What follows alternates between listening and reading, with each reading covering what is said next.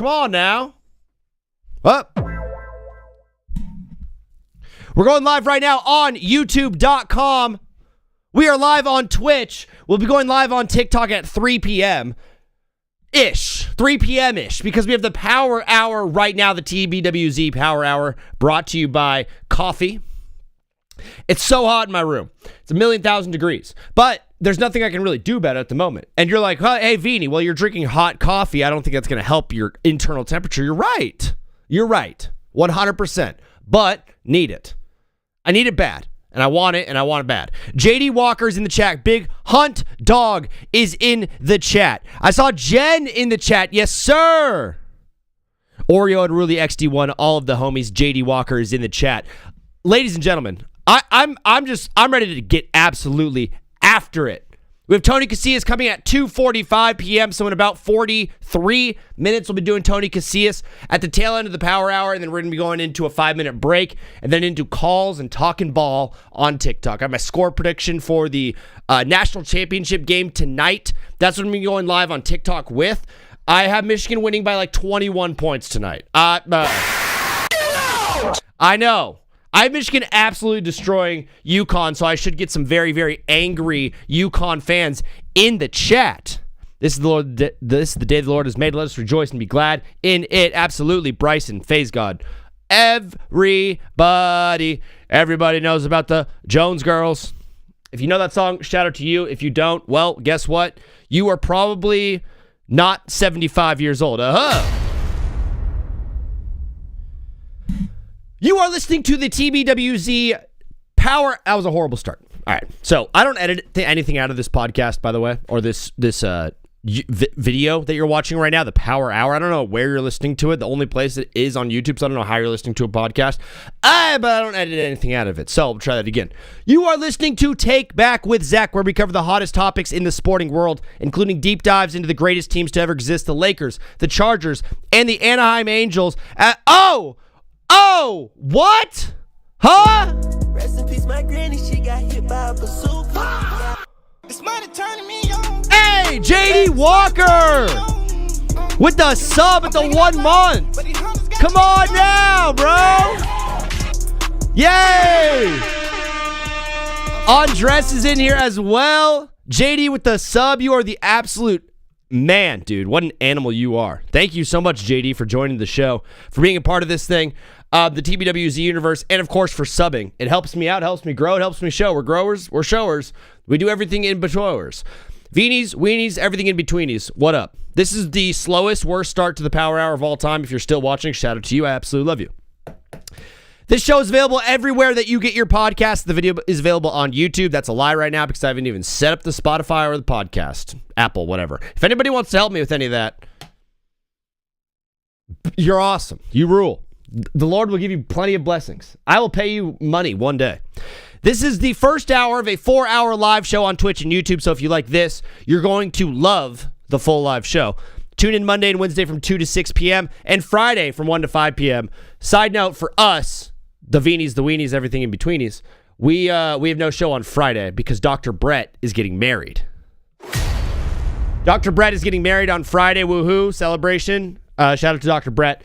I'm in his wedding, and so I'll be one of his groomsmen in the wedding, along with Bullet Slinger and Hammer Dong are also going to be in the wedding as well. So if you see those guys, say happy marriage, Dr. Brett.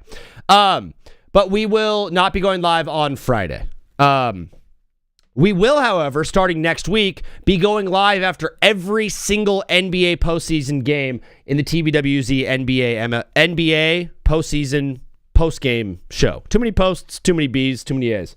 We're also watching the Cubs and the Rays. The Rays are in their home opener right now after their field got absolutely destroyed by Hurricane something. Maybe XD, if you're in here, you can remind us what hurricane destroyed their stadium, their roof last year. But Shane McClanahan is on the bump going up against Jameson Taillon in what might be one of the most mid pitching matchups I've ever seen in my life. Rays are up 4-2 on the Cubs. Dansby Swanson is at bat. On today's show, we're going to be covering the Lakers season officially being over. I'm out. I'm done. Or am I? I'm delusional. I have gone back and forth on absolutely everything, whether it's like, hey, I believe Luka's going to come back early, or what happens if Luka comes back late? What happens if LeBron takes a huge step forward, which he did last night and we still lost? What happens if Marcus Smart gets back? Do we really need Austin Reeves? I'm also ready to trade Austin Reeves. Breaking news, I'm ready to trade Austin Reeves. Austin Reeves straight up for Asar Thompson to the Pistons. Who says no? The Pistons need another scorer outside of Cade. And it's not going to be Tobias Harris. Also, the whole Dennis Jenkins thing that I'm seeing all over the internet, hey, that's really fun. Please run with that. Once he gets exposed in the postseason, they're like, we need another scorer. Hey, I got one for you. How about we do this? We need like a versatile perimeter defender who can put up a bucket every once in a while, but mainly be there to defend and rebound. Because we have Luka. We'll give you Austin Reeves. We'll take Asar Thompson off your hands. FaZe God says no. The Pistons should have drafted. Bro, I'm confused. Did the Dallas medical team mess up with Reeves? Dallas. Dennis Jenkins, Linsanity run. It's happening. Oreo the cat. I had no idea we were going to be getting a Dennis Jenkins Linsanity run to end the season, but here we are. We are going to be going over the final week of the NBA regular season, what to watch out for, what to think about, what to watch with your balls and your eyes and your guts. We're going to be talking about the MLB Week 2, what do I call it? Notes and Clubhouse leaders for MLB. I'm doing this every Monday. We're doing MLB Mondays on this show. Come on now. Nope. No. Nah. There we go. MLB Clubhouse Mondays, we'll be going over the leaders in the clubhouse. A recap of the Final Four and March Madness in general. Hey, if you love college basketball, I absolutely love you, but March Madness stunk out loud this whole tournament. It was horrible. It was an awful tournament. I watched every single game. There was one game. There were two games. The Santa Clara, Kentucky game, I was like, this is awesome. I love March. And then, of course, the UConn and Duke game. I was like, March. Yeah, March. Oh, yeah, basketball. Basketball is my favorite sport. And I can dribble up and down the court. I'm like Mike. Two games made me go like Mike. And the rest of them kind of stunk out loud. So we'll be talking about some of that. Also, talking about the Natty tonight. Shout out to UConn and Michigan playing in the national championship game. Some NFL news and much, much, much more. But first, we start this show the same way every single day. This show starts with the verse of the day. Today's verse is from 1 John chapter 3. 1 John is an awesome, small little book of the Bible. If you're looking to just really get filled with the Holy Spirit, this is the one. Pause. Verse 16, we know what real love is because Jesus gave up his life for us on the cross. So we also ought to give up our lives for our brothers and sisters. If someone has enough money to live well and sees a brother or sister in need but shows no compassion, how can God's love be in that person? This is like, obviously, we make mistakes, right? And maybe I have $100 in my pocket and there's a homeless guy that needs $1 and I just kind of walk past him like, right, I'm not sitting here like, oh, wow, I am not filled with the love of the Lord. But a random person who doesn't know who you are and has no idea who your heart is or what your heart is, all they can see is what you do on the outside. All they see, they don't know your internal, they don't know what's going on in your life or your past. All they see is what you do. So please, act in love. Dear children, let us not merely say that we love each other. Let us show the truth by our actions. I tell you guys every single day I love you. How do I do it with my actions? Going live at 2 p.m. Monday, Wednesday, and Friday. Our actions will show that we belong to the truth, so we will be confident when we stand before God. Even if we feel guilty, God is greater than our feelings, and he knows everything. Shout out to everybody who celebrated Easter Sunday, and for those who didn't, I still love you. Go next year. Easter rock. Yeah. We also have the movie of the day. I can never find the drum roll. I literally can never find the drum roll. I need to change the picture to a drum. There it is. Oh, the movie of the day is We Are Marshall. I am Marshall. I don't know why I chose this movie. I just have a bunch of movies in a drawer and I just picked one out. And I saw Matthew McConaughey. I'm like, yeah, I'm down for Matthew McConaughey. Has he been, this is from 2006. Matthew McConaughey has been pretty much like a hot man for the past 20 years. The crazy part about Matthew McConaughey is he did True Detective, which is his best work ever. And then he also did Dallas Buyers Club in the same kind of year, I'm pretty sure. He maxed out that year. 2012 was the year of Matthew McConaughey. And since then, he's just like talked a little bit slower. All he's done since then is just talk slower and say more like profoundly ridiculous things out loud and look deeper and sing sweeter and like drink more whiskey and go to more football games. And we're like, dude, that guy is sick. Oh, really? Because he talks slow? Football is a game that knocks you down, then expects you to get back up. Life hit the West Virginia town of Huntington and its Marshall University even harder. When it did, Jack Lingle came by to help pull them onto their feet by taking the job no one wanted. Rebuilding the Marshall football program only months after a plane crash wiped out Marshall's beloved thundering herd. Matthew McConaughey portrays Lingle, the energetic,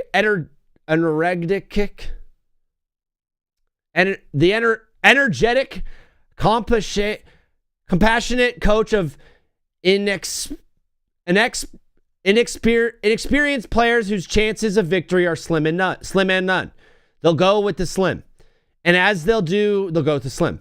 Their true life story of heart healing football will thrill and inspire you. It's game day. Time to play till the whistle blows. Guys, do you play till the whistle blows?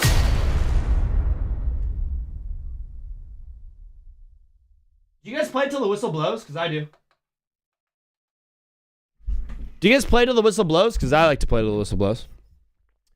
This is the TBWZ Power Hour. Tony Casillas is joining us in about 32 minutes. We're going to be going live with him talking about his epic week. Last week he was not able to join us because of personal reasons. I'm gonna poke and prod. He was like, "Hey, I'm not able to join because of personal reasons." And so usually what I would do is like avoid that, right? And be like, "Hey, I don't want to ask about like your personal stuff. That's your thing. I'm just glad you're back." I'm gonna ask. No, I'm gonna ask. I'm gonna get real deep into it. I'm gonna be nosy. I'm gonna have a Cyrano de Bergerac nose for the news on this one. If you got that, you are awesome. All right, FaZe God is doing Grizzlies treats, Grizzlies trades in the chat as Audris Corona, my guy, reaches a 10-stream streak. What a beast! Grizzlies receive Austin Reeves. Lakers receive Taylor Hendricks and G.G. Jackson and a first-round pick. No. A 2026 first-round pick, so their pick this year via Memphis. What is that going to be, like the 8th pick maybe? No. Austin Reeves is a win-now type of guy. He's a guy for a win-now team. Memphis is not. No offense, love you. But for whatever reason, everyone hates the hotels in Memphis. I do have... breaking news, not really. There's a guy that went and tested out the Westin in Memphis that all of the NBA players are complaining about. He did a video essay of him checking in and out of the hotel and his room and everything. We're doing some journalism on the show today, fellas. We're seeing what it's actually like at the Westin in Memphis. Jaw for Reeves. There we go. FaZe God, there it is. That's all we were waiting for. Anytime someone's like, "Hey, I have a trade involving Memphis and another team," and you're like, "All right, when does Ja come into the picture?" And like, "But Ja, we're not gonna put yeah. So it's gonna be Ja for Austin Reeves. We're gonna start today's show with the state of the Lakers. And I know you're like, "Hey, why are we talking so much about the Lakers?" Everyone is. The Lakers are the premier franchise in the NBA. Okay. So, first of all, get that one through your skull. Second of all, they're my team. I care about them. I cry about them sometimes. I cried in 2020 when they won in the bubble. They won in the bubble. It wasn't the bubble championship. The bubble championship was the year after when when the Milwaukee Bucks played the Phoenix Suns in the finals. Hey, guys, that is not a true finals matchup. The Lakers were the best team in basketball going into the bubble, and they were the best team in basketball in the bubble. Does anybody remember how good Dame Lillard was in the bubble? And Jamal Murray. Remember when they were just trading 50-point games back and forth? That was awesome. But it's not awesome anymore. It's actually very, very sad because my team is done.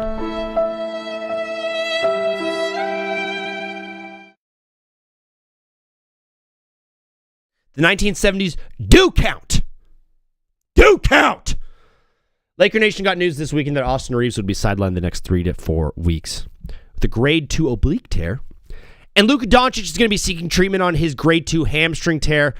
That is like a 3 to 4 week recovery time. Typo, Austin Reeves' recovery time is a little bit longer than Luka's. That's a 4 to 6 week recovery time on the oblique. Luka is hoping to make a 3 to 5 to 4 week recovery. However, from Shams today, Luka has traveled to Spain and is receiving injections right now into the hamstring that should hopefully aid his healing process and get him back closer to that 3-week range. The 3-week mark for the Lakers in the west of the playoff would essentially be like game 3 of the first round, right? If you went 3 weeks exactly from the day that it happened, it would be the third. He'd be like back and ready for the second game of the first round, depending on where we're seated, and ready to play the third game. So, Faze God, you will be playing for the Lakers too. Thank you. Suit up, brother. Suit up. We need you in OKC on Tuesday. Jeez, you know? This is what I'm one of the hats off to the holy crap. Dang it! I forgot to switch out the break videos, guys. So you're going to be getting the same breaks as Friday. It's okay. There's a 5-minute timer on it. This is from Jesse Morse, MD, Dr. Jesse Morse on Twitter. I don't do a whole lot of fact checking. I don't believe in fact checking. All I saw was doctor. I saw the verified thing. I saw his profile looking like a doctor. And so I'm going to take everything this guy says as the absolute truth, okay? Luka Doncic, traveling to Europe to treat his grade 2 hamstring strain. So Germany and Switzerland traditionally lead the world in cutting-edge medical treatments, especially stem cells. He's likely getting a combination of MSCs. We know what those are. But in case you guys don't know, I'll look it up for you right now. What are MSCs? Masters of Science, okay? So he's getting a combination of masters. Placental tissue, the placenta, okay, that's weird. Exosomes, as well as other treatments not legal here in the United States. Remind me of what Kobe did many years ago. Like father, like son. They will be injected under ultrasound guidance directly into each area of weakness in his hamstring. That's what I do in my clinic.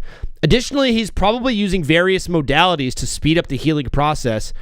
This word, or TPE. Inaspheresis. Inaspheresis,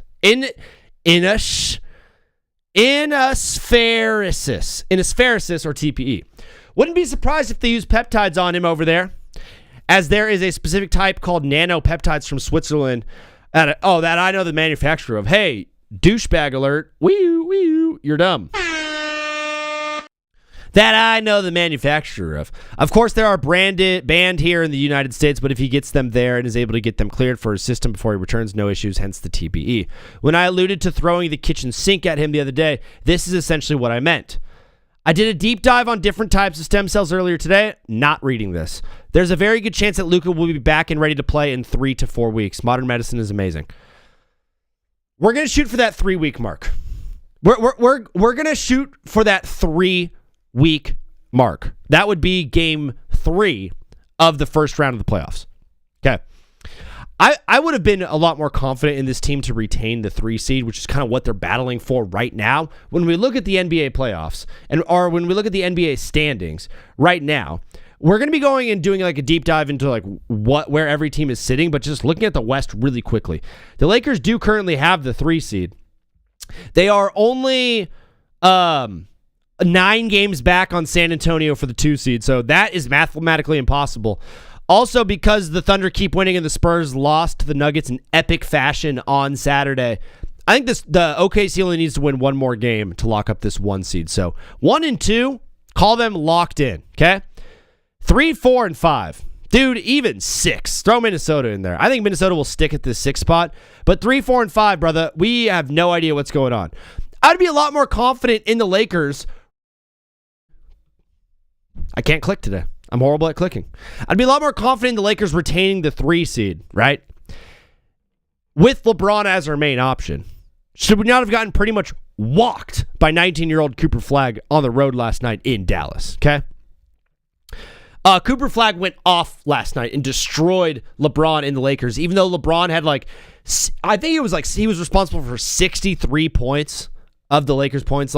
He was responsible for over half of what the Lakers did offensively. He played an unbelievable basketball game.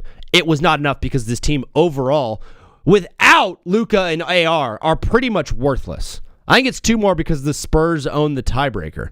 They have to win 2 more? All right. Well, they'll win tomorrow night against the Lakers, and then it's 1 more. I'm so sad. FaZe God, I know you hate the ads. I'm so sorry, brother. And you're probably in ad world right now, so you can't even hear this, so I'll do it in a little bit. But someone tell him I have the ads turned as low as possible. I'm sorry. The final 4 games for the Lakers are OKC, Golden State, Phoenix, and Utah. And honestly, at this point, because Utah plays the Lakers so well historically, I think the Lakers are going to lose all 4 of those games. The Lakers could essentially spiral to the 6th seed in the West while finishing the season on a 6-game losing streak. Man, brother, what a difference a day makes. What a difference a day makes. I think we'll finish with the 5 seed. I think Denver will get the 3. The Rockets will get the 4, although they do play in an epic game. Both those teams have some epic games this end of this week, so we'll see what happens there. Thanks, God. Love you, bro. I have the ads as low as possible on there. I literally put them at the minimum that I could possibly do, so try to mitigate that. But, man, waking up to see LeBron James as the number 1 scoring option on the Lakers at age 41, where his son is on the same team getting really valuable minutes in the postseason, that's going to be crazy. A 41-year-old LeBron James, the year is 2026, a 41-year-old LeBron James is the number 1 offensive, how do I put this, is the number 1 scoring option on the postseason-bound Los Angeles Lakers, and his son, Bronny, is getting valuable minutes in his 2nd year on the team. Seeing LeBron control a game from tip to buzzer, putting up 39 and 15 on a Mavericks team that hasn't won 5 games since the All-Star break and gave up 134 points to them, which they've now only done 4 times. All this, never mind. Yeah, it's over. Yeah, it's over. Yeah. The Mavericks are 5 and 19 since the All-Star break. Now 6 and 19. They've scored 134 or more points 4 times in this season. 4 times. 2 of those were to the Utah Jazz. One was to the Nuggets, and then the other one was last night to the Lakers. Big, major oof. I want 1 OKC, 2 San Antonio, 3 Denver, so OKC can avoid one of them. I think that's going to happen, JD. I think it's going to happen. I think we're going to end up getting that, but it does seem as if the Lake Show run is over. Now, if Luka comes back, round 1, we're still missing Austin Reeves for probably the entire first round. So if we make the second round and we're at full strength,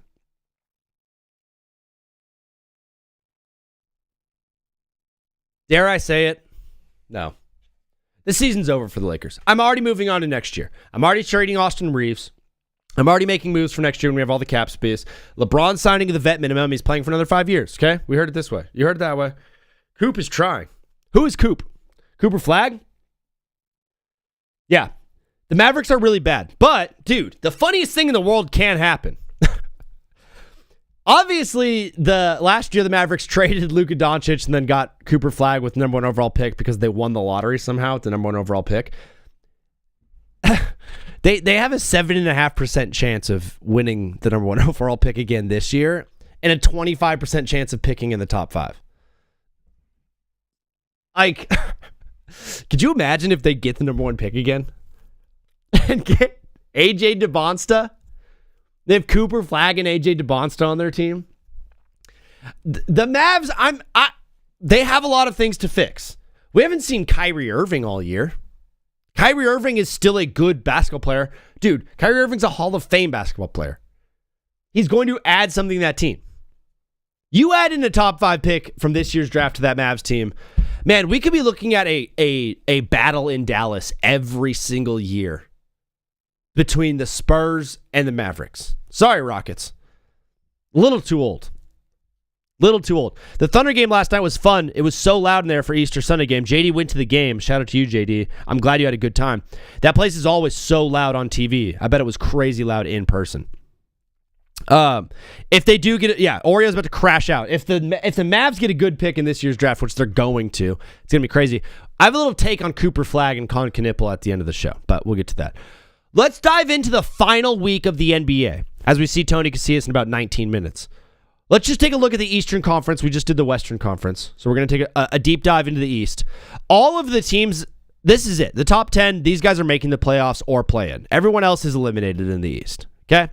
There's some drama going on with the Milwaukee Bucks right now and Giannis Antetokounmpo that is so funny. Can't get over it. It's so hilarious. They suck. Pistons and Celtics have clinched the 1 and 2 seed, so that's pretty much done right there. The Pistons have that Z next to them, meaning they love Zach, but they've also clinched the division or the conference.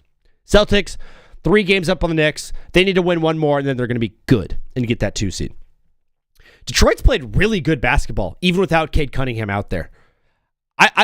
Cade Cunningham is reportedly trying to come back this week. He's starting on-court workouts and stuff like that. So it seems like Cade is going to be back at some point in the regular season, but until then, brother, the team has been playing good basketball without him.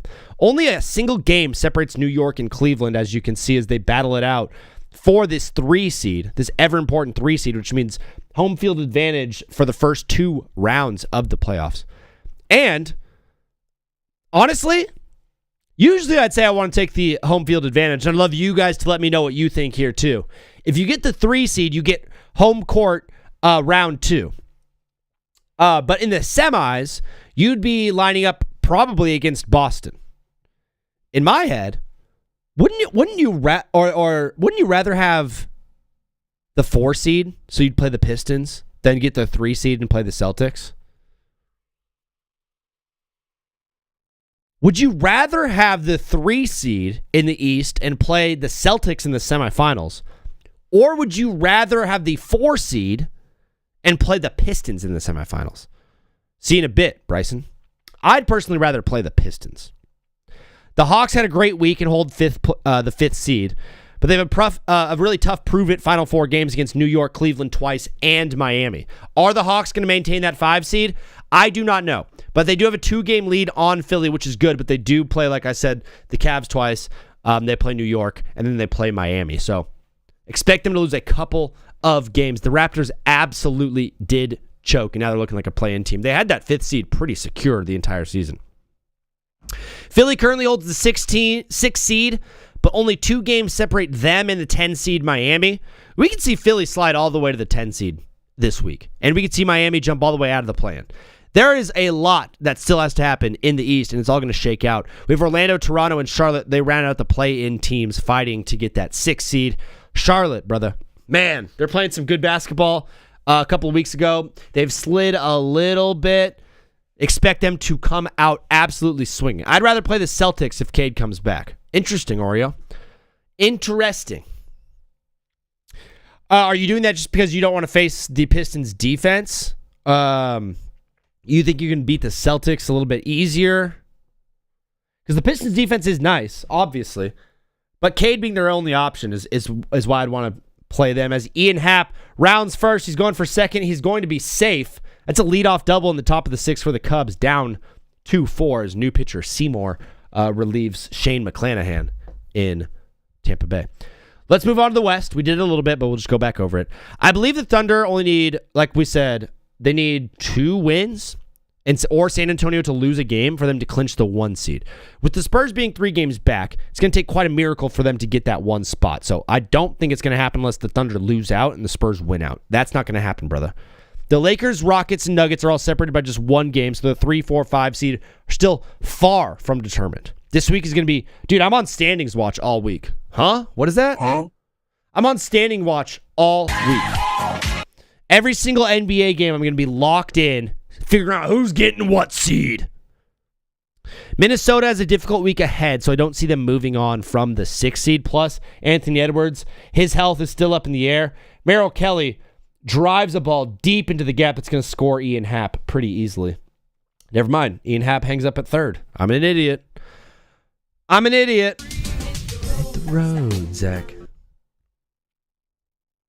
The play-in teams are pretty much set with Phoenix at 7, Golden State at the 10, 8 and 9. Only no games separate them. The Clippers do have the tiebreak over Portland, so we'll see what happens here. Do you guys want to know my thoughts for the Western play-in? I think Portland beats Golden State, first of all. Okay? Golden State has Steph back. Who cares? Who gives a crap about Steph Curry being back for the Warriors? That team stinks out loud. That team actually sucks. Bro, I need the Nuggets to lock in so bad. They have a tough stretch. You want the Nuggets to be that 3 seed because you don't want to play them second round. That's fear. That's just fear coming from an OKC fan. But I understand, JD. I'd be afraid of them too. I think Portland will beat Golden State here because Steph back, I don't care. He's the only player on that team. Pajemski sucks. Moses Moody sucks. GP sucks. Draymond Green sucks. Kristaps Porzingis sucks. The Golden State Warriors are horrible. They're a bad basketball team. And why would you have any hope as a Warriors fan to be like, well, if we miss the play-in, backtrack. Usually when a team's like this, the 10 seed bubble play-in team, I'm like, hey man, maybe it might be nice to lose that play-in game so then you could maybe jump into the lottery. But if you're a Golden State fan, why on earth would I ever think that you getting in the lottery is going to be a good thing?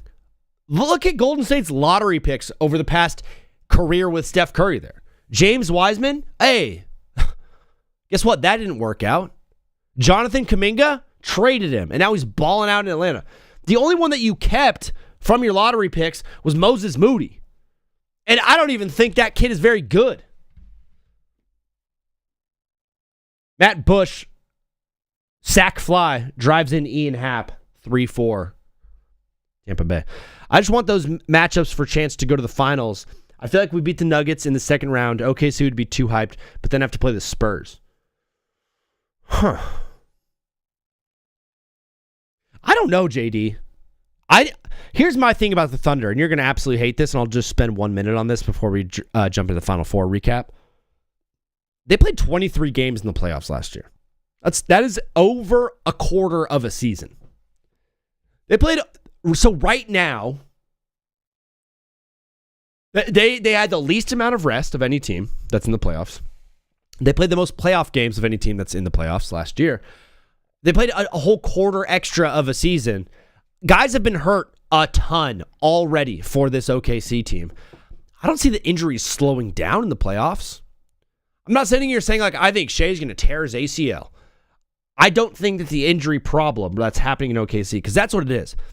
It's not labeled as an injury problem in OKC because they're still winning basketball games and they're so deep, okay? That's what paprika on all this. The reason the OKC thing is not viewed as an injury problem is because they're so deep and they keep winning games. But Shea's missed a ton of games. J-Dub's missed a ton of games. Chet has missed games. You've had Isaiah Joe, Lou Dort, AJ Mitchell. All of these guys that contribute to your team on the Thunder have missed games because of how much they played last year and how much they're playing this year. Obviously, every team plays the same amount, but they had the 23 extra games in the postseason last year. If you think that the injury problem in OKC is going to just magically stop when the playoffs happen, hey, I don't know if you know how bodies work. When the playoffs start, they ramp up even more. And players opposite them are trying harder. And themselves are trying harder. So if they have all the injuries already happening in the regular season, why do you assume that injuries are not going to happen for OKC in the playoffs? I don't think OKC is going to come close to winning the finals. I don't think they're going to make the Western Conference Finals game. I don't know if OKC has the longevity or the legs or the stamina to make another run. I can obviously be so wrong on all fronts here. I just don't believe that OKC has the legs or the stamina to make an entire run. They've been injured all year, and I don't see that slowing down in the playoffs. The injuries are slowing down right now, though, so that is good. JD, yeah, I mean, I kind of just all said it, but I'm sorry, dude. I'm sorry. I'm so sorry, dude. I hate it. I hate that I even said that to you, but let's move on. The Final Four was this weekend, and the Final Four stunk so freaking bad. Holy crap, those games were so boring. The Natty is probably going to be so boring as well tonight. I'm sorry, guys, because I have Michigan winning by 20 plus. Michigan just dismantled everyone that they played in the entire tournament. They worked. What everyone considered to be the best team in the tournament was Arizona. At the beginning of it, all of the brackets, Arizona. Everyone was choosing Arizona. This is the best team I've ever seen about. Dude, Michigan was up by 40 at one point, dude. They made Arizona look like a downright bad basketball team. Everyone who was on TikTok Live calling the show, I can't believe you have Michigan beating Arizona. Have you watched Arizona play? Yeah, I have, dude. I watched them play on Saturday. I watched them get worked from left to right. the entire game. Back and forth. They're getting hit from the back, bro. That's so inappropriate. They looked horrible. Michigan's a team without a weakness. Everything they do is seemingly works for them, and everything they do on defense seems to just completely neutralize anything their opponent is doing. I can't see them coming close to losing to UConn. Watching what UConn did against Illinois on Saturday, I was thoroughly unimpressed with both of those teams. PV. It's funny, too, if it happens like tonight, and I'm just like so loud wrong, like directly right after it. But I watched UConn and Illinois play, obviously, and those teams both stunk. They were horrible. I mean, I got to give some flowers to UConn. I had them losing to Illinois, but it seems like both of those teams were just actually bad basketball teams. There was a stretch in the game where there was like 4 minutes that went by. I think 1 point was scored. The funny thing was, UConn was up by like 14 or something early in the half, and like Illinois slowly caught up in the second half to make it like a 4-point game at one point. They went on a 10-0 run. Illinois went on a 10-0 run against UConn over like an 8.5 minute period. Oh my gosh. Can you imagine what the score will be like if UConn doesn't score for 8 minutes against Michigan? They're going to lose by 100. UConn stinks. Illinois stinks. Every team in the nation that I saw play basketball stinks, except for Michigan. Michigan is so much better than UConn. They're so much better than Arizona. They're so much better than Duke. They're so much better than Houston, than Illinois, and freaking Iowa, Iowa State. They are so dominant, dude, and there's no shot they're losing tonight. It's going to be a relatively mundane, boring end to what is a very boring, mundane, chalk-filled March Madness that did not provide much excitement at all. March wasn't very good this year. It sucks. Hey, I can be a realist. And I watched the entire thing. I watched every single game because I love ball and I loved watching it. And I won't take that back. I won't take that back. I wanted to be in that chair. I wanted to be watching those games. I had a great time doing so. But at the end of the day, it was hella boring. The game sucked. There was nothing very fun that happened. Is there an equivalent to the run rule in basketball?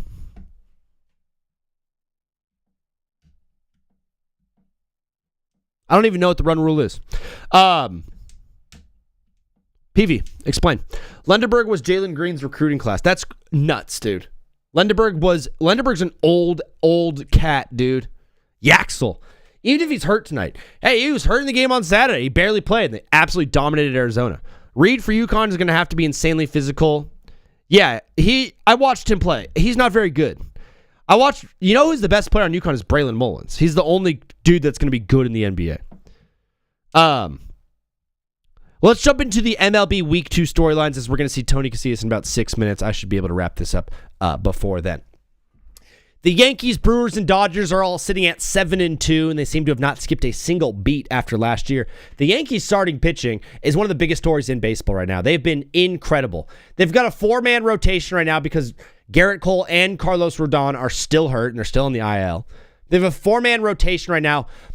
Opponents are averaging a 191 batting average against the Yankees starters and a 203 average overall. So their bullpen has been very good as well. They've combined for 49 strikeouts over the 9 games they've played. They've been pretty much unhittable. They have the best starting ERA, best starting opponent's average against, most Ks as a unit. Like, this starting pitching group is unbelievable. 2 out double from the Rays. 2 out double from the Rays. They have it in college baseball and softball. Oh, like a mercy rule? They need like a mercy rule. Yeah, the Yankees choked the Marlins last night. They should be 8-1. Sandy Alcantara threw a complete game last week, and he's a starting pitcher for the Marlins. He was a Cy Young winner 2 years ago. Had Tommy John got hurt last year and played horrible. And then this year he's come back. He's played in 2 games. He threw a complete game last week, and he seems to be all the way back to his Cy Young form. He's on a Marlins team that is young and very, very promising. Watch out for the Marlins to trade all of their promising young assets in about a year or 2 at the deadline to the Yankees.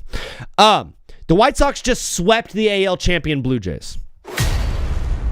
I'll say it one more time. The Chicago White Sox this weekend just slept the American League champion Blue Jays. The Washington Nationals had a lead in every single game this weekend against the Dodgers and eventually got swept by the defending World Series champions, who now have 5 comeback wins on the season. Every single time I was like, dude, hey, the Nationals are up 5-2 in like the 7th inning, and they'd lose the game 11-5. The Dodgers have 5 comeback wins on the season. Over half of their wins have come from behind. Brother. That team. Juan Soto and Mookie Betts might be heading to the IL along with Astros ace Hunter Brown. Speaking of the Astros, they lead the league in OPS, runs scored, and RBIs. They are second behind the Dodgers in home runs and slugging percentage. Yes, they just came off of a series with the Angels, so that can make some sense there. But the Astros are absolutely hitting the leather off of the baseball right now. In some Angels news, the Halos completed the series win against Seattle last night off some awesome pitching from Reed Detmers, Kokenowics, and Klassen on Sunday. Klassen was more of an opener. He pitched 2.2. The bullpen was solid throughout the game until we blew the lead in like the 5th inning. We tied the game back up, blew the lead again, tied it up, went 2 extra innings, lost the lead in extra innings, tied the game back up, had an awesome stand from Anderson out of the bullpen, and then eventually Nolan Shonowell with the game-winning sac fly.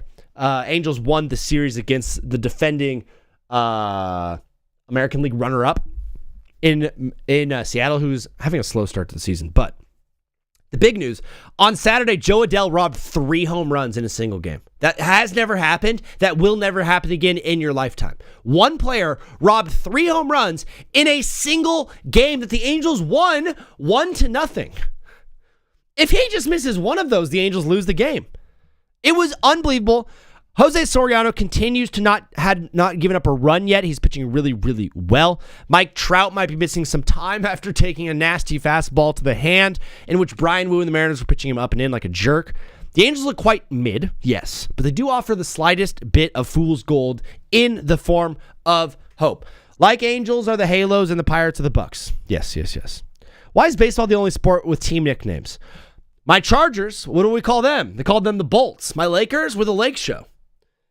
My Angels were the Halos. All my teams got nicknamed, brother. MLB Clubhouse leaders before we get to Tony Casillas. For pitching, the leader in strikeouts is Kevin Gossman of Toronto with 21. Dylan Cease, Jesus Luzardo, and Jacob Mizorowski all have 18 strikeouts in their 2 starts. Our ERA leaders, Sandy Alcantara, Edward Cabrera, Bryce Elder of Atlanta, pitching great. Cam Schlittler, Eduardo Rodriguez, rebound, brother. Jose Soriano, all those guys have started 2 times. They've not given up a single run. Ohtani also has not given up a run, but he's only had a single start. The leaders in opponents' batting average, Edward Cabrera of the Cubbies. Hitters are batting .059 batting average against Eduardo Cabrera. Kevin Gossman, .075, and Cam Schlittler, .079. Saves leader, it's David Bednar of the New York and Mason Miller of the Padres with 4 saves. And then Yohan Duran, Edwin Diaz, Trevor McGill, Emilio Pagan, Jordan Romano of the Angels, Paul Sewald, and Cade Smith all have 3 saves.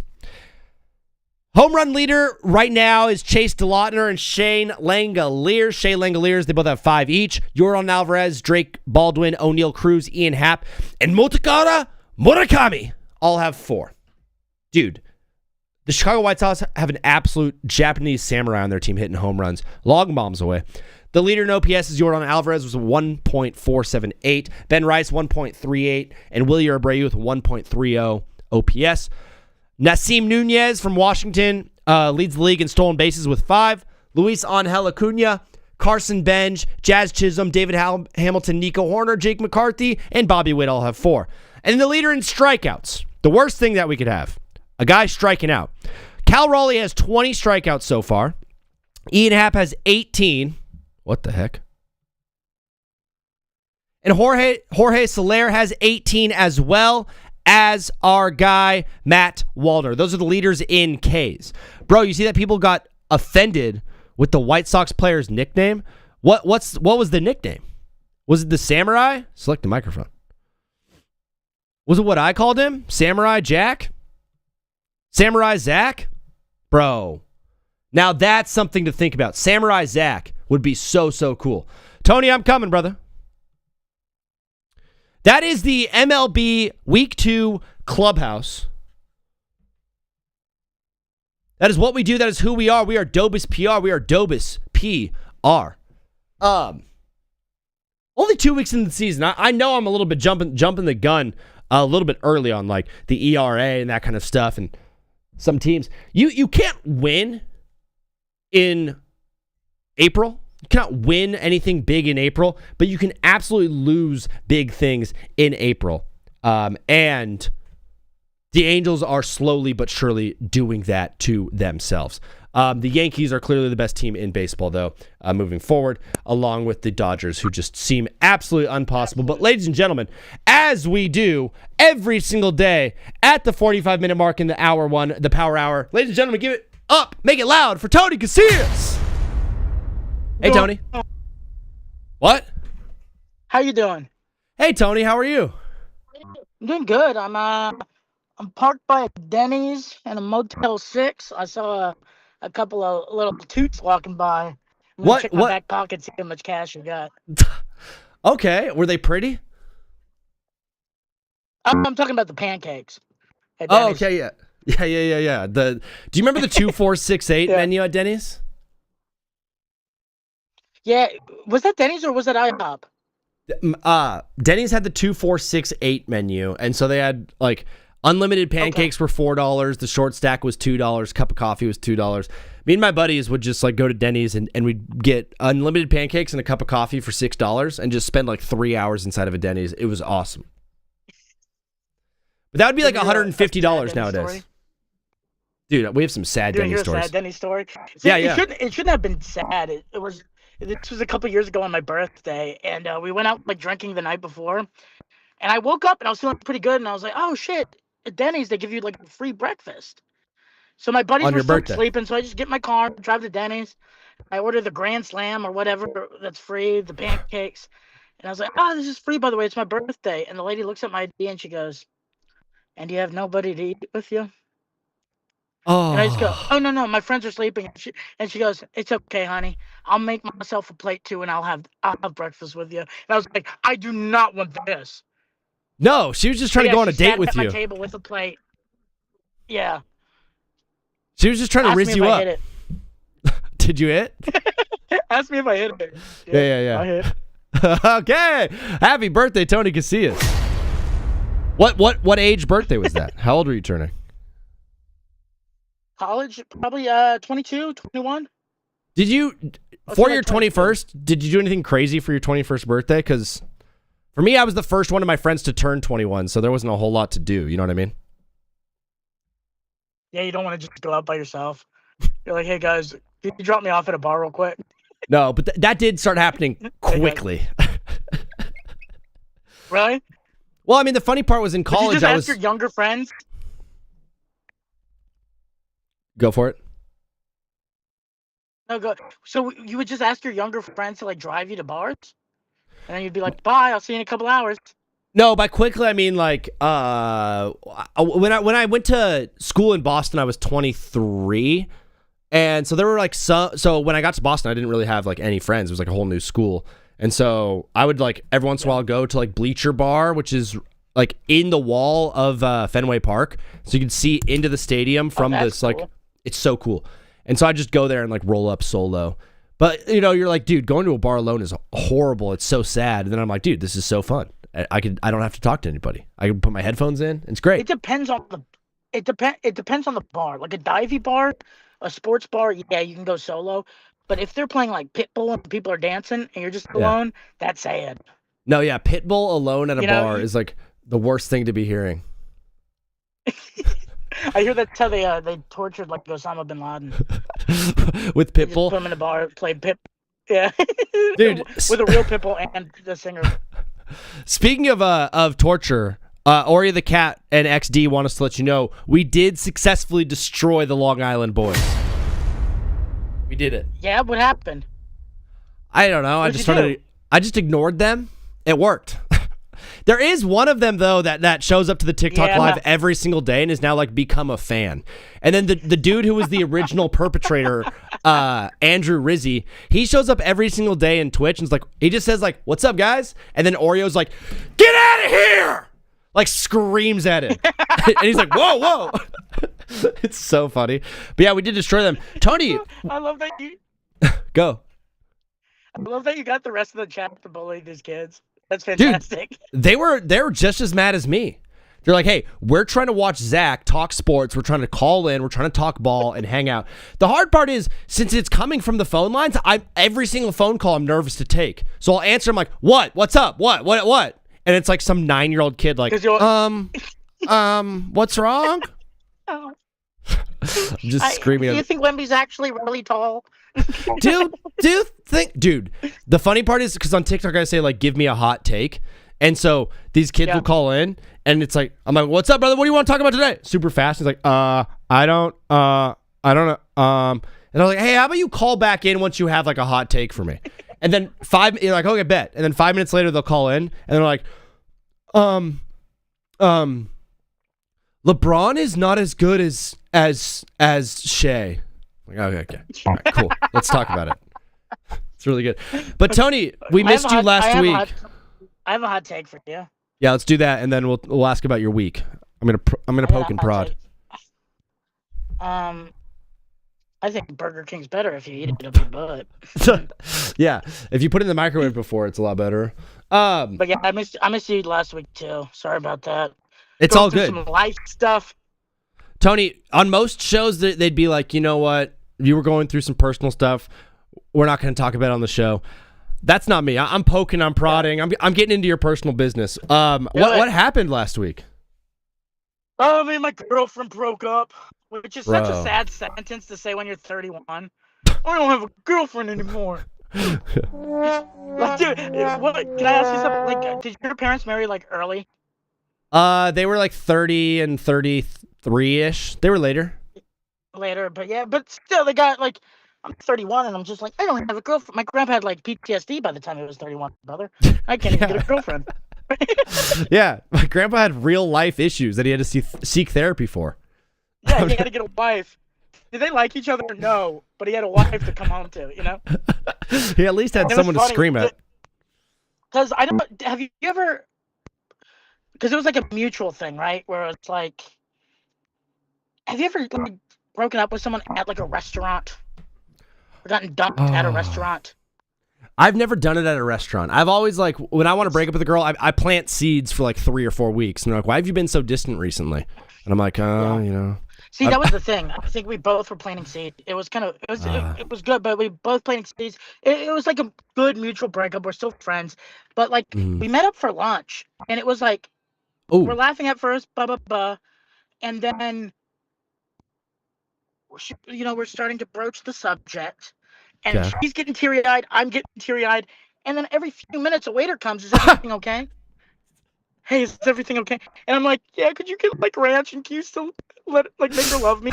Like, what am I supposed to? You know what I mean? Actually, I ordered this medium well. This is medium rare. I'm not hungry anymore. I'm actually not hungry anymore. They're like, "Would you like a box?" Dude, I mean, obviously from your perspective, that sucks. Like the waiter coming up to you. What about for the waiter though? They're sitting in the back like, "Oh gosh, I don't want to have to ask them if they need refills." No, he loves it. Because he probably loves it. He goes, "Look at this fucking guy crying. Look at him, you know? Look at this."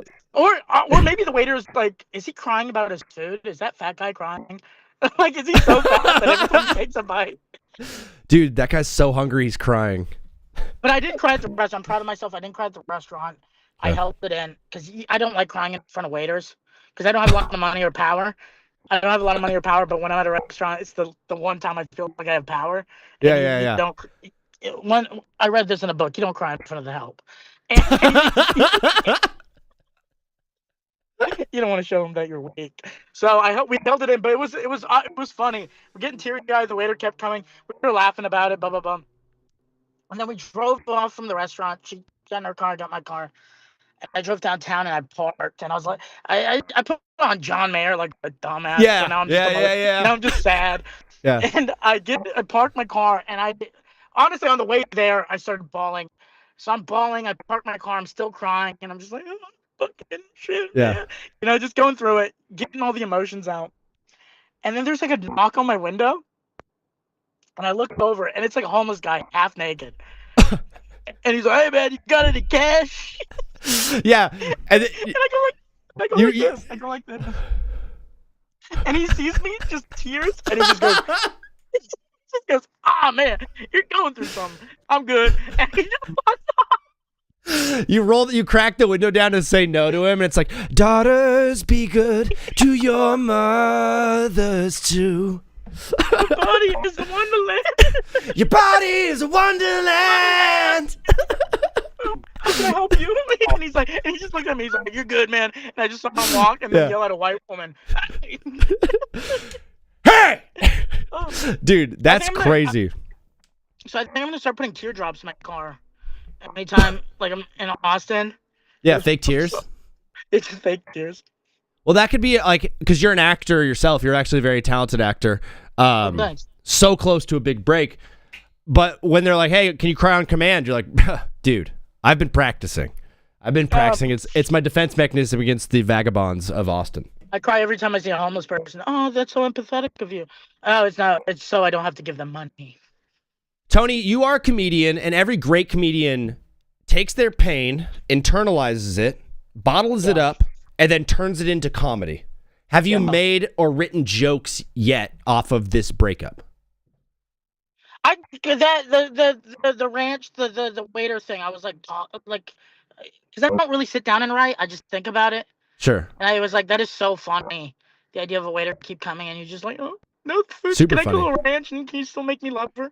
It's like, I talk about that. And do you on the day of, did you like go up and do a mic or anything like that and like let the emotion ring through? I like to give it a day. I go one day without going up, just feel the emotions, talk through it. You know what I mean? Yeah. And then the next day I think is better, because I think if you go up right away, it can get a little muddy. And also I don't want to cry on stage or something. You know what I mean? Yeah. I was still feeling it, because the thing is, I also decided like not to drink, because usually I like to, if I get sad, I like to throw a couple drinks down the gullet. You're human. And I was just like, man, let's just power through this and actually feel the emotions for like 2-3 days. So I did it, and after 2 days, I was like, let's just keep going. So I'm like 8 days in now, which is cool. Dude, congratulations, 8 days of sobriety. That is absolutely awesome. Tony, have you ever seen a comedian cry on stage? Because I know famously, like, Dave Chappelle popped in at the Comedy Store after Bob Saget's funeral, and that was quite emotional. I remember hearing that stuff. But have you ever seen like a comedian cry on stage? Yeah, my buddy Kyle in Dallas, his dad had passed. And he came to the mic like a few days after the funeral, and he just went on stage and told a story. And then at the end, he's like, "I miss you, Pa," and then broke down. It was like beautiful. It was like a beautiful moment. The crowd loved it. It was like it was very cool. That is cool. It's just dope that like your art can be something that induces humor and good times, and then also can be introspective. Tony. Yeah. Awesome. We're so glad that you're back on the show. Is there anything you wanted to say to the people before we say goodbye to you? Honestly, I feel like the show is not as good without the Long Island boys. So I'm here to say, hey, Long Island boys, if you're listening, come back and come back stronger. Say it. Hard Come R. back, DM me, and I'll start pranking Zach with y'all. I will become the kingpin of the Long Island boys, and we're gonna tear the show down. Yeah, we're gonna destroy it from the inside out. Tony, I love you, brother. Thank you for sharing and being vulnerable with us. We'll see you again Wednesday. Love you too, and see you Wednesday. And bye. Bye, Tony. Guys, that was Tony Casillas, the man himself, the legend, going over his epic breakup with all of us. Do we really think that she broke up with him?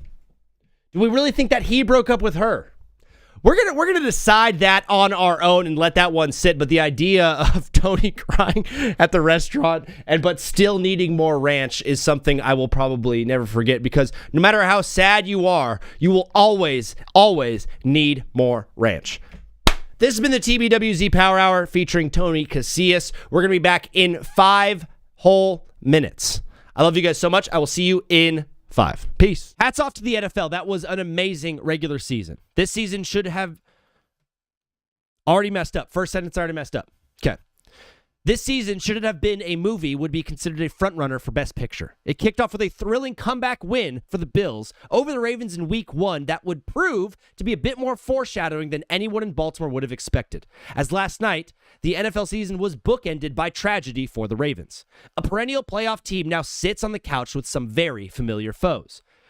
We have finally witnessed the downfall of the Chiefs as Lamar, Joe Burrow, and Pat Mahomes, 3 of the best QBs in the game, watch the playoffs from Cancun. Who took their place, you ask? Oh, just a bunch of dudes that everyone had already written off. Guys like Bryce Young, leading the Panthers to the playoffs for the first time in his career. Trevor Lawrence and Coach Cohen taking Duval back to relevancy. And of course, Ginger Cuz himself, Sam Darnold, leading the Seattle Seahawks to the #1 seed in the playoffs. But of course, this year all started out with one of the craziest trades we have ever seen in the history of our game. Adam Thielen said, "I'm coming home," and returned to Minnesota. Speaking of the Vikings, we all got to officially meet 9, who turned out to be more of a 4, but he wasn't the only QB we got to see play for the first time. Maybe the most shocking thing to happen the entire offseason of the NFL was the Cleveland Browns passing on Tyler Shook. The Shedeur Show was fun, though. Now with Stefanski gone and 2 quarterbacks on the cast. Wait. Oh, yeah, Deshaun Watson still wants to play. You know what? It should be a fun offseason in Cleveland. The Jets offseason might not be as fun, but as always, these sad Jets fans will be filled with the same false hope they are every year. Good luck, fellas. I wouldn't wish your pain upon my worst enemy. America's collective enemy, the Cowboys, had one of the most fun seasons ever for NFL fans across the world. They played the most exciting football games with one of the best offenses this game has ever seen. But their defense was so bad, they kept on losing. Jerry Jones eventually got peer pressured into trading a bunch of assets at the deadline to bolster their defense and make a real shot at the playoffs. Much to their chagrin, it didn't work. LOL, Cowboys fans. You had Bo Nix and the Broncos play thriller after thriller. What? You had Bo Nix and the Broncos play thriller after thriller. You had Bo Nix and the Broncos play thriller after thriller, narrowly escaping the Giants and Eagles and eventually earning the #1 seed in the AFC. Broncos country, let's ride. In one of the greatest examples of the duality of man, you had the Indianapolis Colts looking like one of the best teams in the entire league early on and finishing the season with a 44-year-old Phillip Rivers taking snaps. I love you, Phil. Thank you, Phil. The Lions and Commanders both missed the playoffs after having 2 incredible seasons the year before, proving that a team's window is open just as long as that season lasts. Speaking of windows, Caleb Williams, Ben Johnson, and all of Chicago are jumping through theirs, hoping this year is the year the city of Chicago will remember forever. It will be tough, though, in the NFC to get through the teams like the Niners, Rams, and Packers, who have all been there plenty of times and had amazing seasons themselves. Oh, yeah, also the Eagles. But are the Eagles even good? The question we've asked all year. We've gotten to see the 2 big J's, Josh Allen and Justin Herbert, play Superman week after week, proving to be the sole reason their teams are any sort of relevant. Surely one of them would win MVP, right? Nope. That belongs to a guy named Drake May. Congratulations to New England. The Patriots are back. Do you remember when you guys lost to the Raiders week 1? The same Raiders that fired their coach along with the Browns, Cardinals, Titans, Giants, and Falcons. Lots of openings in the NFL this year, but the biggest head coaching move of all was Lane Kiffin leaving behind a national championship contender to potentially compete for a national championship with another team next year. I love college football. This year we saw that Baker got screwed, Russ got booed, Aaron Rodgers can still sling it, Tua seems to be the reason. Cam Scatterbo and Jackson Dart both have CTE. George Pickens is a freak. DK punched a fan. Cam Ward might be the man. Kyler Murray needs a new job. Lamar Jackson got robbed. Joe Burrow hates Cincinnati. Detroit without Ben turned out pretty cap. Detroit without Ben turned out pretty crappy. Can't let success get to your head. If you get sad, remember, the Chiefs are dead, dead, dead. Thank you, NFL, for one of the greatest seasons ever. Sincerely, the fans. You have treated better than ever. Thank you, NFL. Love football. Absolutely, Vini loves football. There it is, guys. That is the 2025 regular season NFL. Yeah. Not bad from Vini. Every time I hear that like poem back, and I'm like, this poem's good. Then I'm like, well, this poem kind of sucks. Fair warning. I'm putting up on TikTok right now just like the ESPN graphic of the game tonight. Can you see that? Whoa, it's you guys. Whoa, this is nutty. Is that making it? Oh, you guys can't see. I have the score prediction right now is Michigan 84, UConn 63. They're gonna. I have it as a 21-point win. Honestly, I wanted to make it 94-63. I think it's going to be a 31-point win, but I just made it 20 points so people don't absolutely kill me. But people are still going to kill me. PV with one of the jokes of the day is going to get pinned at the top right now. Therapy back then was probably just beating the crap out of your grandma. Yeah, absolutely. And by your grandma, I mean Tony's grandma. Like, never mind. That's weird. Tony was absolutely awesome in his first day back on TBWZ. Yesterday, I was at church all day. Saturday, I was at church all day. I'm in love, fellas. I'm still in love. It's very, very true. It's happened quickly. Not really. It's happened over time. The hard part is the woman that I'm in love with, thought to be completely unobtainable. She's the hottest woman to actually ever exist. I did the math. I checked everywhere. And I did. I checked every single news outlet, every single Instagram, every single page in the world. This woman is the hottest woman of all time. By far. By like a lot. By a large margin. Hotter than every Kardashian. Hotter than Anne Hathaway. Like, I'm not even joking. I'm not hyperbolizing at all. And I'm in love with her. I thought she was going to be a completely unobtainable thing for me. But you know what? Dude, hey guys, between you and me, we were kind of flirting this weekend. We were kind of flirting at Easter. We were kind of flirting at Easter. Maybe it's because Vini is on his looks maxing grind. I'm going full Clav mode. I'm sports maxing, I'm looks maxing, I'm lady maxing. The Rays have taken a 6-3 lead after a big 2-run home run from a player on their team who I'm forgetting. Jonathan Aranda, that's right. We're going to be watching the Royals and the Guardians. Michael Waka. Tanner Bibby. That's what we're going to be doing a live watch along to as we go live on TikTok. Church crushes are the best, not going to lie. They're awesome. Because like one of the things that I want more than anything in a wife is, or one thing that I look out for is her love for the Lord. And so if you meet at church, it's already kind of like, well, seems like she already loves Jesus. We're already halfway there. Did you see Clav's seizure? No. What? XD1. What? Huh? Huh? What? Huh? What? Huh? Are we live? Yeah, we are. What is up, everybody? What is up? There's a Chinese man in my life. Guys, there's a full Chinese person in my life. B-Ball Paul is in here, though, too. Whoever you are, I love you. Yo, Zach, I'm number 1 on the March Madness bracket right now, but I had Duke. LOL. Dude, you know what, Judah? We should check that out live together right now. We're on the Purple app. We're on YouTube doing this show LIVE live. And, yeah, let's check this. How do I get to it? Come on, Zach. Men's Tournament Challenge. My mom was in the lead for a long time. Are you my mom? Judah, are you my mother? What are the odds? That'd be so crazy. It's like, hey, I'm your dad. What? Yeah, I'm a big fan of your show, too. Yeah, Judah. First and last name, live right now. JD, also in second place. Dude, it looks like our winner is going to be a man by the name of Griffin. It looks like our winner is going to be a man by the name of Griff. Unless UConn wins, it's going to be my friend Nick. Nick is like the first person to ever follow me on TikTok. Nick is the first person to ever follow me on TikTok. If it's him and Bryson's right above me, FaZe God, I don't know if you're back in here, but you are 10 points ahead of me. Brother.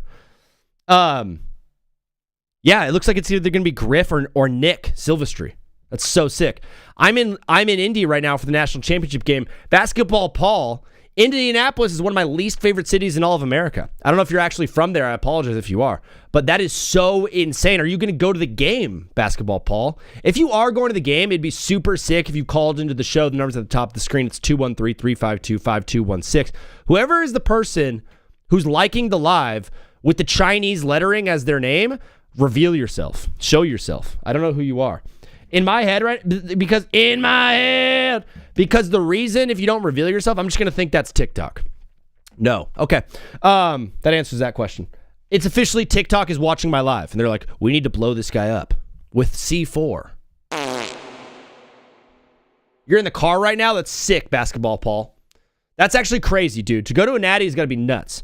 The craziest part about the Natty and the Final Four is they play in a football stadium. Every single time the Final Four pops on my TV, I'm like, here we go, time for basketball. I'm always floored by the fact that it's in a basketball stadium. What are we doing? That many people care? Is it crazy to think that the NBA Finals could be played in a basketball stadium? What about the Olympic final? What about the basketball Olympic final? Could that be played in a basketball stadium?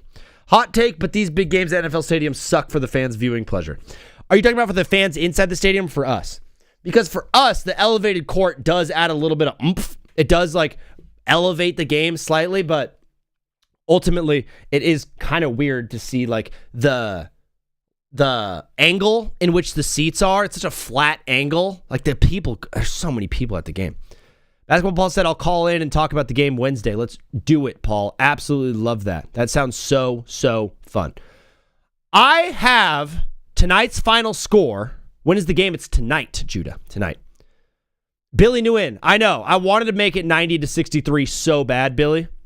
That's crazy. So I did this final score right here, and I wanted to make it bigger, but I was like, you know what? I'm going to get roasted left and right on TikTok, so I'm going to try to make it slightly reasonable. So I made it 84-63 Michigan over UConn and a 21-point win.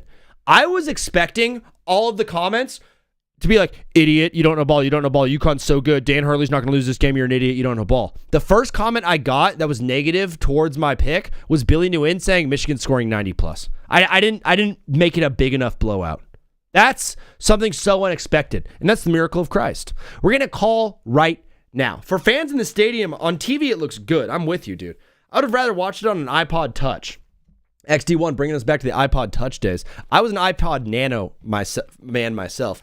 What is up, brother? You are live on TBWZ Widescreen Radio. What's your name and where are you calling from? What's up? My name's Rylan, and I'm from Michigan. Nice. How do you spell Rylan? Rylan. Nice, dude. Do you know how did your parents find out that name, or did they name you after someone? Is there a Rylan in the? Yeah, they named me after someone. Who were you named after, Rylan? My grandpa. That's pretty sick. So your grandpa's name was Rylan. Yeah. Did he serve in World War II? No. Yeah, I feel like that I know served in World War II, but maybe yours didn't, and that is cool. Rylan, first time calling the show, I would recognize your name. Yeah. Brother, on this show we do hot takes. Do you have one? If so, let it rip. A hot take is Tom Izzo isn't a top 5 coach of all time. Tom Izzo not top 5 coach of all time, so you're going to put Wooden ahead of him. You're going to put Krzyzewski ahead of him. You're going to put, who else? Coach K. I mean, is it crazy to say Dan Hurley's in that? All right, we can do Dan Hurley. I think there's some bigger ones that you can knock off. You could John Wooden. Yeah. John Wooden. Coach K. I'm trying to think of other ones. North Carolina? Not ringing a bell. No. The state? John Calipari could be on that list.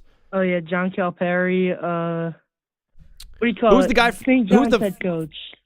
Who was the guy who yelled at everybody really badly? Rob something? From Texas Tech or Indiana? Mm-hmm. What do you call and it? then Jim Valvano. Yeah, St. John's head coach. We say that. Yeah. Yeah, I could see all those guys being above Tom Izzo. So are you a Michigan State hater? Yeah, kind of. Yeah, bro. So you're a big Michigan guy. You're Wolverines through and through. Yeah, go blue. Go blue, dude. How much are you winning tonight by? How much are you going to beat the UConn Huskies by tonight before you go?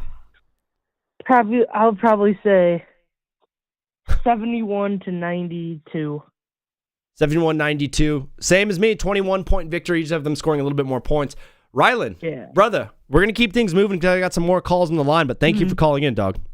Yeah, no problem. All right. Peace. Bobby Knight, J.D. Walker, that's the other one. So that was a good point by Rylan. If we go Bobby Knight, Coach K, John Wooden, Valvano, then you can find that fifth one really easily if you're going Calipari or if you're going the vampire guy. What is up, brother? You are live on TBWZ Widescreen Radio. What's your name and where are you calling from?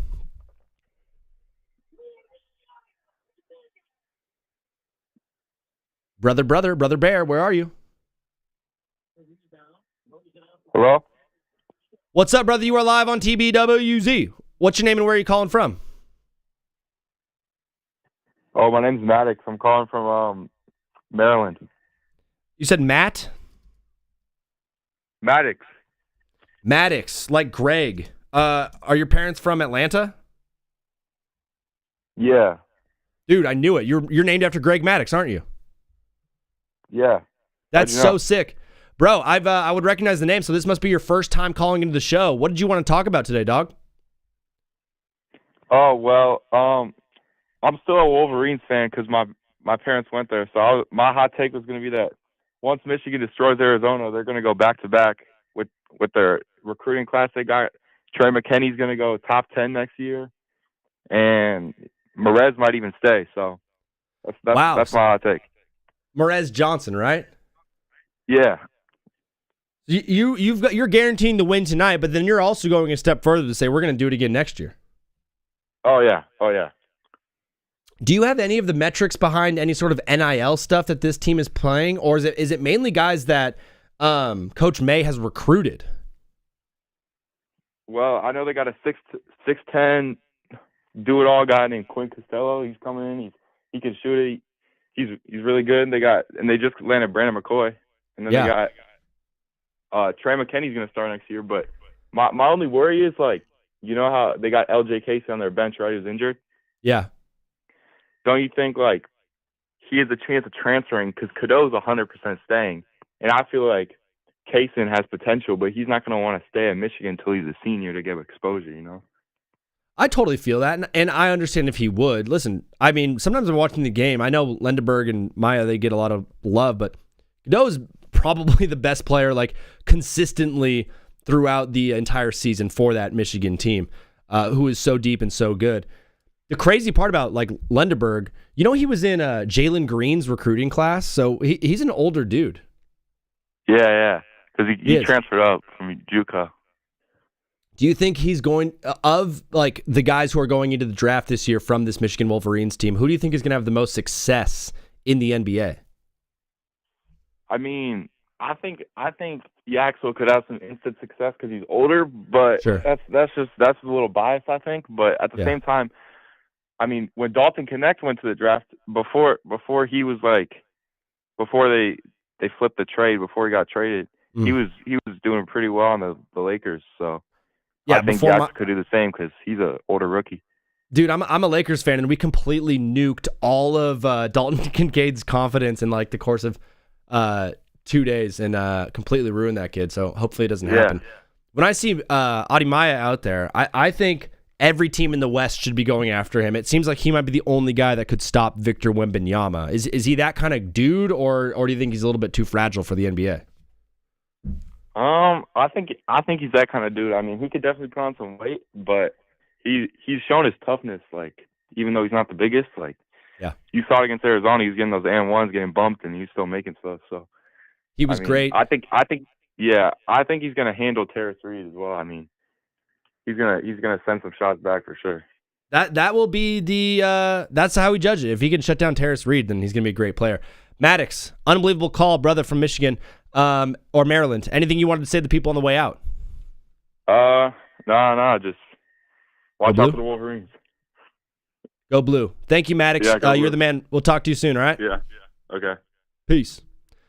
Phone lines are now open. Is this Cali time? I'm on Cali time. Yes, sir. Snow 7Z. Kaysen won't transfer. Dusty recruited him to FAU. He's not going anywhere, okay? So according to Jordan, Kaysen will be staying. That will be good for Michigan. Going back-to-back in college basketball is so hard. I can't believe I said Dalton Kincaid. I meant to say Dalton Connect. We'll correct that on the post-game show. Oreo, I'm going to take you later because I got a guy calling in right now I've never seen before. Love you, brother. I hope UConn wins. I pray on Michigan's downfall. Me too, brother, but it's going to be tough. Declan, liking the live. What is up, brother? You are live on TBWZ, Widescreen Radio. Which name were you calling from? My name's Julian, and I'm calling from South Carolina. Julian from South Carolina. How is South Carolina this time of year? It's beautiful, right? It's pretty hot. Yeah. A little hot. Are you a Gamecocks fan? Nah, Clemson. Clemson, okay. Because I was going to ask about the whole Don Staley thing. I'm sure you don't like Don Staley very much. Yeah, nah, I hate him. Yeah. Jordan, thank you for the follow, brother. Julian, South Carolina, you're calling into the show. What do you want to talk about today, bro? I want to talk about that. I think Darius A. Cup Jr. should go as the first-round pick. Yeah. You think he's going to be a first-round pick? Yeah, like the number one pick. Oh, you think he's the best player in the draft? You think he's better than DeBonsta and Peterson? Most definitely. Yeah, dude, he's a great basketball player. Yeah, he's a beast. Do you have an NBA team? Yeah. Yeah, who's your NBA team? Wait, sorry, I have to hang up. All right, brother, talk to you soon. Peace. Julian, South Carolina bringing the heat, thinking that Darius Acuff's a first-round pick. Do you guys agree? I don't know. Will John Blackwell go to Michigan? I don't know who that is. I wish I could. If I knew, I would tell you. I'd tell you yes or no. Jordan with the follow. You were the absolute man. Walt shared the live.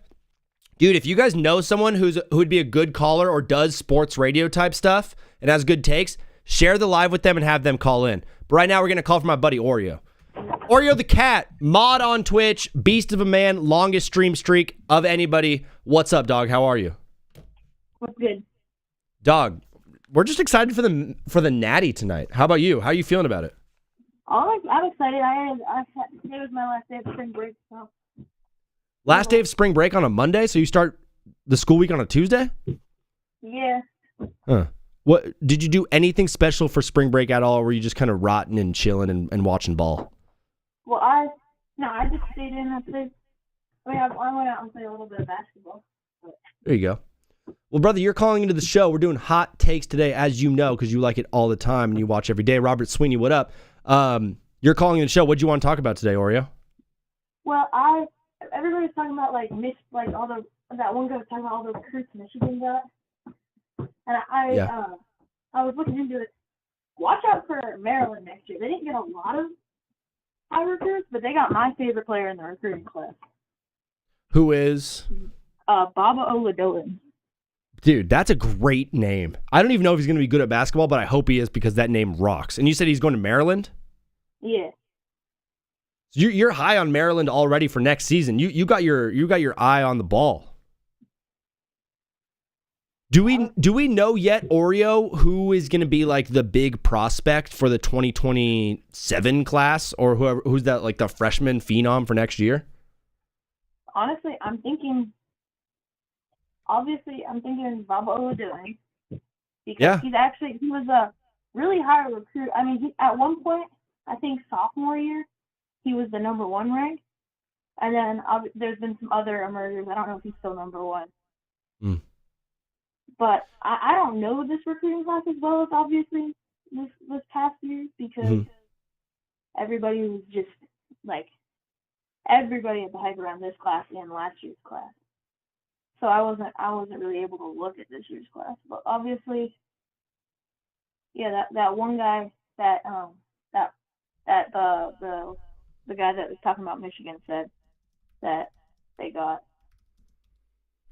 I've heard he's pretty good. I haven't been able to look at this year's class much. Do you have Michigan winning tonight, or do you have Arizona? Well, I got. Oh, I got sorry. Michigan, UConn. Yeah, I got Michigan. I think I said it earlier. I think forget. I think I said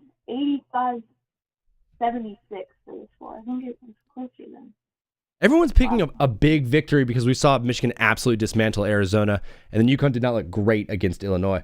Brother, last week of the NBA season, right now Shea is like a minus 1,000 favorite to win MVP. Is there anything you think Victor can do? Honestly, he just needs to. Obviously, he needs to play. I think he needs to play 2 more games to qualify for awards. I think they have 4 more games, so I think he's good. Unless something catastrophic happens, obviously, but yeah. Yeah, I think honestly, he just needs to lock in on offense. Like his defense, he doesn't really need to do much more with that. He's already getting Defensive Player of the Year, no doubt. Depoy locked up.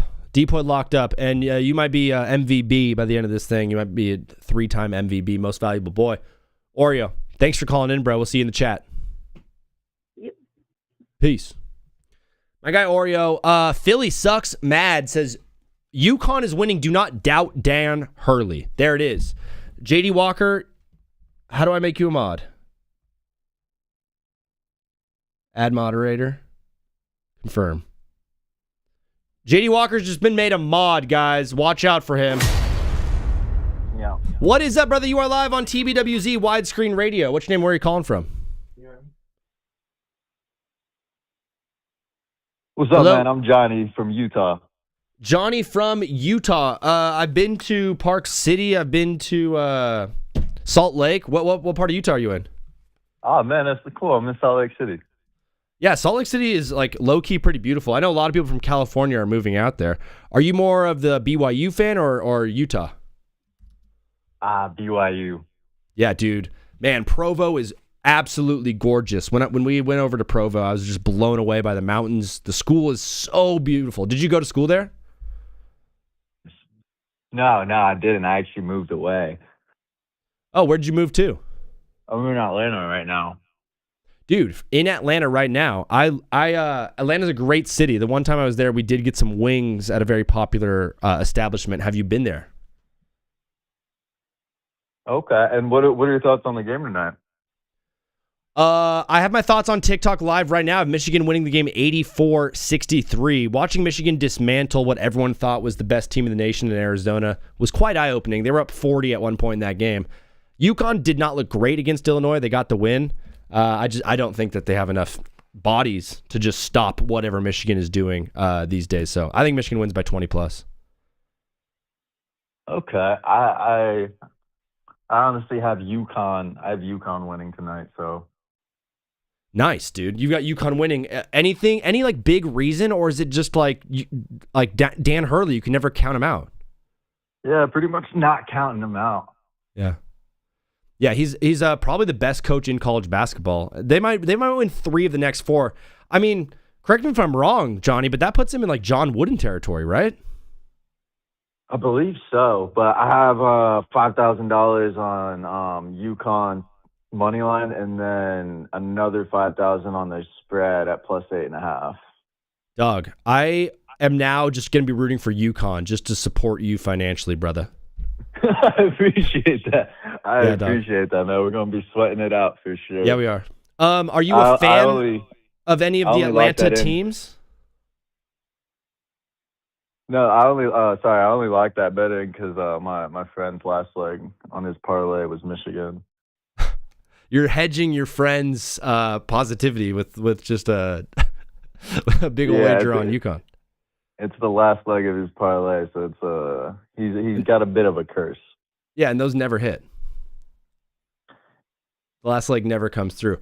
Well, Johnny, brother, thank you for calling into the show. We're going to keep it rolling, okay?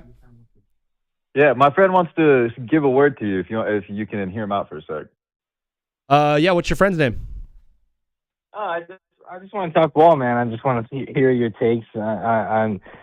We play sports. You know, we know a lot about the NBA, NFL. So if you got anything, Yeah, are you in Atlanta? Are you an Atlanta fan? I've been kind of thrilled and excited about what the Hawks are doing to end this season. Yeah, they play the Knicks tonight, actually, in Atlanta.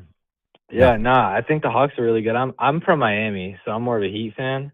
Yeah. But I still root for the Hawks But yeah, no, the Hawks are playing really well. I mean, Ricochet, obviously, he's bad. I mean, he's horrible. He's not good. But they got a lot of other bright spots. The Miami Heat is such an interesting one because it seems like every year they've tried to get Kevin Durant in the offseason. It hasn't worked. They tried to get Dame Lillard before he went to the Bucks. That didn't work. The Jimmy thing, they nuked all of Jimmy's trade value before he got traded.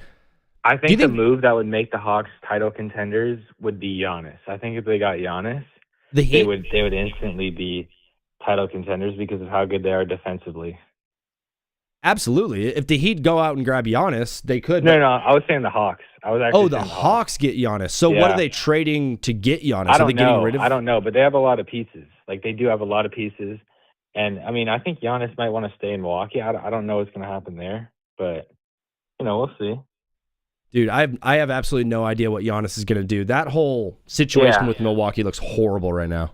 Dude, honestly, I really need Michigan to win tonight, man. Like, I got a lot riding on this. Like, if they lose, man, I'm down bad. Like, I don't think, it's not going to end well. Dude, I am absolutely going to be praying for both of you guys to win your bets tonight somehow, some way. Well, then they would be a draw. So someone's got to lose, man. We're going down tonight. Just a matter if it's me or him. The crazy part is if the game does end in a draw, all that means is something horribly catastrophic happens in Indianapolis. Oh yeah, you're right. But so are we going to be praying for a terrorist attack on Lucas Oil Stadium? You know what? Maybe. Okay. You guys are the absolute best. Thanks for watching the show and following. We'll talk to you guys soon. All right, man. Go Michigan. Peace. Those guys rule. Whoever those guys were awesome. What's your time right now? Jacob, dude, we haven't even met, brother. I'm on the Pacific Coast, dog. It's 3:30. I'm in Los Angeles. I'm going to watch Angels and Michigan today. Joe, dog, I'm an Angels fan. Die-hard Angels fan. I absolutely love that you're here right now, Joe. Every single day on my show, Monday, Wednesday, Friday, I talk about the Angels. So if you want some Angels content, you know absolutely where to go. It's Take Back with Zach. I'm going to take more calls at the 35-minute mark at 25 till. I'm just going to read comments straight from TikTok right now. So if you want to chit-chat on the talk, drop it on your lock. I have a tie in my bracket and it comes down to points. I have 147. My opponent has 155. Austin, I have never seen a bracket end in a tie, dude. That's going to be crazy. Soda trades. Awesome, dude. We'll take your call in 2 minutes. Austin, that's nuts. Is it a money play? Is there money? Is there a prize pool? Max out, Nah, and Dyson values. I think the Bucks would do Giannis straight up for Jalen Johnson. I would do that if I was Atlanta. Sorry. Jalen Johnson's a great player, NBA player, yeah. Might be like a second team guy this year. Giannis is better. I threw 120 on Yaxel 15. Okay. You know he's going to be hurt. Tyler Fulmer, he was quite hurt in the last game. I don't know if he's going to play the whole time. If they get out to an early lead, I think Yaxel might get some time on the bench to chill. Hawks wouldn't do that. Jalen Johnson straight up for Giannis on Antetokounmpo. The Hawks wouldn't do that. With Kuminga, Dyson, Nickeil Alexander-Walker, Giannis Antetokounmpo, they're like an elite point guard away from being good. Like really, really, really dominant. My bracket, yeah, just 200. Well, dude, that you still want to win that, Austin. You said you have 177, 155. I would lean more towards that 160 range. Yeah. 160, between 150 and 160. Bro, I'm starting to worry if I'm going to be home before the Natty starts. JD, not to fret, brother. You have an iPhone. I took a hedge. All right, yeah. There you go. Smart, Austin. Smart. That is, dude. That's betting with your balls and your gut, not your brain.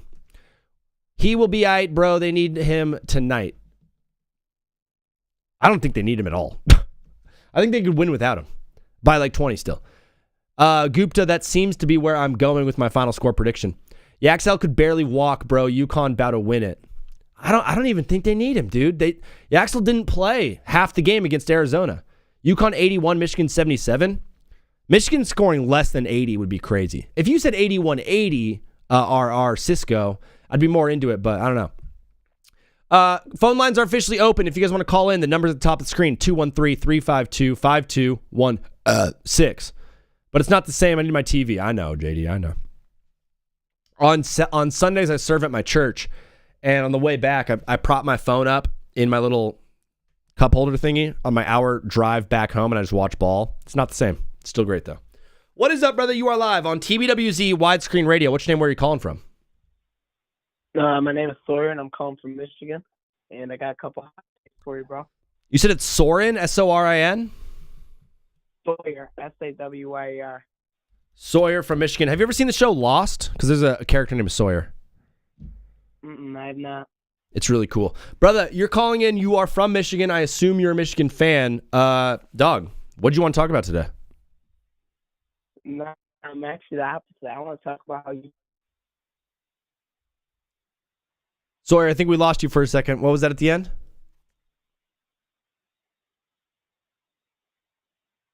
All right, we lost Sawyer. Phone lines are back open. Jay, I know. So what I do is I listen to the person first, and I have a barometer. I judge whether I think they're going to just like troll me and say the N-word, because usually I can tell right away. It's the way that they talk. They go, hey, man. And I can tell they're nervous at first, and then they get like worked up, and they get ready to say it, and I just, bam. I know exactly when it's coming. I've gotten good at this thing. An FR79K. Bro. Join through the invite that Wait shared. Thank you, Wait. Thank you, Guy. What is up, brother? You are live on TBWZ Widescreen Radio. What's your name? Where are you calling from? Hello. We're getting a lot of dropped calls today. I think also people call in and they get a little bit nervous. Not saying that happened to that guy right there, but that guy's been hung up on. Hawks love Jalen Johnson so much. They do. But Giannis Antetokounmpo is a different animal. I know, we're mad at Sawyer. We're mad at that last guy. I even wrote Sawyer's name on the Twitch and YouTube because you guys could see with my overlays and stuff, we have that propped up. As we continue on with the show, obviously we're talking about the Natty a lot, and the Final Four happened on Saturday. I'd be remiss not to cover some of the Final Four that happened. Am I crazy to say this? Everyone in TikTok, let me know if I'm crazy or not. Say crazy or nah when I say this. March Madness this year sucked. March Madness this year was not very good. There's two good games. There was Santa Clara and Kentucky that was unbelievable and awesome, and there was the UConn and Duke game that was only sick because Braylon Mullins hit that shot. Other than that, March Madness has been pretty boring. Say crazy or nah. Wow. Christian says crazy. JD says crazy. The one and only says I'm a casual. And Jay is just like, Giannis is being traded to Minnesota this offseason. Jay, I would love... I know, Arya. You always are. I would love to talk about Giannis going to Minnesota, but I have no idea where to even begin that. What pieces are they moving to Milwaukee for Giannis? I'm just going to let you know right now, they don't want Rudy Gobert. I don't think DiVincenzo's enough. George Owe, iconic shot, don't forget that. Yeah, I mean, there's been like 4 moments. There's been like 4 or 5 moments. We had, Kareem Abdul-Jabbar from St. Louis was like one and done. That was cool, and then it wasn't. Santa Clara and Kentucky was sick, but then Kentucky just turned around and lost. AJ DeBonsta was out in round 1 to Texas. Texas was cool. Iowa, Tennessee played like a really good basketball game at some point. The first game of the whole thing was Ohio State and TCU. That was good. But dude, there's like over 50 games in March Madness, and I only named 4 of them being like good. We were not hitting at a truly great percentage. As Bo Naylor goes big fly, just foul. Oh my gosh, just foul. Micah Waka pitching for Kansas City Royals. Bo Naylor for Cleveland. Just foul on that home run. Nebraska versus Vandy, Iowa versus Florida, St. John's versus Kansas, Ohio State versus TCU.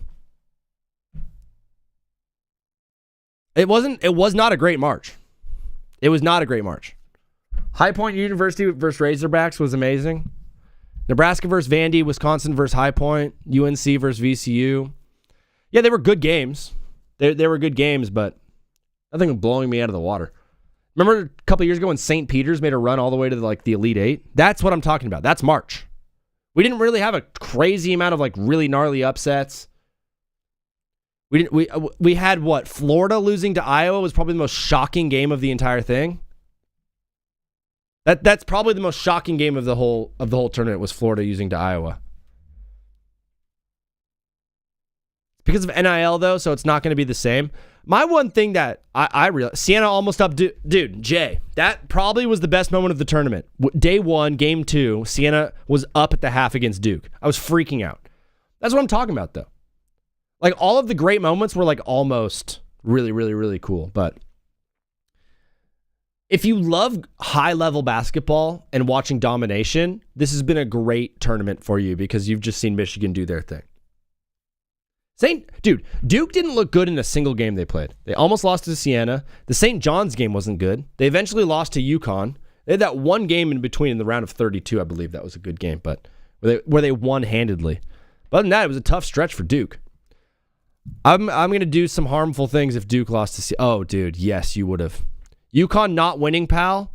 Turo, who are you talking to? What are you talking about? Who said UConn was winning? Dalton... Dude, Peavy is right now tagging me and stuff on X. So any upset is huge. Texas literally got robbed of an Elite Eight against Purdue. Yeah, they did. I really wanted Texas to win that game. What up, Unc? Said User 8. What's up, dog? How about them Flyers? Yeah, Philadelphia. City of brotherly love. Michigan 78-74. Christian, you have a close game. You have Michigan giving up 74 points to a UConn team that sucked out loud against Illinois. Dude, there was a stretch in that game. They were down 14, or Illinois was down 14. They made it a 4-point game. UConn didn't score a basket for 8 minutes in the game, basically. It was a 10-0 run that took 6.5 to 8 minutes. I don't have the exact numbers. Could you imagine what Michigan is going to do to UConn if they don't score for 8 straight minutes? Michigan is going to work them. If UConn doesn't score for 8 minutes, they're going to find themselves down 30 so quickly. I wish Kentucky didn't lose to Iowa State without their star. It'd have been nice if Kentucky won. Has TV checked in? I don't know who TV is. I know what TV is, but I don't know who that is. UConn wasn't beating Duke, right? Or Illinois? I don't know. I'm lost, Trevor. I wish I knew. Bro, tell me why Jake Ottinger didn't play against the Avs. Yeah, that was a weird one. I don't know why I didn't play. Who won, though? I forget. Who won, though? UConn. UConn won, obviously. They beat Illinois.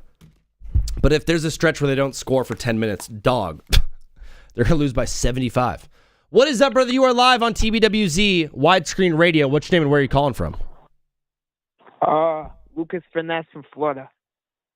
Lucas from Florida. No, brother. TC has not called in yet, and I'm in the Pacific time zone.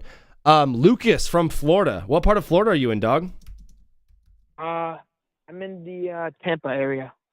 Tampa area, so you're on that west coast. Well, I was blanking earlier in the show. What was the name of the hurricane that went through like Tampa, St. Pete area? Oh, he hung up. All right. You taking phone calls? Soda trades? Yes, I am. He's saying you were wrong in your picks. Oh. What do you want? Oh, yes, I was wrong. I was 1 for 1 for my final 4 picks. I got Michigan right, and I got Illinois wrong. Wrong. Illinois looked horrible. UConn looked horrible in that game, too. They both looked so bad. How can you tell me you were watching that game and you're like, UConn looks good? I watched that game, and I said, holy crap, both of these guys suck. These teams are horrible. I'm like, both of these teams absolutely stunk. My brother calling in. I absolutely love you wanting to talk again, but we only do 1 call per show, brother. 1 call per show. For my brother right there. Caravan and Mullins about to go lights out. Mullins is the only guy from UConn that I think is like actually going to be very, very good. Terrace Reed is cool, but you can't get neutralized against Illinois. Sorry. I just don't. I'm not a big like NBA talent in college athletes unless they're like top line. Maybe I'm just an idiot, but I don't believe in any prospect. I really don't. The only time I've been head over heels, like in love with a prospect in basketball, was probably Ben Simmons. That explains a lot. Refs are walking UConn to another championship. James McCoy Calhoun, first, middle, last name. He is already, or did you bury into a name? He's already right now doing the ref excuse, which is the most Michigan thing I've ever heard in my life. Hey, we're already doing it. I still think Wagler is good. Dude, Keaton Wagler, I'm going to let you, Unruly's here. Dude, Keaton Wagler, I'm going to let you know right now, he's projected to be like a top 7 pick right now. Hey, guys, between you and me, I want you guys to clip this. I want you to remember this and never forget it because this is going to be the most right thing I've ever said in my life. Keaton Wagler is going to suck in the NBA. He's not good. He's not a good basketball player. I don't watch him and I go, dude, elite speed, elite talent. He's got good size. He's 6'6". He could handle the ball well. I guess he could shoot half decent. He's going to suck in the NBA. He's going to be really, really bad. He's going to sign a fat contract too. The reason he's going to be so bad is because he's going to end up in like... Where's he going to end up, guys? He's going to end up in like Milwaukee with no Giannis. Adi Mara is going to be the X factor for this game. Bryce, I am so with you on Mara. My thought on Mara, it seems like if I'm a team in the West, I am drafting Adi Mara as soon as possible. The guy is 7'3". He seems like the only person that can possibly combat whatever Victor Wembanyama is doing. Because Victor Wembanyama is an alien. Can't do anything about him. But there's a 7'3" guy in college basketball right now who's got hustle. He's got a slight bit of handle. Seems like he's got his feet underneath him. Well, usually when you see a 7'3" guy, his feet seem like they're connected to his knees. Like he's got no balance underneath him. He's like a wobbling top. He's like when you take a soda can and you like balance it on like the edge of it, like the corner of it. He's like a chicken at a Cracker Barrel. It doesn't make any sense, but Adi Mara has his feet absolutely underneath him. A day? Adam, let's call him Adam. He seems very good. I want the Lakers to go and draft him. If he's available, I want the Lakers to draft him to combat Victor Wembanyama. Lakers trade up with Austin Reeves and draft Mara? No. Lakers are going to be trading Austin Reeves to the Pistons for Asar Thompson and Dennis Jenkins. We're going to take both of them off your hands. I might have some some Detroit fans in here. Detroit needs a scorer. The Lakers need a defensive perimeter type guy.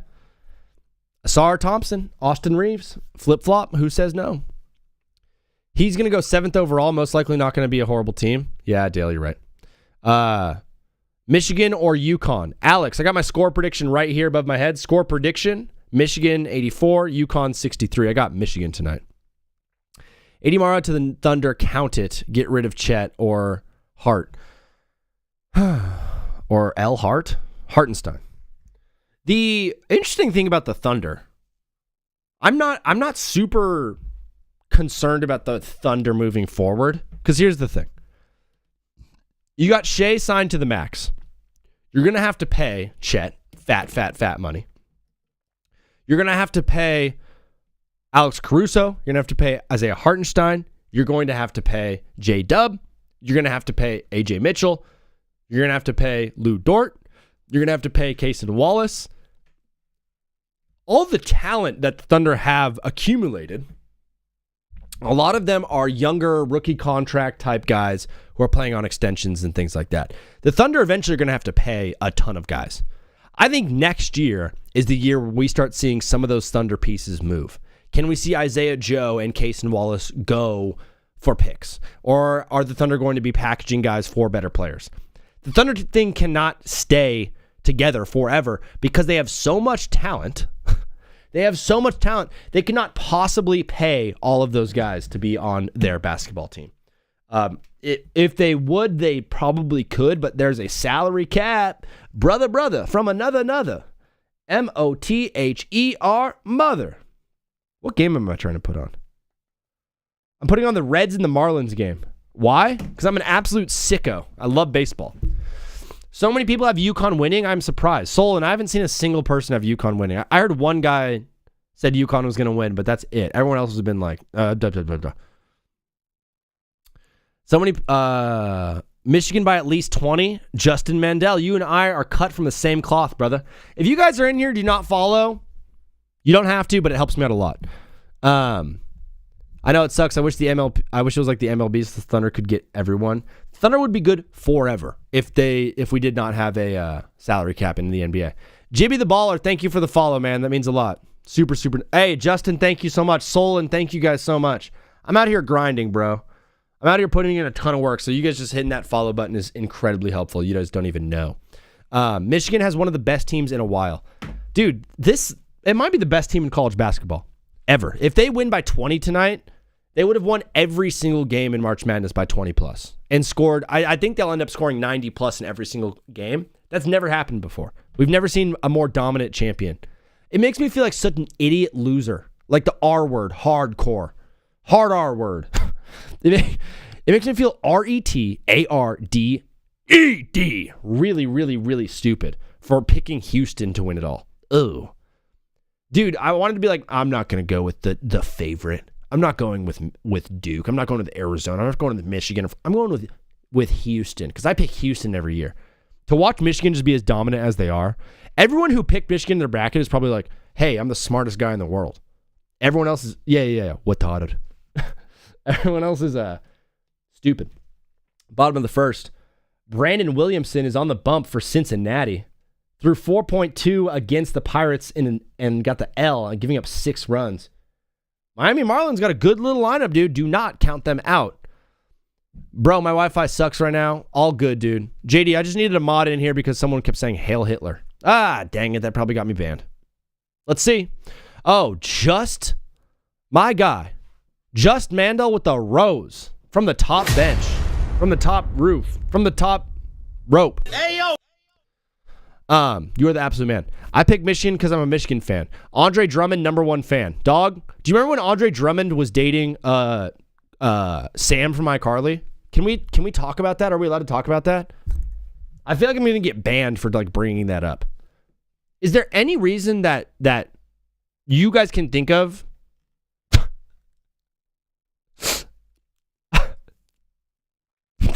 All right, I'll do that. I'll do that in a little bit.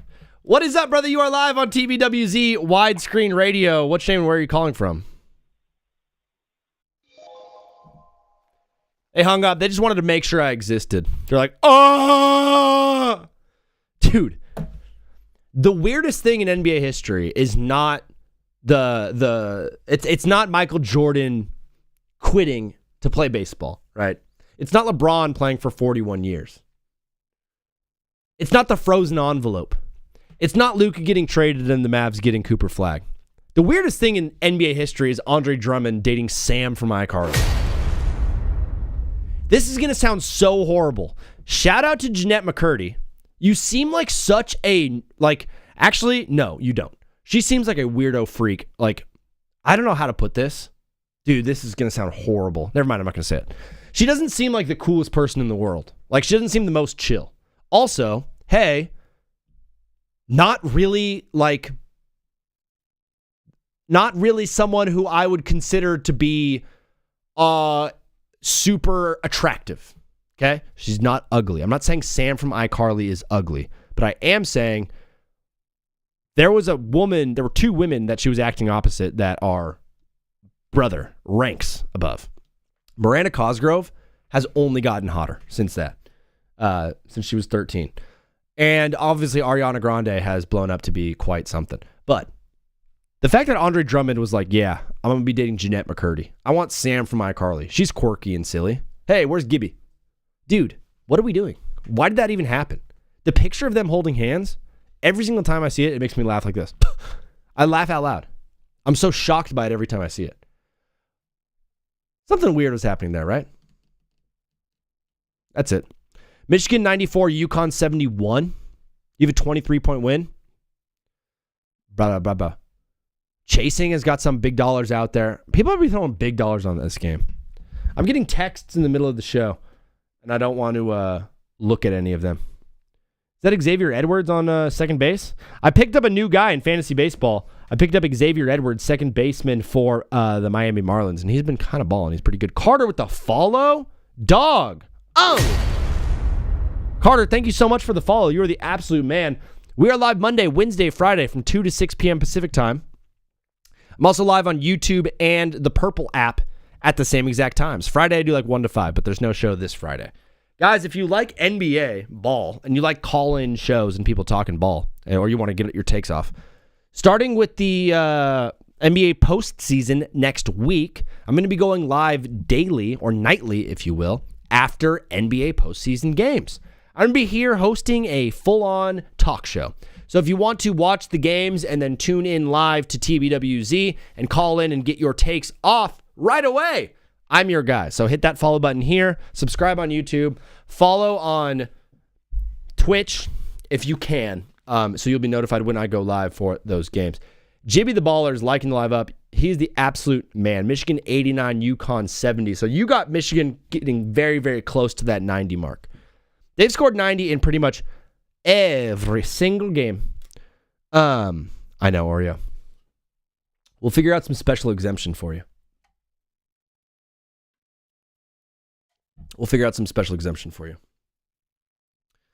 FaZe God's board. As Williamson pitches to Lopez, picks off first. Is that Xavier Edwards? I don't know. I do not know, but what I do know is I have notes on today's show. There are a few things that we did not cover earlier in the show as Bryson's calling in. We'll get to that in a little bit. I want to talk after this call about the Cooper Flag Rookie of the Year versus Con Knippel and who's going to win that. Angel Reese got traded today. Let's talk about that. The 65-game rule has been so hot, so we're going to be doing my takes on the 65-game rule in just a little bit and the return of Steph Curry. But before that, ladies and gentlemen, make it loud for my friend from Memphis, my guy, Bryson. What up, dog? Hello.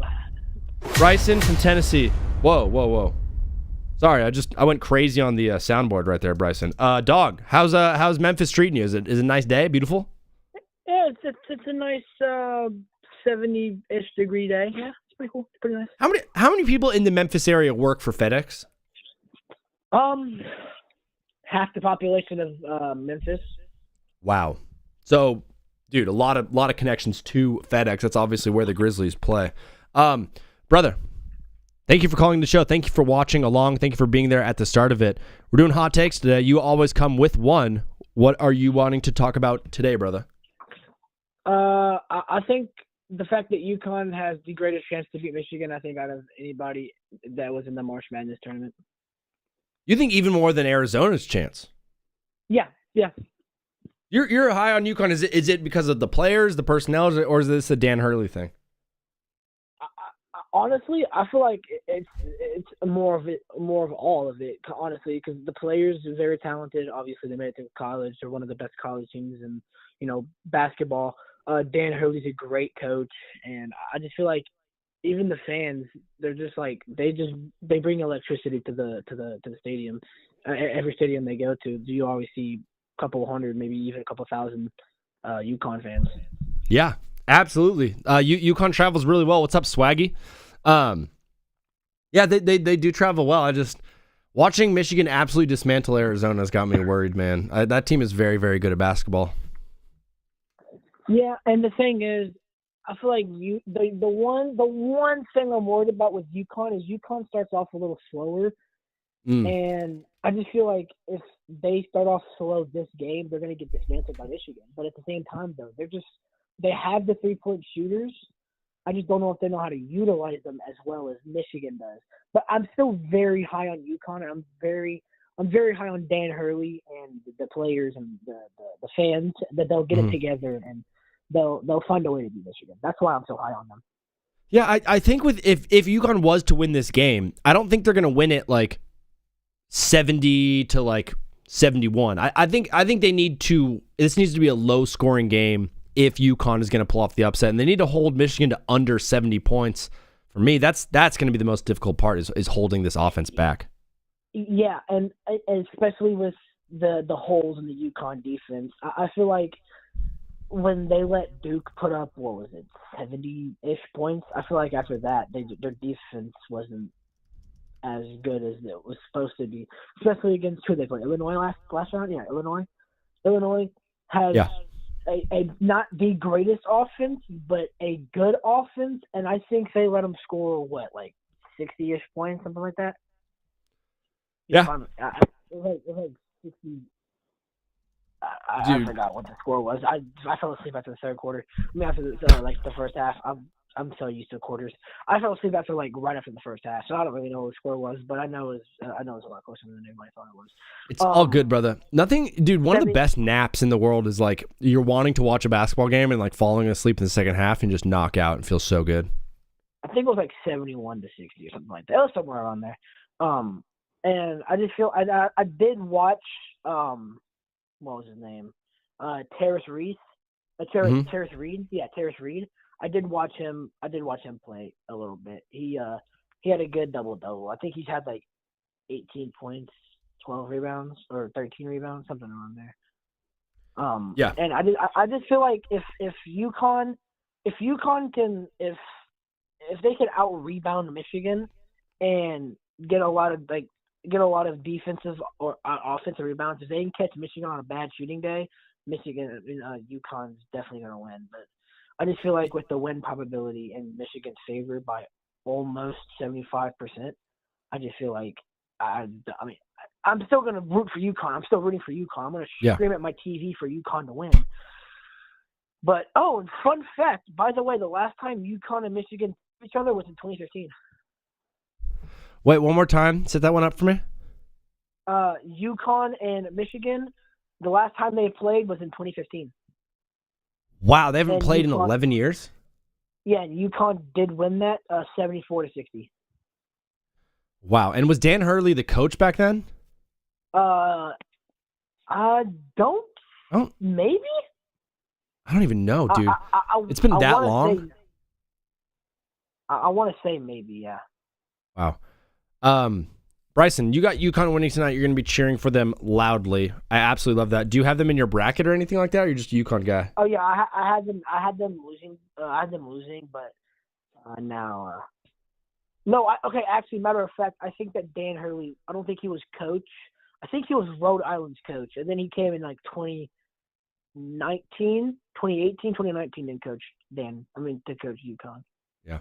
Have you? Have you ever been? So you're obviously a Memphis Grizzlies fan. You guys are going to be getting a good shot at a pretty good draft pick in here. Let's say you get a top 7 pick. Who are you hoping more than any fall to you at your pick? Who can help Memphis the most? That's a good question. You put me on the spot there. I wasn't expecting that question. I know it's not going to happen, but I feel like the best player in the draft overall, obviously AJ DeBansta. That's clearly. I feel like either if we can get Darren Peterson from Kansas, or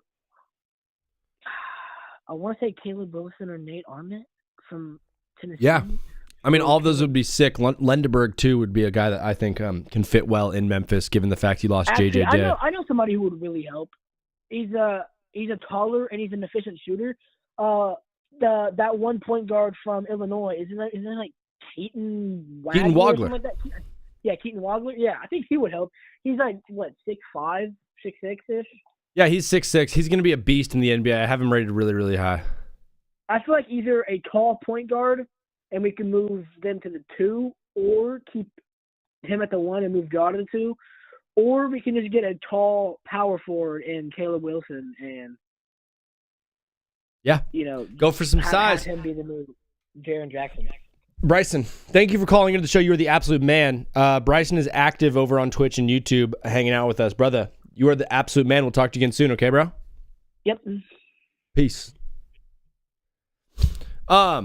Arizona disappointed me so badly. Ohio BV FHN. Yes, sir. Yes, sir. Very disappointing team. Very disappointing ball club. Serious question. How do you get your steak cooked? Very, very, very serious question. Super, super important. And if you guys want to drop in the chat how you get your... I know, Oreo. If you want to drop in the chat how you get your steak cooked so I can know and we can figure out what the median temperature is for steaks, be incredibly helpful. Unruly said, fun fact, UVA lacrosse beat Duke for the first time in 22 years this week. Nice. Medium rare for me. Medium rare only. Ohio BV FHN with the follow. Brother, you are an absolute beast. Medium rare. If not rare. I'd go rare. I'd go closer to rare than I would medium. What is up, brother? You are live on TBWZ Widescreen Radio. Which name were you calling from? Greetings. I am from San Antonio, Texas. You're from San Antonio, Texas? I've been. Yep. There's like a river that runs through the entire like downtown area. The Riverwalk is what you guys call it? Correct. Can I get a name for you, brother, for the screen? Logan Jetson. Logan from Texas, San Antonio specifically. Brother, thank you for calling into the show. Is it your first time calling in? Correct. Dope. Brother, we do hot takes around here. We're talking about the Final Four a little bit. We've talked a lot about the NBA, MLB, NFL. Whatever you want to talk about, go for it, brother. The time is now. Adam Morrison is the greatest NBA player of all time. Adam Morrison, greatest NBA player of all time. Was he on the Spurs ever? You could. Oh boy.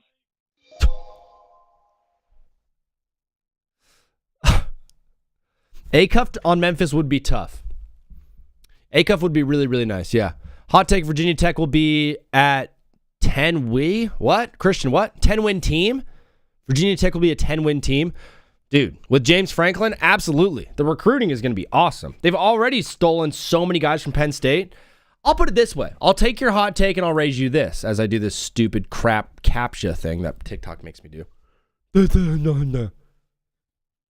Shout out to China. I love China. Thank you guys so much for being the country that you are.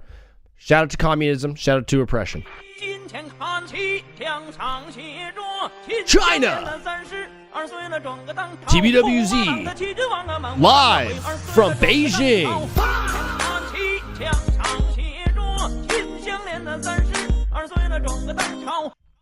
What was I going to say?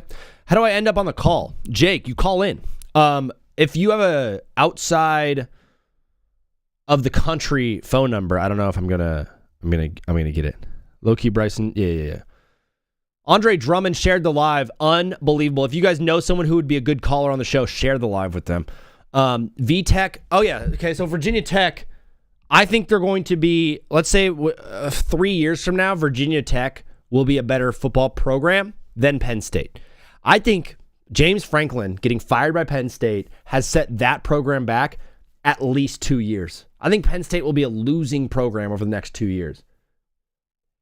James Franklin, dude, for all of the X's and O's mishaps and all of the things on the field and the late game management, I understand, dude.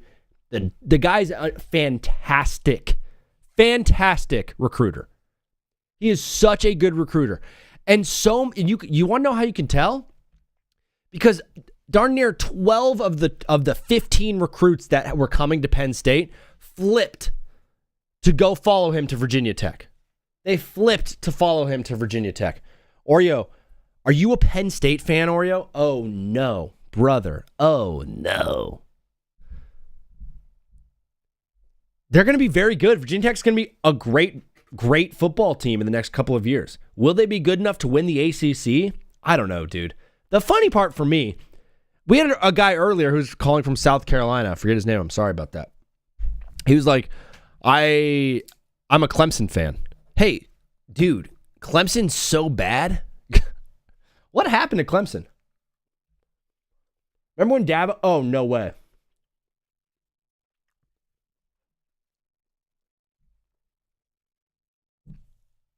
Remember when Dabo said it's name in the image and the likeness of God, and then no one came to Clemson anymore? And he was like, we're not going to do the transfer portal. We're not doing that. We're not doing that. If you want to come here, you're going to be here for 4 years. Then nobody went to Clemson. And now Clemson stinks. Their signature win last year was against UNC. Hey, holy crap, guys. Breaking news. University of North Carolina has hired Michael Malone to be their head coach of their basketball team. Michael Malone, NBA Finals champion coach of the Denver Nuggets, is now going to be a head coach at a college basketball program. I have never seen a coach with such a high standing go down to college. Oh, wait. Bill Belichick is at UNC too. Hey, Tar Heels, what are we doing? You're like, hey, this guy was good in a professional sport. Let's send him millions and millions of dollars to make him our head coach and see if that works out. What is up, brother? You are live on TBWZ Widescreen Radio. What's your name and where are you calling from? Hello, you can hear me? Yeah, what's up, dog? Hey, how you doing? My name is Jacob. I was the one trying to call to Nice. the chat. Awesome, Jacob. And what's your location? I'm in Cleveland, Ohio. There he is, Jacob from OHIO, brother. Cleveland, nice little town. I was in Cincinnati last summer. It's great, but Cleveland is still on my bucket list. I got to go. Yeah, not that nice in the city, but downtown is nice though. Yeah, around the area. I assume you're a Cavs fan. I'm not really a particularly like a diehard fan of like a certain NBA team. I'm more of a fan of the players. And I know it's gonna sound crazy. I know I'm gonna sound like get a little hate from this. I'm from Ohio, but I'm a Michigan fan. I always grew up a Michigan fan. I'm always gonna be a diehard Michigan fan. Nice. So I assume you got Michigan winning tonight against UConn then. Of course. Dude, I was about to. I have a hot take about who's like. I know like Lindenborg is like the best player on the team, but for like stylistically, for like the NBA, I feel like Mara is probably going to have the most success on the Michigan team to be in the NBA. I feel like he's going to have the most success on the NBA roster with him being like 7'3", being able to pass the ball. He's a great passer. Yeah. He's sometimes of a defensive liability, but he's tall, so he can block shots. But I feel like Mara is going to be like a player from this draft we look back from and be like, that was a steal. Dude, I 100% agree with you. I think that every team in the West should do whatever they can to draft that dude, because it seems like he is a legit threat to Wembanyama. At 7'3", it seems like he's going to be able to do at least a decent job guarding Victor, which no one else in the league can. Yeah, just like the presence of being that big and that long, and if you're not even able to like move that quickly, like his lateral movement's not that bad to even be that tall, and like just like the length of and the presence of being that big can just affect a big player like that, So like he's a really good passer. That's one thing that catches my eye when I watch him play. He doesn't really make bad decisions because like if you see like recent players like Taco Fall was real famous back a couple of years, March Madness ago. Yeah. But he didn't have the IQ. He was very clumsy. He was just 7'3". I don't look at Mara as this clumsy 7'3" guy who just made the NBA because he's 7'3". I think he's actually really skilled and talented. And if Mara can start to make threes, oh man, he's gonna really be a steal. Yeah, he absolutely is a guy that I'm looking out for on this Michigan team as having some good NBA success.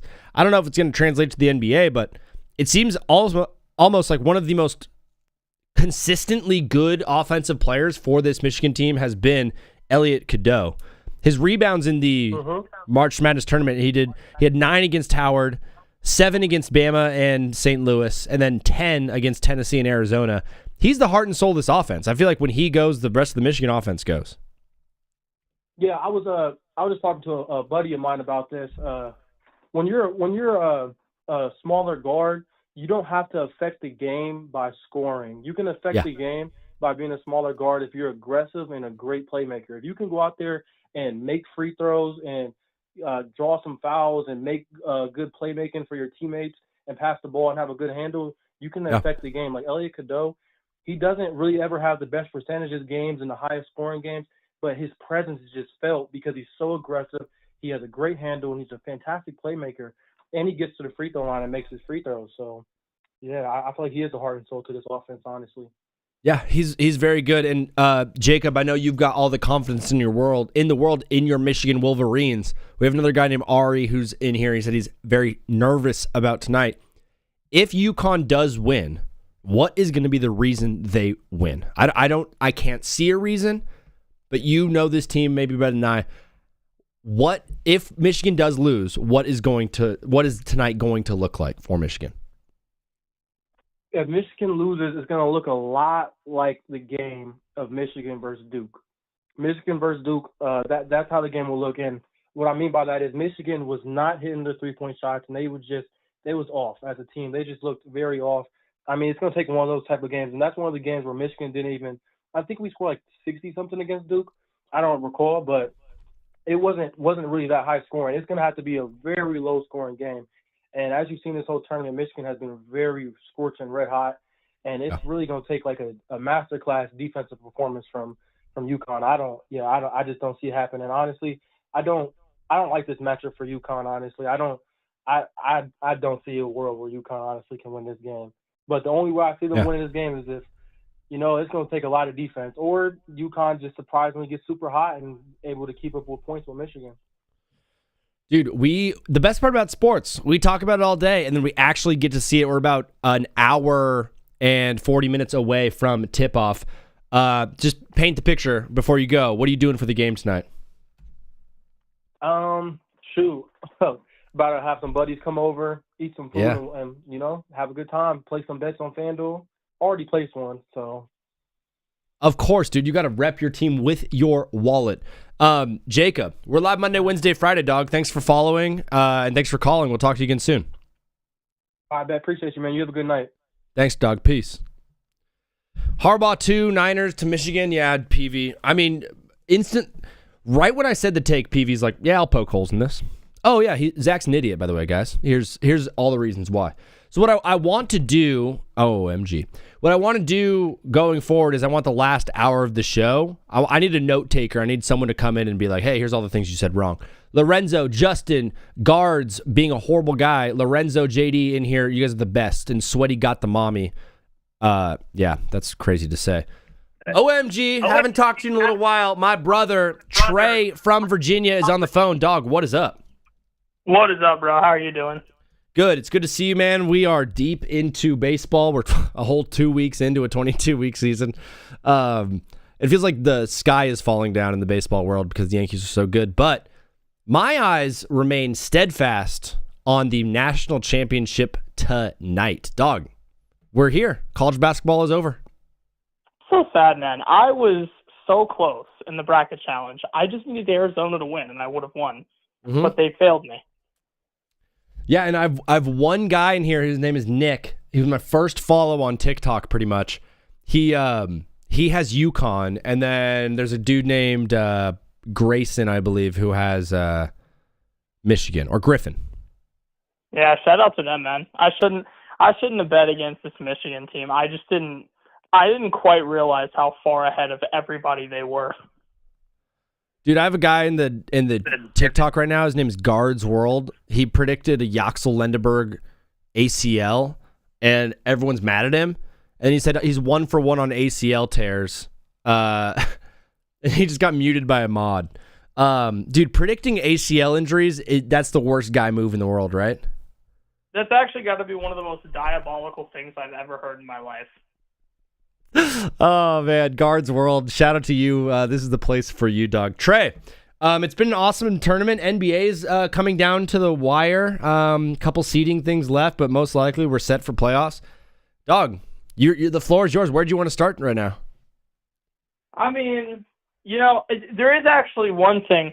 I don't know if you're willing to talk about anything NFL related. Absolutely. Let's do it.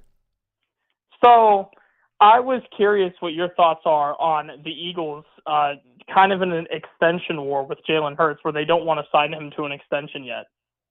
That's what this whole thing is. There was the hit piece last week by Jeremy Fowler about how he's uncoachable. And we got former players coming out against Jalen Hurts. Some former players are standing up for him. Sean Mannion coming in. It's like, this is my team. Hey, you were a quarterback's coach. Who are you, Sean Mannion? It seems like Philly is leaking all this information to the media and trying to stir up a controversy that I didn't even know existed a week ago. You know what I think this is? Shout out to Philly fans, man, but they're delusional. The problem with this whole situation is that Jalen Hurts and his ego has been propped up by the whole Philly fan base, and everybody in Philly is like, oh, he's a top 5 quarterback, no question, Super Bowl MVP, all of that. Here's the problem. Jalen Hurts has been misdiagnosed by Philly fans as a game changer. He is not a game changer. He is a game manager. He is probably right now the second best game manager in the NFL. I'd probably rather have Sam Darnold over him. That's my hot take. I think I prefer Sam Darnold over Jalen Hurts at the moment. But besides that, Jalen Hurts is a great game manager. But the problem with game managers is that they're temporary. As soon as they stop winning, they become useless. The only thing Jalen Hurts did was direct traffic. He's good in Super Bowl games, but if you can't get there because you can't change the game, there's no point in having him. So after last year, the Eagles are now very apprehensive. because he wasn't winning and they were losing. And as soon as that happens with a game changer, it's time for him to go. Dude, you want to know what else is happening? Is the 2027 quarterback draft class is absolutely stacked beyond belief. Yep. And the Eagles know that. So the Eagles can play their cards too and be like, listen, Jalen, we're looking for a true game changer, okay? And if you can't do that, we're going to draft somebody that can. It really does look as if the Eagles front office was saying, hey, this is our last year with Jalen Hurts. We kind of proved last year maybe he's uncoachable, some holes in the system, yada, yada, yada. This is our last year with Jalen Hurts. We're going to just stir up a bunch of nonsense in the offseason, maybe see if a team is interested, and then we're going to go draft our guy. There's no shot, though, next year they just cut Jalen Hurts, right? They're going to try to get compensation back for him. I think this is kind of an open challenge to Jalen Hurts. They're like, listen, next year, you better get us to like an NFC championship game or a Super Bowl. And if you don't, you're done. Salami. Like, it's very simple. You get us to where we need to be, or we don't need you anymore. Dude, do you think they're going to trade him? Do you know like what the what would be the compensation for Jalen Hurts if they were to trade him to a team? You know, there's been an interesting thing that's been going around, and I kind of Thank you for the follow, Justin. see the logic in it a little bit, though it's very tenuous. There have been people that have said Joe Burrow obviously wants out of Cincinnati. Everybody knows this. He doesn't want to be there anymore. They refuse to provide him any help. It's like awful. The rumors are, what if the Eagles do a quarterback for quarterback swap, Hurts for Burrow, and the Eagles throw in like 2 or 3 first-round picks as well in order to entice the Bengals? The Bengals get rid of a guy who doesn't want to be there. They replace him with Jalen Hurts, who's probably going to be on a cheaper contract than Joe Burrow is, so maybe they can surround him with more weapons. And in that way, it's kind of a win-win. Is it wild to me? It's so wild to me that this was a guy that was at Alabama, the best when Nick Saban was running things. And it was the best team in the nation by a lot. And he got benched at halftime for a dude named Tua. Yep. The next year, he goes to Oklahoma and is basically a Heisman-winning quarterback at Oklahoma, and then goes to the Eagles. It seems like this guy, every single step of the way, teams are interested in him and invested in him and love him, and then something happens and they just want him out of their building. It seems like everywhere he goes, the team is just like, nah, we're done with you. You know, listen, people are going to hate this, too. This might be a clip. People are going to hate this. Jalen Hurts is what the best possible scenario would have been for Justin Fields. If the Bears would have actually invested in him, or if the Steelers would have kept him and allowed him to continue his winning record with them, if anybody would have actually put the amount of time that the Eagles did into Jalen Hurts, that would have been the best case Justin Fields scenario. It shows that's such a crazy take, and I can absolutely see where you're coming from. I see a lot of similar arm talent with the two. Very, very different running styles. Justin Fields would have been a much better scrambler. All that stuff provided, him and Saquon would have had an insane option type duo in the backfield. So, yeah, I mean, it also goes to show, I think, from what you're saying, let's say you're right, and the reason that Jalen Hurts was so much better than Justin Fields is because Philly invested in him. I feel like it proves if you just invest in a quarterback that's half decent, you're going to get a good product out of them. Look at Brock Purdy would not be Brock Purdy if he was drafted to the Raiders, right? But right. And look at Sam Darnold. Sam Darnold plays for the Jets and the Panthers. He has his career wasting away. He goes to the Vikings and immediately gets a 14-win season. And then he goes to the Seahawks, who are even more loaded, and boom, a Super Bowl. You just have to. You literally can raise a quarterback's career from the dead as long as you just have decent players around him. It's so funny that we're utilizing this whole conversation to get the context for this next point. It proves why J.J. McCarthy is actually so bad, because that's a really good team and organization that built something around him in Minnesota, and he couldn't do crap with it. Oh yeah, well, and to be honest, if you watched college football for longer than 10 minutes, you knew J.J. McCarthy was going to be terrible. I feel for the guy, but he got carried in high school. He got carried in college. That's all he does. He just hands the ball off. Yeah. Dude, what's up, Quinn? What is up, Andre? Thank you for the follow. Dude, getting on the JJ and the quarterback thing, and it makes me think about Kyler Murray, obviously, because he's now going to the to the Vikings. And we're talking about how it's so important that a quarterback comes into a good situation. Kyler Murray didn't really come into a good situation in Arizona and remained a very good quarterback. I think there's a chance we might see like a legit MVP type season from Kyler up in Minnesota. It is. I've been thinking about this a lot. It's legitimately possible. People forget, like, yes, there's the whole meme of Kyler with like Call of Duty and that he like refuses to watch tape or whatever. But early on, Kyler was giving you 10, 11 win seasons with the Arizona Cardinals. This Vikings team is loaded to the teeth.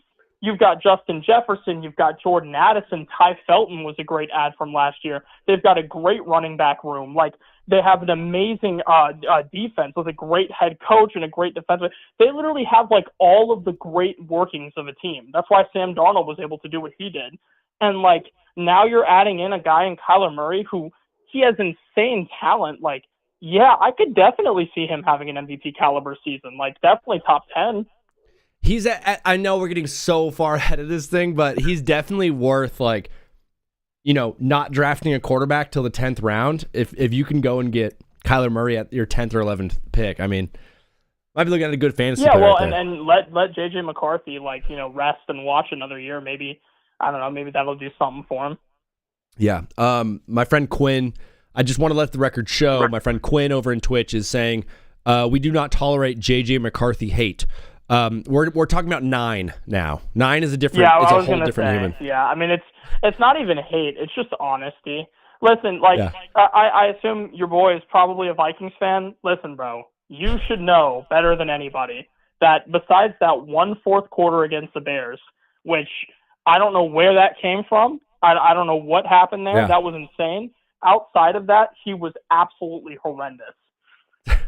That 1 fourth quarter is crazy because it was really, really gnarly. Everyone in the world was like, oh, dude, Vikings got a quarterback. And then so quickly we're like, wait, no, I they was don't. watching that game and I was like, are all of my preconceptions completely wrong? Like, is this guy like just insane? And then it just left again. I don't know what that was. Maybe that was the true form of 9 and he just needs to like re-access that. It's like going Super Saiyan. Yeah, dude, it's going to take years for us to truly discover 9's true final form. Trey, we haven't talked to you in a while, so I just want to keep picking your brain if you got time. My Lakers, my world has completely crumbled around me. The 2 best players on my team are now hurt and most likely going to be missing the first round of the playoffs. I was hearing some people talk today. It was actually Nick Wright on Fox, and he was like, every single team in the NBA, if they lose 2 of their top 3 guys, are not going to get out of the first round in the playoffs. And Broussard was trying to argue, like, well, I think the Thunder still have enough talent. I'm like, dude, this is the biggest blow an NBA team could have going to the postseason. We have a 41-year-old LeBron is the best scorer on the Lakers right now. Yeah, I mean, listen, I feel for you. Like, that sucks. There's not much. And obviously I think it was last night, you guys lose to like the 25-win Mavericks, which, you know, tough. I mean, to be fair, Cooper Flagg's on like a generational heater, but, you know, even so, it's just rough. But, you know, like the bright side to it is, yeah, you'll probably lose in the first round, but that'll give you like better draft positioning. And then there's also the fact that like LeBron might be gone, so you'll finally be able to hand over the reins to Luka. There's some good to come out of it, I think. There's something that's going to come out of it. Trey, we had a guy in here. I forget exactly who it was, but they were talking. And Chavez, thank you for the follow. They said that Virginia Tech 10-win season incoming. You're a Virginia Cavaliers fan, right? Yes. Dude, it seems like Virginia Tech is getting some. They have a very easy schedule. They got James Franklin. Are they going to be passing you guys by in football? Okay, here's the thing. Yes, Virginia Tech has an easy schedule, so do we. So, maybe they do have like a 9 or 10 win season. Very, very possible. The question is, does Virginia Tech beat UVA? And the answer, I firmly believe, is no. And the reason why is because James Franklin is literally, his whole career, all he has done is choke big games. That's what he's known for. I think he's like 10-25 against top 25 teams, and he's like 1-10 against top 5 teams. The guy just can't win big games. It's just like not in his like DNA to do. So no, I think Tech fans are just delusional as per usual. I think that a lot of Tech fans are probably very angry that the Who's of old, like the terrible UVA football program, has actually gotten good now, and they feel threatened, so they're trying to attach their identity to Virginia Tech. But he's going to do what he did at Penn State with better talent over there, which is to choke. That's what he'll do. I love it. You're just like, yeah, he's going to bring his talents to Virginia Tech and just choke it all away. Yeah, dude, listen, they're doing a great job in the portal. That'll get them absolutely nothing because they'll choke it away. Donald Trump is trying to like kill all of the fun of the portal, and it's making me mad. It's like, it's cool and all that he's like, hey, let's figure this thing out. It's not good that kids transfer every single year to different schools. And now I'm in the camp of like, I am obsessed with the portal. It's like drugs to me. I want as many transfers as possible. No, I will say, I actually do think that it is a correct thing to do. Like, you should only be able to have one free transfer, and then after that, you have to wait a year. I think that's probably better because I think that it'll lessen. I do think lessening transfers is good, just because like it just feels like we're never gonna have like a true mid-major Cinderella ever again because it's like these guys will just leave, and I don't know. It just feels kind of like. It just feels kind of fake. I don't know. I mean, like, but listen, shout out Iowa because I enjoyed them being like the Cinderella. But when your Cinderella is a Power 4 school, like, yeah, like I don't know. Doesn't hit the same. I get what you're saying though, but like, I don't know. Yeah. College sports, man. We've got so many things that are going to be worked out over the next few years before things like actually settle in. But dog, we're going to be here for it. Trey, unbelievable stuff today. You picked Michigan, so we already got your final prediction, dog. So glad to hear from you again. Anything you wanted to say to the people on the way out and where they could follow you? I appreciate it, bro. Yeah. My name on TikTok is Retrospect. I have a podcast. It's called the We Don't Know Ball podcast with my friends Jules and Justin. If you guys want to check it out, We Don't Know Ball podcast. The clips are on TikTok. We've got a channel on YouTube. Feel free to come support if you guys want. Appreciate you letting me shout that out. And I hate the fact that Michigan and UConn are playing. I hate both of them. I'm rooting for the Meteor. Yeah, we're rooting for terrorist attacks on Indianapolis. Brother, thank you, Trey. We'll talk to you soon, bro. Yeah, bro. Appreciate you. Have a good one. Peace.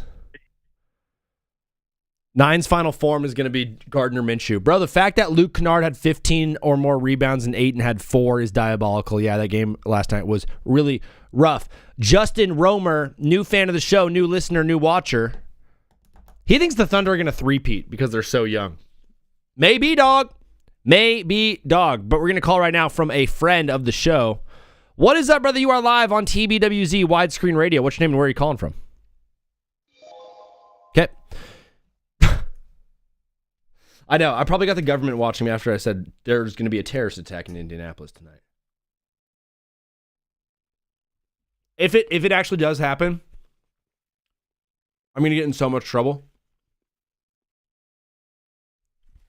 We're having a full conversation right now in the Twitch chat about JJ McCarthy's ceiling being Gardner Minshew, and now we're arguing. Lorenzo said the FBI has ended the chat. They're like, "Hello, we're here. We're the FBI. We think Michigan's going to win too." But also, did you say there's going to be a terrorist attack in Indianapolis? There's no reason for there to be a terrorist attack in Indianapolis ever, because terrorist attacks only happen in like cool, good, like big cities where like high profile people are. Hey, no terrorist is going after Pat McAfee. That's crazy that like the most powerful guy in all of Indianapolis is Pat McAfee. It's honestly such a smart move for him to do his show from there. Because if he did it in New York, if he did it in Boston or Miami or LA, like obviously he'd be the top dog in a lot of those markets, but those are big markets, right? There are billionaires in those markets. Ain't no billionaires in Indianapolis. Is there a single billionaire that lives in Indianapolis that calls that home? I'd love to find out. McCarthy's ceiling is a lower form of Trent Dilfer. Just a bad Trent Dilfer. Yeah, I think we're close. It's JJ McCarthy's ceiling is, I think Gardner Minshew is still the best. You know what? Wait, who's the green lizard? Taylor Heineke. There it is. One good season, like could maybe lead a really, really good team to like a wild card berth, but then get like loses by 40 in the first round of the playoffs. JJ legit ceiling would be like Bo Nix right now. Oh, JD, I don't know, dude. Bo Nix sucks. Don't get me wrong, but His ceiling is Jamarcus Russell. Oreo, you never watched that man take a snap of football before. You have no idea what Jamarcus Russell looks like. He was in and out of the league before you were born, dog. Did you see what Pat did on WWE? No, I missed that, Gliz. Minshew is just a good backup. Yeah. He could have saved the Chiefs. He still can, brother. Oh, no, he can't. Sorry. One and done college players are ruining college basketball more than the NIL system is. Ryan, if you will.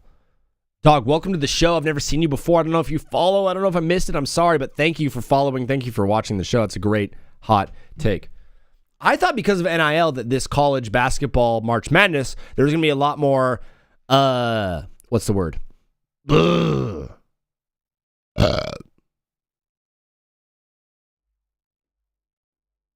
Parity. I thought there was going to be a lot more parity in this year's March Madness because of NIL. Like the talent would have been dispersed amongst a bunch of different teams, and we'd have mid-majors pulling off some huge upsets, and we'd have teams that just have a big old bag of money coming out of nowhere and 4 seeds and 5 seeds in the Final Four and all these great runs. And it turns out I was wrong. It turns out I was completely wrong. Or all the money went to Michigan because they're better than any team in the nation by a lot. One thing that I love about what NIL has done in college football is the Reds and the inning. Williamson only giving up 1 hit through 4. No earned.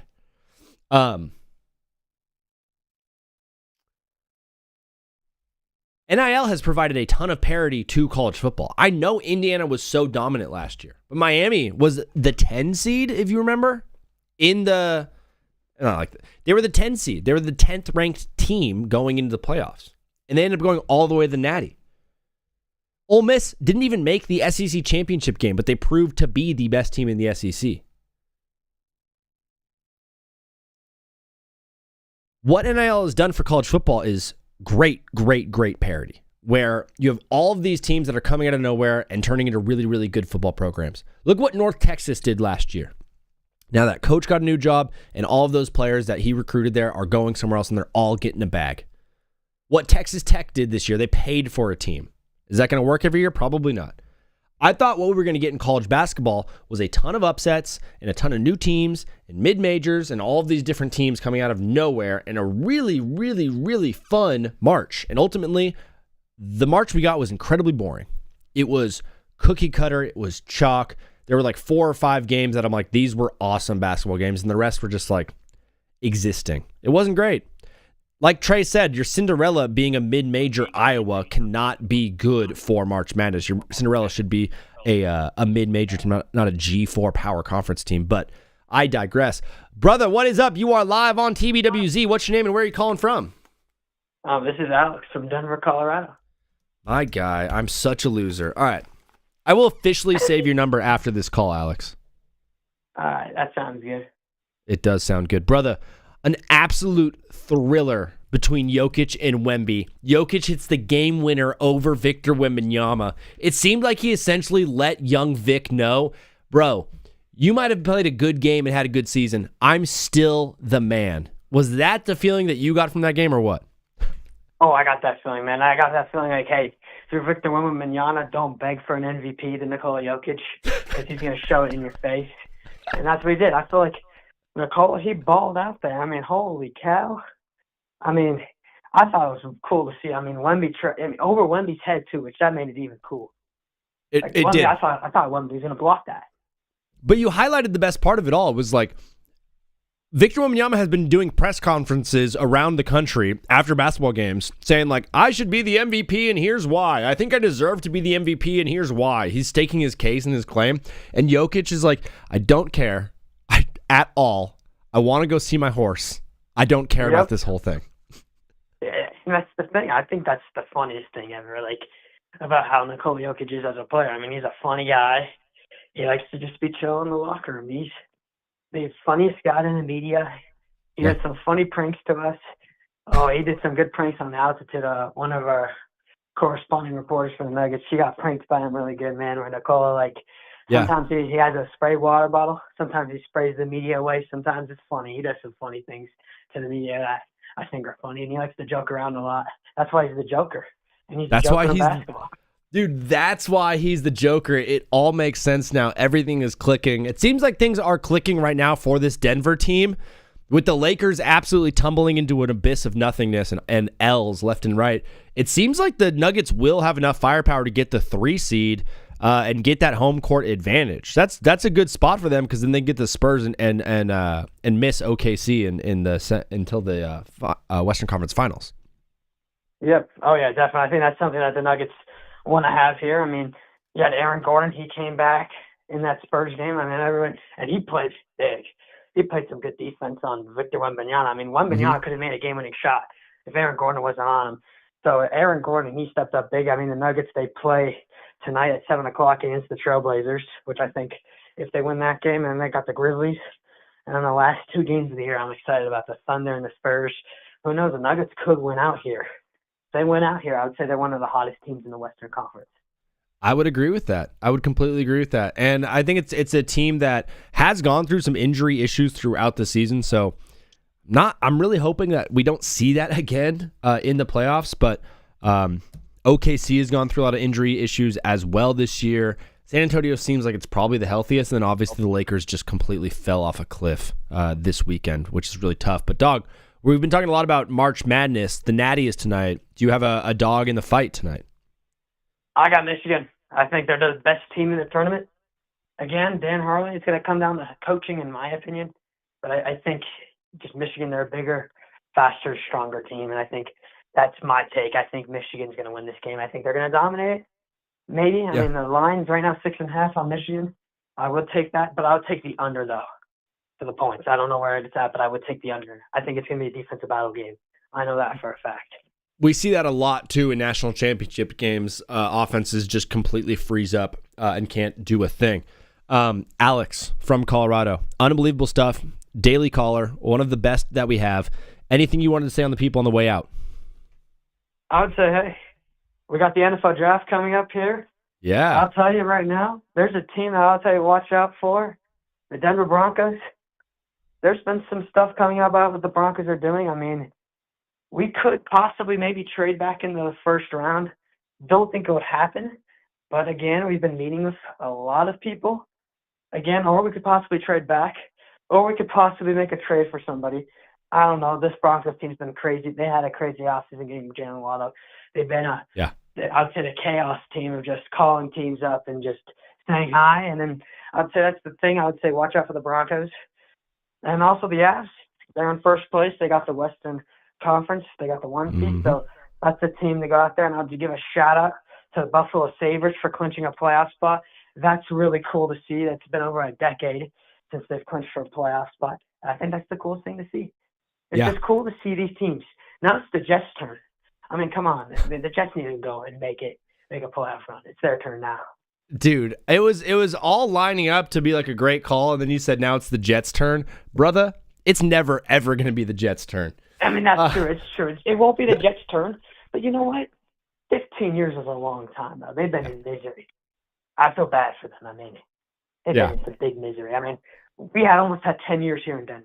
So I know what – I mean, I felt like 9 years of not making the playoffs. I don't know what 15 years is like, but holy cow. I mean, I don't think they're making the playoffs next year, but – Well, brother, I'm an Angels fan, so it's been even longer than that for my Halos. Dog, you are the absolute man, Alex. Thank you for calling. We'll talk to you again soon, okay?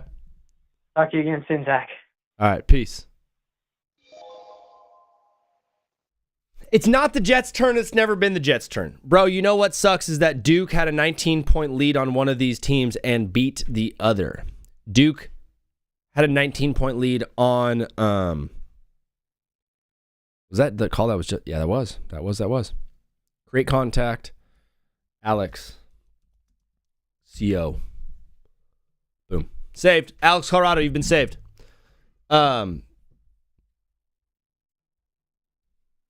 Open phone lines.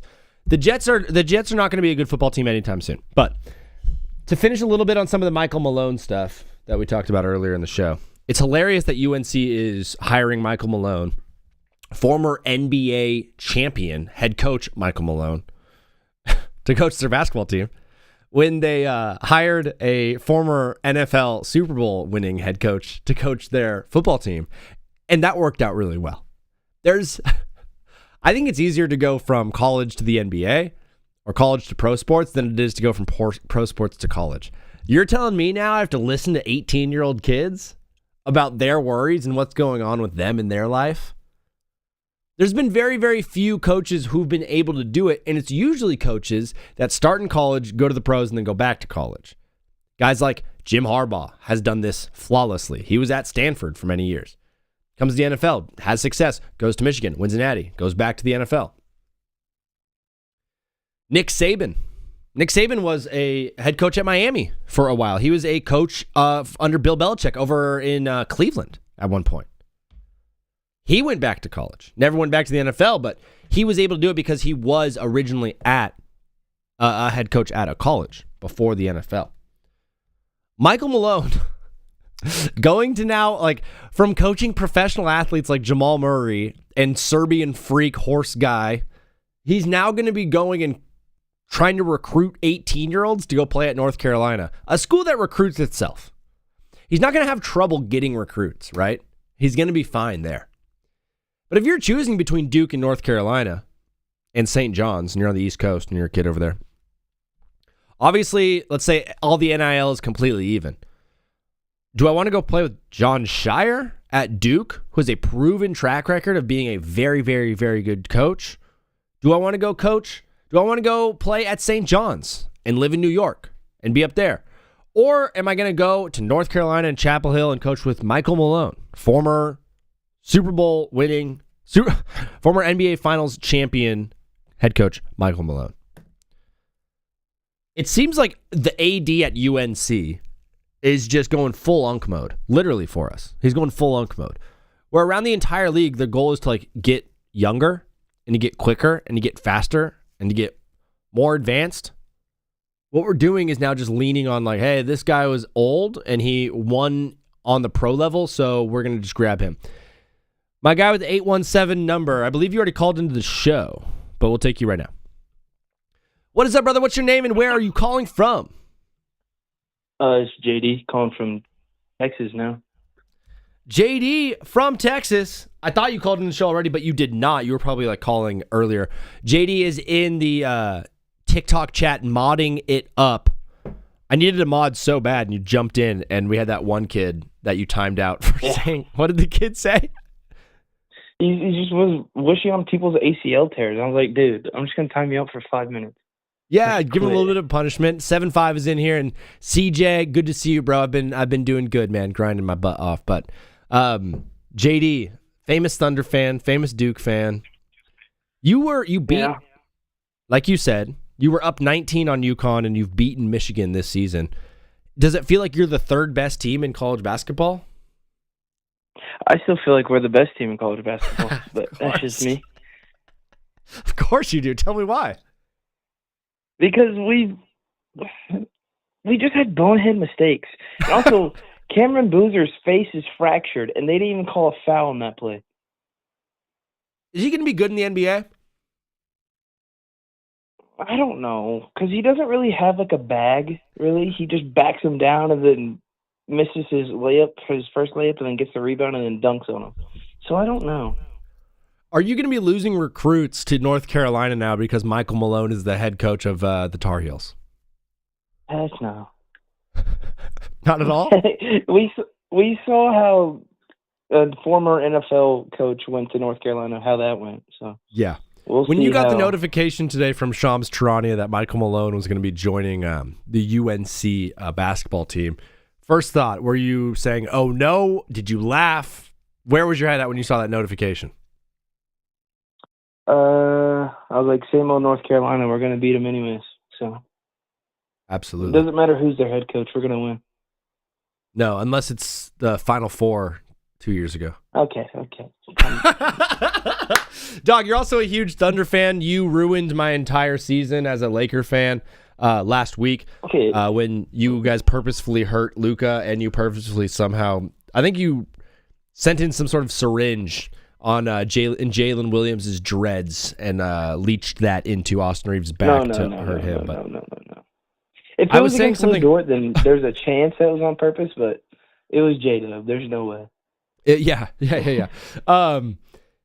Are you nervous at all about the injury bug that's hit OKC this entire season? Or are you like, nah, we're going to be fine, injuries turned off for playoffs? I'm a little worried because, all year, all my teams have been struggling with injuries. So the stars are injured. The OU was injured. Yeah. So, I'm expecting it, but hopefully it doesn't happen. You're expecting the worst and then praying for the best. Yeah. Something along those lines. Yeah, dude, the Thunder look very good. You're going to get an easy first-round matchup. And then the 3 and the 4 seed are still very much up for grabs as it looks like the Lakers are in a free fall. It looks like you might be playing Denver or Houston. Obviously, I think you'd rather play Houston than Denver in that second round, right? Absolutely. Yeah. Send KD home in OKC. Send KD home, and you don't fear Houston nearly as much as you fear Denver and Jokic. Oh, 100%. I don't fear Houston at all. You went to the game yesterday? Yes, sir, I did. How was it, dude? Where did you sit? What did you get to eat? What were the concessions like? The in-game arena entertainment. Just take us through the whole production.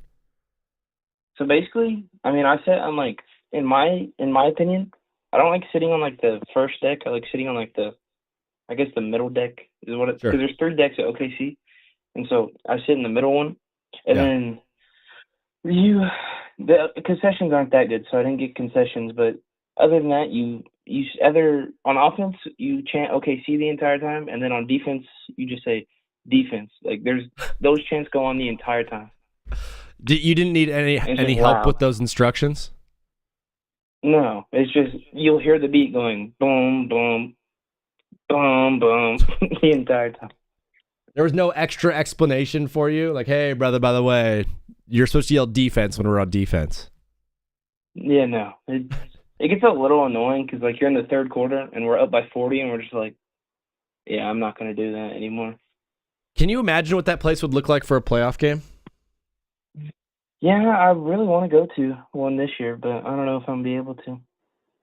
Well, we'll try to get you one to the first round. Will definitely be a little bit cheaper, but JD, brother, Duke went down. You had good success against both these teams until you didn't. Who do you think wins tonight, Michigan and UConn? For Duke's sake, UConn, but in my head, I have Michigan. You've got Michigan winning tonight. JD, you are the absolute man. Thank you for becoming a mod in TikTok. You're my first one. You're Sure. It really, really, really does mean a lot when you tune in and watch the shows, man. So I appreciate you a lot, dog. Yes, sir. Of course, bro. Talk to you soon, all right, JD? Yes, sir. See you. Peace. PV's just in here in Twitch world just trying to pick a fight with Oreo the cat. And it's so far not working. How do you pick a fight with Oreo the cat? You just go, yeah, Wemby's not very good. The funniest thing was when Alex was like, dude, Victor Wembanyama's been campaigning for an MVP, and Jokic is just like, bro, I just want to play with my horses so bad. As Jansen Junk, 63 pitches through 6. He's getting up 4 hits and 1 run to the Reds, but working very efficiently for the Marlins. He is on my fantasy baseball team, and this week I am playing, I forget, but I did beat Blorp last week, who has not been found. Bro, a lot has happened to me last time I've seen you. CJ. Like what, dog? Would love to know if you're still here. Tell us. We're getting a call right now. This might be the last call. I dislocated my finger and broke it in 3 places yesterday, and my sister got a concussion. Brother. Trying to think of something funny to say, but that's your sister. Dude. Crazy. Send us a picture of your x-ray on Discord. What is up, brother? You are live on TBWZ Widescreen Radio. What's your name and where are you calling from? Yo, what's up? It's Cooper from Alabama. Cooper from Bama. What part of Alabama are you near? Are you Auburn country or are you Roll Tide? Nah, we south, man. Deep south. Are you Roll Tide? Of course.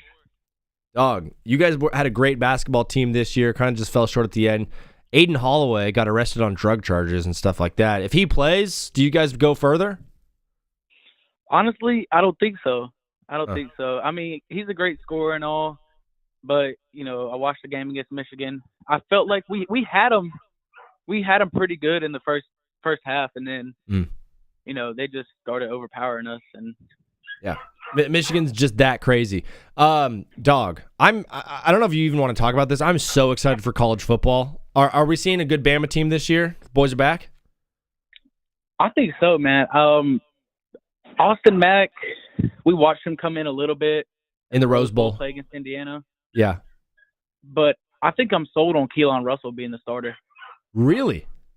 Yes, I love. Are they all that battling he's right about. now in spring camp, or is it Austin Mack's job to lose?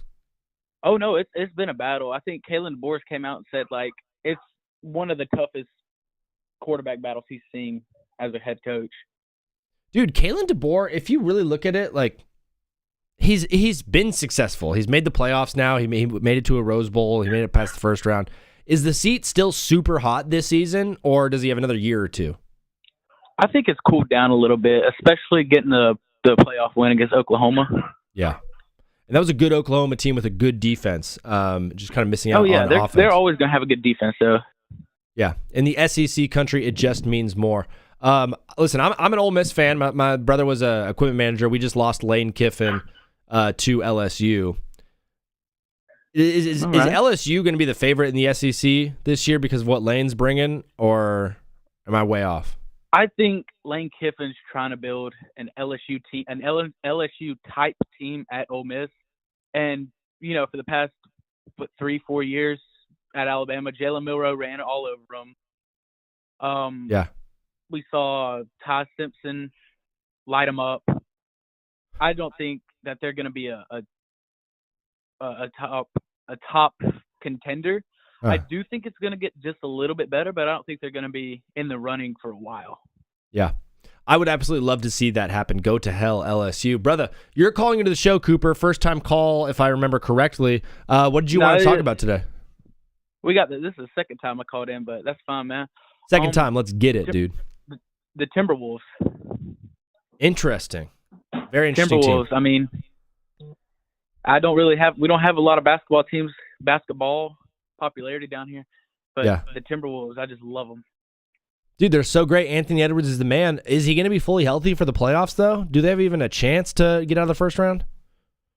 They're in the play-in, and I feel like if we match up to there's a bad Trailblazers team. I'd say a bad Trailblazers team. They've been they've done way better than the past.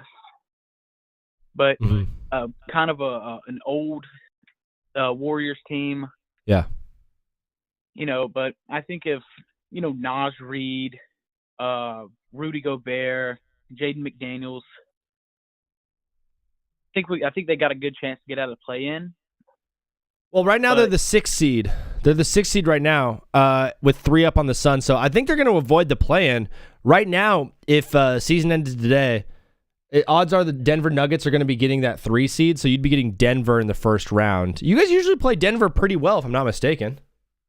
Yeah, we do play Denver pretty well.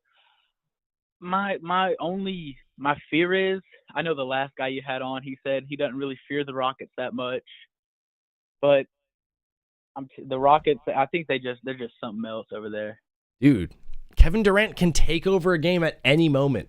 He's so good this year. And Kevin Durant, not even. It's just the defense. Yeah, it's the length, it's the size. It's a really, really good team. We can go back and forth in the West all day long, and you obviously have a rooting interest in the West.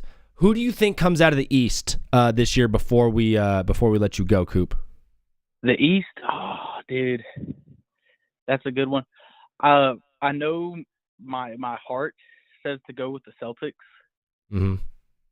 But I'm pretty sure it's going to be either going to be the Celtics or the Well, before I say what's the Celtics seed right now?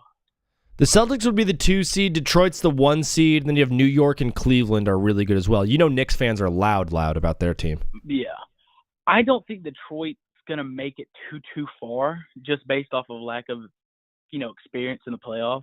Sure. But, I think maybe the Knicks always put up a good fight in the playoffs. They do. Jalen Brunson is a playoff animal. Cooper, dog, thank you for calling into the show, brother. You are the absolute man. Follow along, and we'll talk to you again soon, okay? All right, man. All right. Peace. My guy Coop, what a legend. Unbelievable stuff. TikTok people, it is 5 p.m. Pacific time. This show goes till 6 p.m. on Twitch and YouTube, meaning that we are adios. Goodbye on TikTok. If you guys want to follow now, please hit that follow button. If not, we are going to be live for another hour on Twitch and YouTube. We're going to be doing live watch-alongs, some end-of-game notes, and some fun and some hilarity as always. So we will see you guys over on Twitch and YouTube if you can. Love you guys so much. Good. Bye. Bye. One time I was like hopping on someone's live and I was like, oh, this is interesting. And I checked it out and it was right as I clicked on it. The guy was like, all right, peace. Bye. I wanted to murder him. I was like, hey, I just clicked on this. I want to see what it's all about. And you're ending right now? That makes me so mad. So if someone just saw my show and saw me just saying goodbye, they're probably like, I hate this guy. He's such a loser. Crazy calls today all over the place. We're going to be going after it. We're going to be talking about it in the final hour of the show, the sour hour. We have the power hour. Now we have the sour hour. This is where Vinny gets sad and mad and he cries and yells at people. We're going to be taking a 5-minute break before that because if not, I'm going to literally pee and poop my pants. Guys, sorry about the breaks. I forgot to change them out. I'm so sorry. It's not the same one you got in the first hour of the show. It is a new one, but it's the same one you got on Friday. Guys, sorry. I'm but a man. See you guys in 5. The Jets gave up 36 passing touchdowns this season and had 0 interceptions. Okay, so let's just think about that for a second. The Jets had no interceptions. They did not get a single pick this entire season. I don't even know how that's possible. Like one miscommunication, the guy ran a go, you thought he was running a hook, corner's right there, easy pick. Maybe a tipped ball at the line of scrimmage that just falls right into the lap of a linebacker. Like think of the pick that TJ Watt had against Lamar Jackson. It got tipped and just fell right into his arms. He's like, oh, a pick. Like they didn't have one of those. Literally, the ball wasn't bouncing their way. That's so funny, dude. The Jets, they finished with such a terrible record. They were such an awful football team. The last 6 weeks, they were actually just uncompetitive. They're absolutely just uncompetitive. They weren't a real football team. They weren't playing NFL football at all. They gave up a QBR of 110.9 and essentially solidified themselves as the worst team ever. They were cosplaying as an NFL team all year just because the league allowed them to wear the uniforms. If they weren't wearing those uniforms, brother, we would think this is a B-League team, like a minor league team, a practice squad team. But just because it said New York and Jets, we were like, that's an NFL team. They're not. They're worse than that. I feel bad for the players because it's not their fault that this horrific front office assembled them together. That organization, man. My heart goes out to any young boy. Listen, there are young kids out there that are like 6 or 7 years old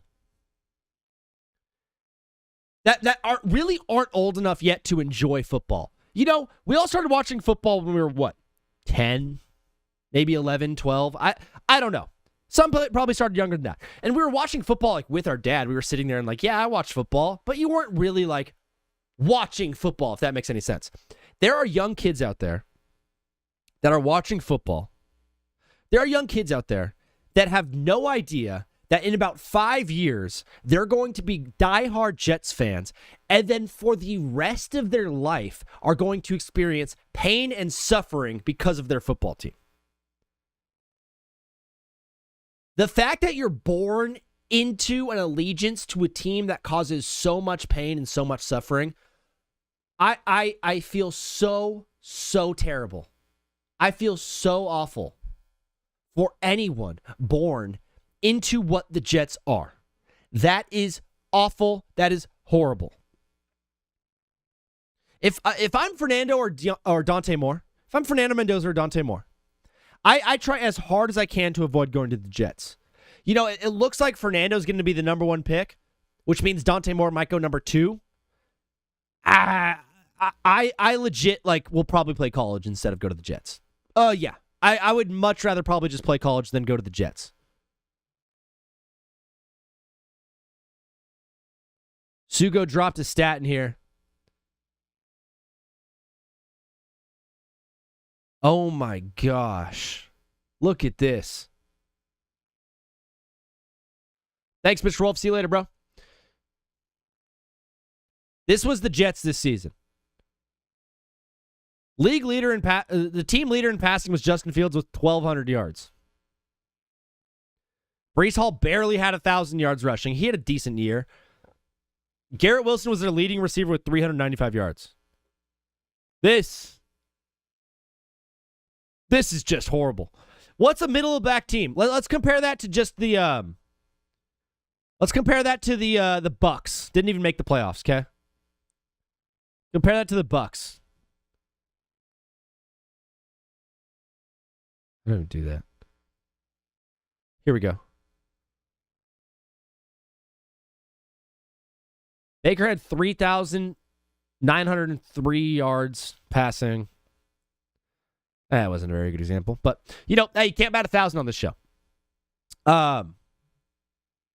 Jeez, dude. Yeah, the Jets are abysmal. My whole thing is like, if I'm a father, what I want to be as a father is the best possible example of a human being to my son as possible. I will drop everything once the day comes just to be there for my kids. By allowing them to become Jets fans, I think it's like a bad parenting move. Yeah. It's funny, I was just talking crap on the Jets, and then like the rejoin is just me being like, hey, the Jets stink, in case you guys forgot. Just wanted to remind you, the Jets are so horrible. Every time I see that clip, I'm just like, dude, they didn't have a pick the entire season. They play 17 games, right? How on earth did you not have a single pick the entire time? I feel like I put this take out 3 times and I never like got it into like one concise clip. And I want to figure out how to do it. The 18th game is such a hot button ticket item. I don't know how to say that. It's such a hot button ticket. I just said the same thing twice. I didn't change at all. The definition of insanity is doing the same thing over and over again, but expecting different results, I think, if I'm able to talk. I'm watching the Reds and the Marlins right now in a thrilling 1-0 game in the top of the 7th. My guy Jansen Junk is on the mound. 73 pitches through 7. We might be looking at a CG in Miami. We might be looking at a CG. We call those complete games. Out! Pinned! Got him! See ya! Check, please! Oh, I figured it out, guys. I was really I sometimes get like really bad anxiety thinking about the future, and I had some really bad anxiety this weekend when I was thinking about what happens if one day they ask me to call a college basketball game, or a basketball game in general, or NBA. They'd probably want me on an NBA Finals game before they want me on a college basketball game. Children, you know. But I was like trying to think of what would my catchphrase be, because I can't go bang. Because, you know, Mike Breen already has bang. Like, guys already have their catchphrases. I figured out mine. So there's 2 options. Okay. The first option is, check, please. It's pretty good. So it's like, Doncic to Reeves. Reeves drives, kicks out in the corner to Marcus Smart. 4-3. Check, please. That's pretty good. That's pretty good. Right? Check, please.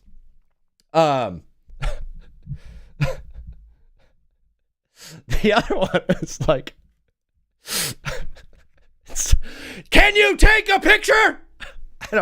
I don't know. It's like, it made so much sense in my head, but then like right as I'm going to say it, can you take a picture? Like in my head, it was like someone handing like someone their phone. Oh, dude, can you take a picture of us? Like we're doing something cool over here. Can you take a picture of us? Being asked to be the guy to like take the picture, I'll just be having a normal day, and then someone will like tap me on the shoulder, and they're like, "Hey, can you take a picture of us?" Instantly, it's like, dun dun dun dun dun. Jaws, the theme song of Jaws starts playing, and I get so much anxiety. Yeah, sure. I try so many different angles and different ways. I go 0.5, I go 1, I go 2, I go all the way to the 5. I go triple zoom, double zoom. Do you want full body in it? And then I'm like, hey, do you guys want full body? And it's like a young dad, a single dad with his like 2 daughters who are like 4 and 14. And he's like, hey, you want full body? And he's like, hey, creep. Gosh, I don't know what it is about me that people think I'm good at taking photos, but I kind of get asked a lot. Hey, can you take a photo of us?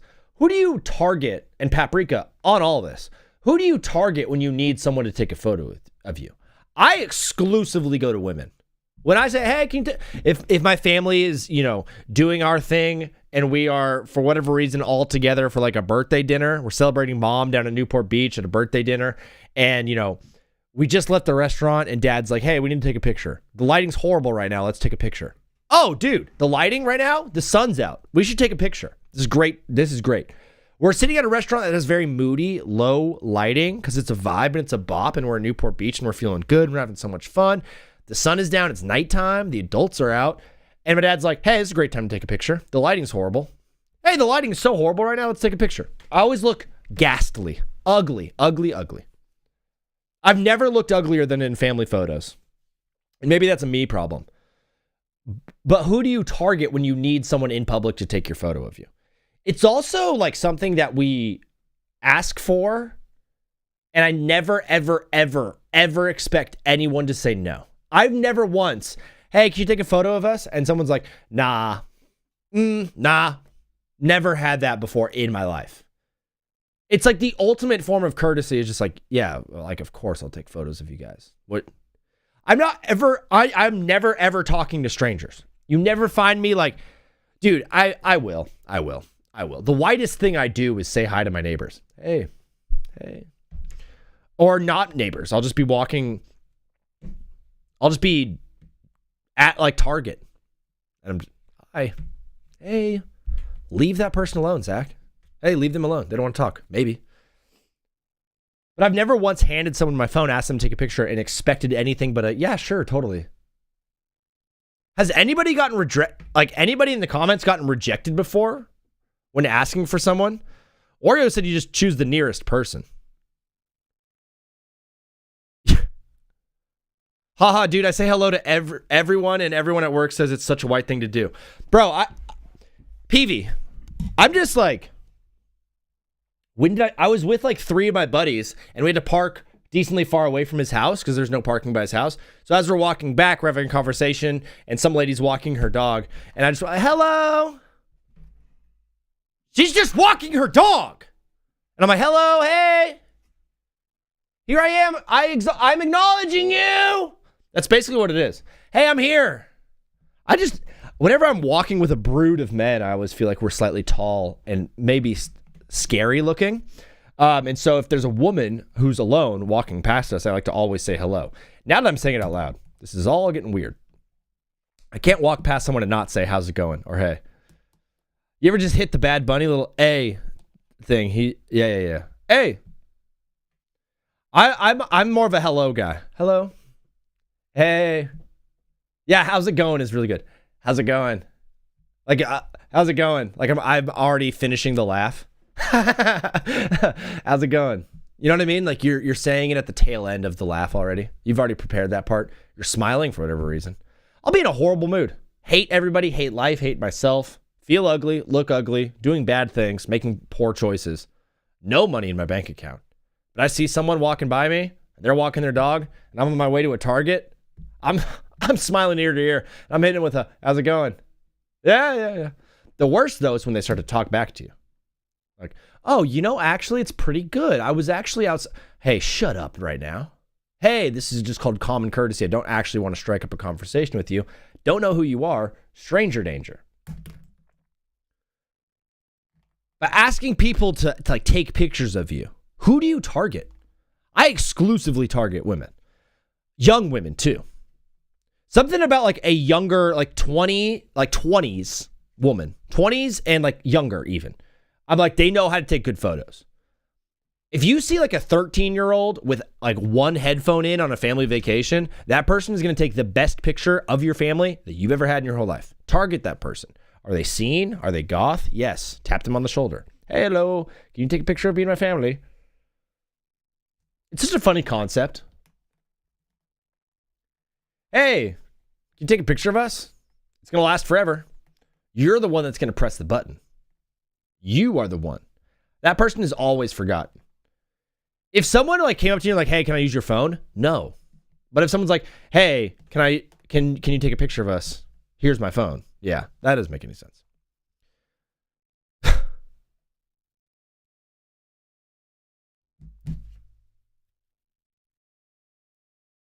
I always target young women. I always target like teenage girls when I'm when I need someone to like take a photo of us in public. Always finding a teenage girl to get that done because they are so much better at it than most other people in the world. The other thing that sucks so bad when you're with your family and you're at the pier and dad's like, hey, let's get a family photo. The next thing out of his mouth or mom's mouth is, who has the best phone? Oh, who has the best phone? And then there's always a 6-month period where you are the guy with the best phone. So you have all the family photos on your phone. Hey, can you send that to me? I'll airdrop it. Oh, then that's a whole thing. Airdrop. Can't you just text it to me? No, but it's better quality if it's airdropped. You're not popping up. My parents are so awesome. Shout out to mom and dad. Love you guys so much. We are fearless of strangers when it comes to taking photos of us. Does that say anything about our society? Brandon Norby puts a drive into that one. Not enough, though. 2 outs, bottom 7. Cincinnati and Miami. Usually in this hour, we do live watch logs to basketball games and baseball games and whatever is on. So if there's an NBA game that you guys would rather have me watching, like New York and Atlanta's at halftime, so we're not going to do that. But I have a great clip from Coach Calipari. He's now the head coach at Arkansas, as you guys know, about the state of college basketball. It's a little bit longer. I think he says some really, really incredible things. I haven't watched it. I think he says incredible things because everyone is saying how good it is. And I've seen it quoted a lot and said, Schefter was like, this is the best discussion on college basketball we've ever had. And so I'm like, all right, we should probably have this on the show since our show is so smart and well educated. The best thing for us to do would be to, watch this awesome clip that everyone's talking about. Why does he look green? He literally looks green and gray. There's such a gross, disgusting complexion to his skin right now. And I'm not being rude. This is makeup. Guys, Coach Calipari does his makeup. I don't know if you guys knew that, but Coach Calipari, when he goes on national television, he does his makeup. Daddy, chill. Most of these guys do.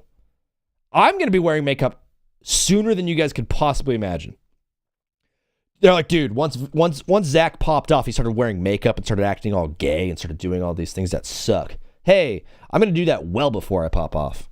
Dude, the minute that I have enough money to get Botox and hair transplants, I'm going to dye my hair heavy.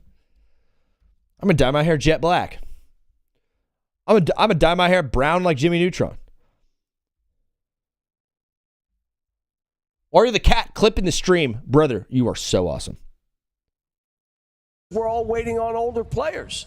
The game is better because it's older. 25, 26. I laugh and say the guy got 2 kids and his wife and he's on his second wife. And it's being a pro. It's what being a pro basketball player is. Yes. But, John, you say go pro. Some would argue this is professional basketball. It is professional sports now. It's amateur basketball. This is Reese Davis is about to light John Calipari up. This is somewhere I'm always like on the fence on. Is this amateur basketball or is this professional basketball? You're paying these guys as if they are pro athletes. This for me, this is professional basketball. This is not amateur basketball. Amateur basketball is whatever they're doing in like D2 or D3 or whatever they're doing in the Patriot League. Whatever Boston University is doing with their basketball program or Lehigh. Power 4 conferences is a pro sport. It's pro-am. Not even pro-am.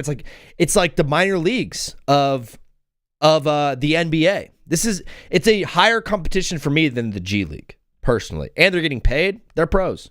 But this whole conversation, I assume, is going to be about the age of athletes in college basketball, because that's been a hot topic. Button, crap, my pants for me. I can't say it right. 25, 26.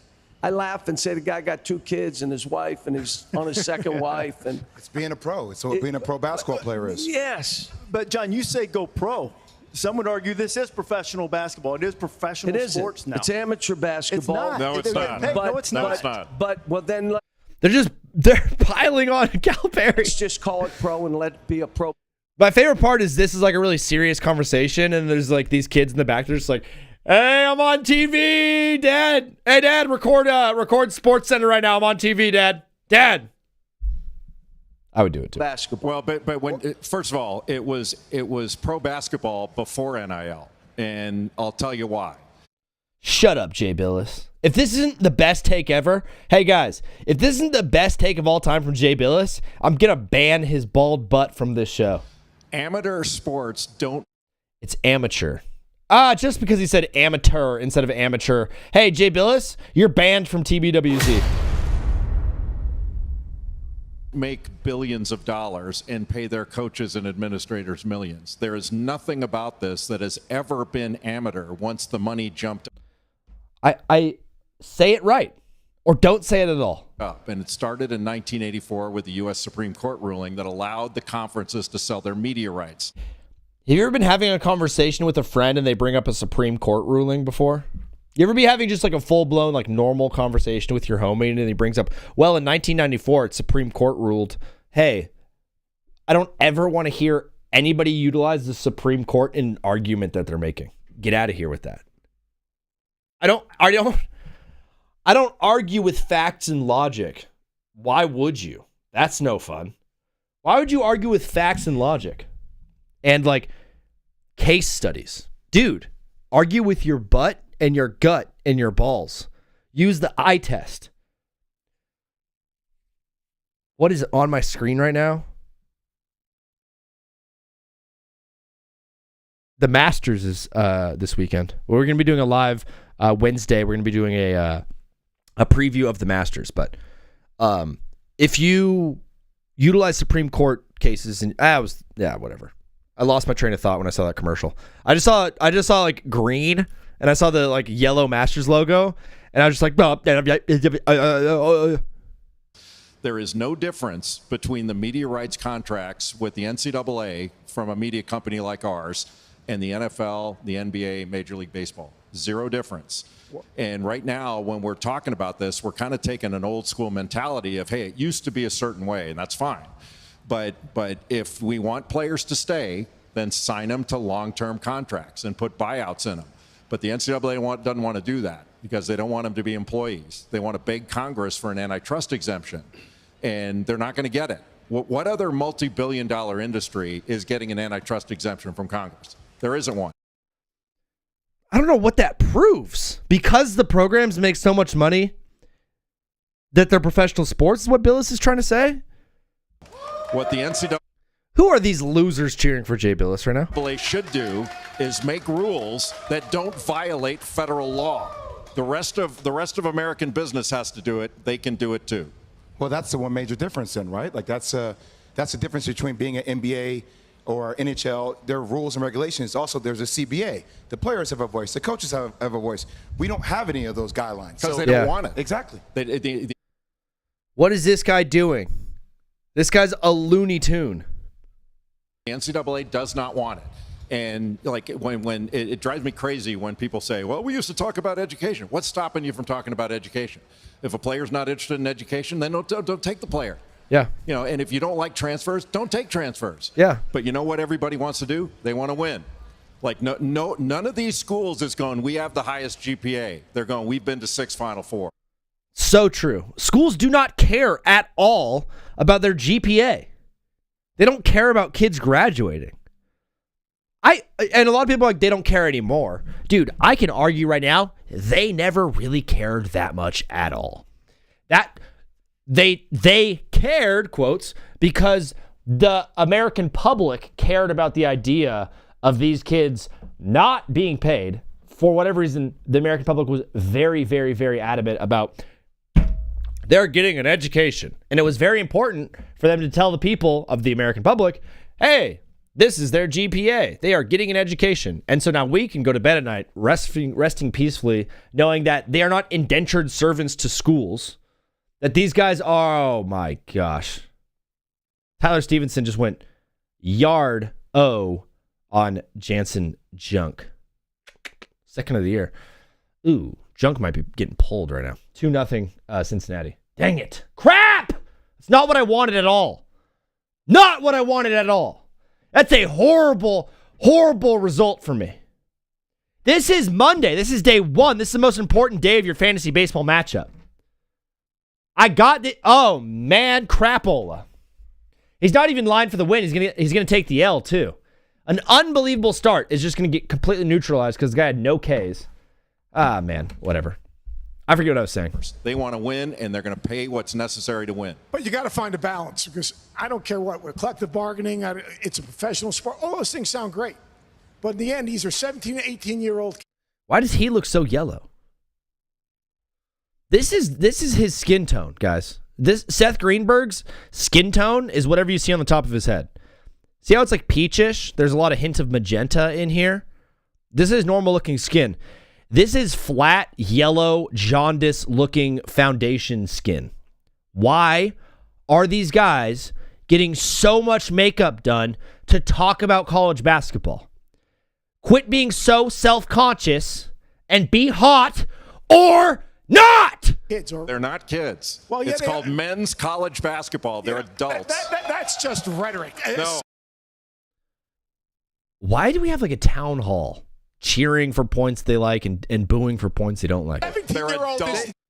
If I had a live audience in front of me and they were cheering or booing with every word that I'd say, oh gosh, that would be horrible. Not an adult. They're adults. 7-year-old is a developing young person. That's different. You say developing young man. Developing young man is still an adult. They get charged with a crime. When's Calipari going to talk? They're charged as an adult. Can I just say this? I've been one that has promoted young people making money 15 years ago. They're NIL. They should be able to do this. We just got to figure out, maybe it's collective bargaining. Maybe it's collective bargain with the trade union at the players, and we come up with something. This is not sustainable. If you don't want it to sustain, then say, let's just keep going as is. I'm in this. I mean, I don't mind kids transferring. I don't. But I'm saying, do we really want them to be able to go every year? And then you say, well, coach. That's it right there. That's the only problem with this whole thing. It's not kids getting paid. Holy crap, I'm going to blow up a hospital. How on earth? You wait till the 8th inning to start hitting, and now you're just blowing my guy up. Now he has 87 pitches through 8. There's 1 out. The runner on first is his responsibility, TJ Friedel. On a bunt! Get small ball out of baseball. I'm sick and tired of it. John Calipari is like, listen, I've been arguing on behalf of the kids the entire time. What a good coach. Hey, man, what a good guy. Crazy. Imagine the foresight. 15 years ago, I wanted guys to get paid. Hey, guess what? You're a liar. No, you didn't. But really, the only thing that's wrong with college right now is that guys are transferring after every single season. That's the only thing that sucks. Well, if I left, my players can leave. If I leave, there is a buyout. Yeah, Junk just got pulled. I'm going to do something really, really nasty. In there. So I don't know. I don't have all the answers, but I do know this. The transfer and the length of eligibility.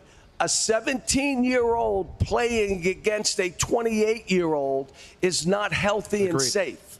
It's just not. There needs to be some kind of years of qualification. And why in football do they make them stay 3 years? Because they say it's not safe. No, that's not why. Yes, it is, Jay Billis. Jay Billis, oh, what he's about to say is going to make me so mad. The NFL has the crash zoom. Collective bargaining You agreement. and I could go back and forth on this and have some fun with it. But they determine, so that's a great point. Like the NFL, it used to be 4 years. You know, college football is 50 years older than the NFL. And the the NFL used to have, or excuse me, the NCAA used to have a rule way back in the day that when the NFL was getting going, that if you worked in professional sports, you could no longer work in college sports. So the NCAA, the NFL came to the NCAA on bended knee and said, please don't do this to us. You'll kill us as we're getting going. We won't draft your players until they graduate. And then they started drafting them after 3 years. You know why? Not because they're mature enough now. It's because the USFL started drafting juniors, and they had to keep up. That's all it is. That's a I understand what Jay Billis is saying. He's like, no, they don't have the rule that the players have to play 3 years because of safety or anything like that. It's because it was collectively bargained. Hey, I understand exactly what you're saying, and I totally get the origins of that. They're never going to go back on that rule and rescind that rule because it's physically dangerous for 18-year-olds to be playing in the NFL. That's kind of what Calipari is saying. Like, we have 18-year-olds playing against 20, 25, 26, 27-year-olds, which is unsafe. It's so different in the league because those 26, 27, 28-year-olds that Calipari is talking about still playing college basketball probably are not very good.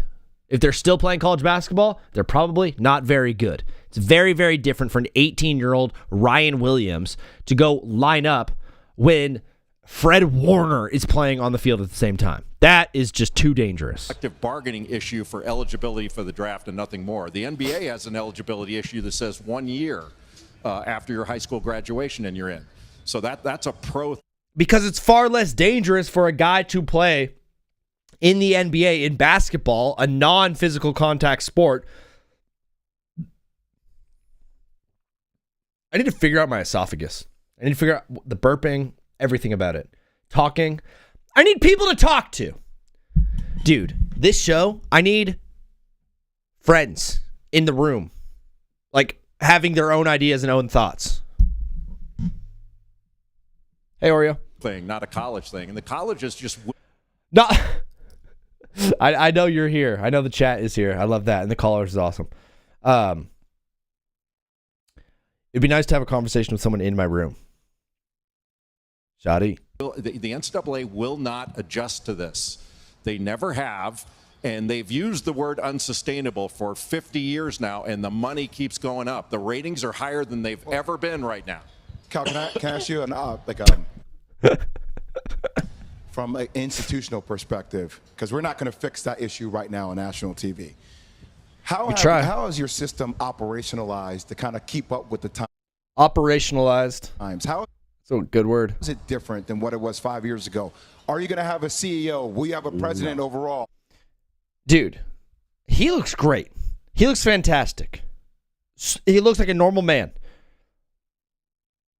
Calipari looks so ill. You have a GM now. Like, how's everything work? It's different in basketball than football. And here's what I would say. If it comes a point, for me personally, where it's transactional, I'm paying, you're going to say I'm leaving, you got to pay me more, and I won't do this anymore.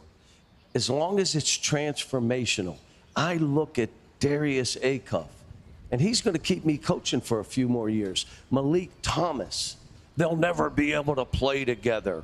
Both of them are going to have pro careers. Billy Goat Richmond, Trevin Brazil, he's never been better. Billy Goat Richmond. All white people, by the way. Indianapolis for you. That makes me go. Oh. But if it becomes transactional, why am I doing this? Then I might well be a pro coach. Just be a pro coach. Dork.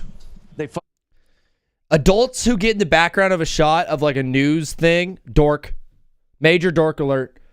If you're a child or you're 13 or you're 14 or a teenager, your early 20s, yeah, it's funny. Dude, I was on the news. I was in the back of the news thing. Dude, if you're an adult and you're doing it, you're a huge dork. Fired me though. Did you know they fired me? They fired me because I played rookies. It's a remarkable thing, and I think both of you make great points. In that, I agree with Jay. They're not kids, but they're still maturing. There's something to be said for helping them to develop, helping them make wise decisions, because when we are immature, even if we're adults, sometimes Andres, I got Michigan big time. we grab at the first shiny thing we see, and it's not for the betterment in the long term. Can I just say one? But you have to let the business function as a business. I just think we're talking about the one percenters. We're not talking about the enterprise. And we have young people that are this is a great point. Making this money, and that's great. And they're going to go to Europe and get fired. They're going to come back, and you talk about mental health issues.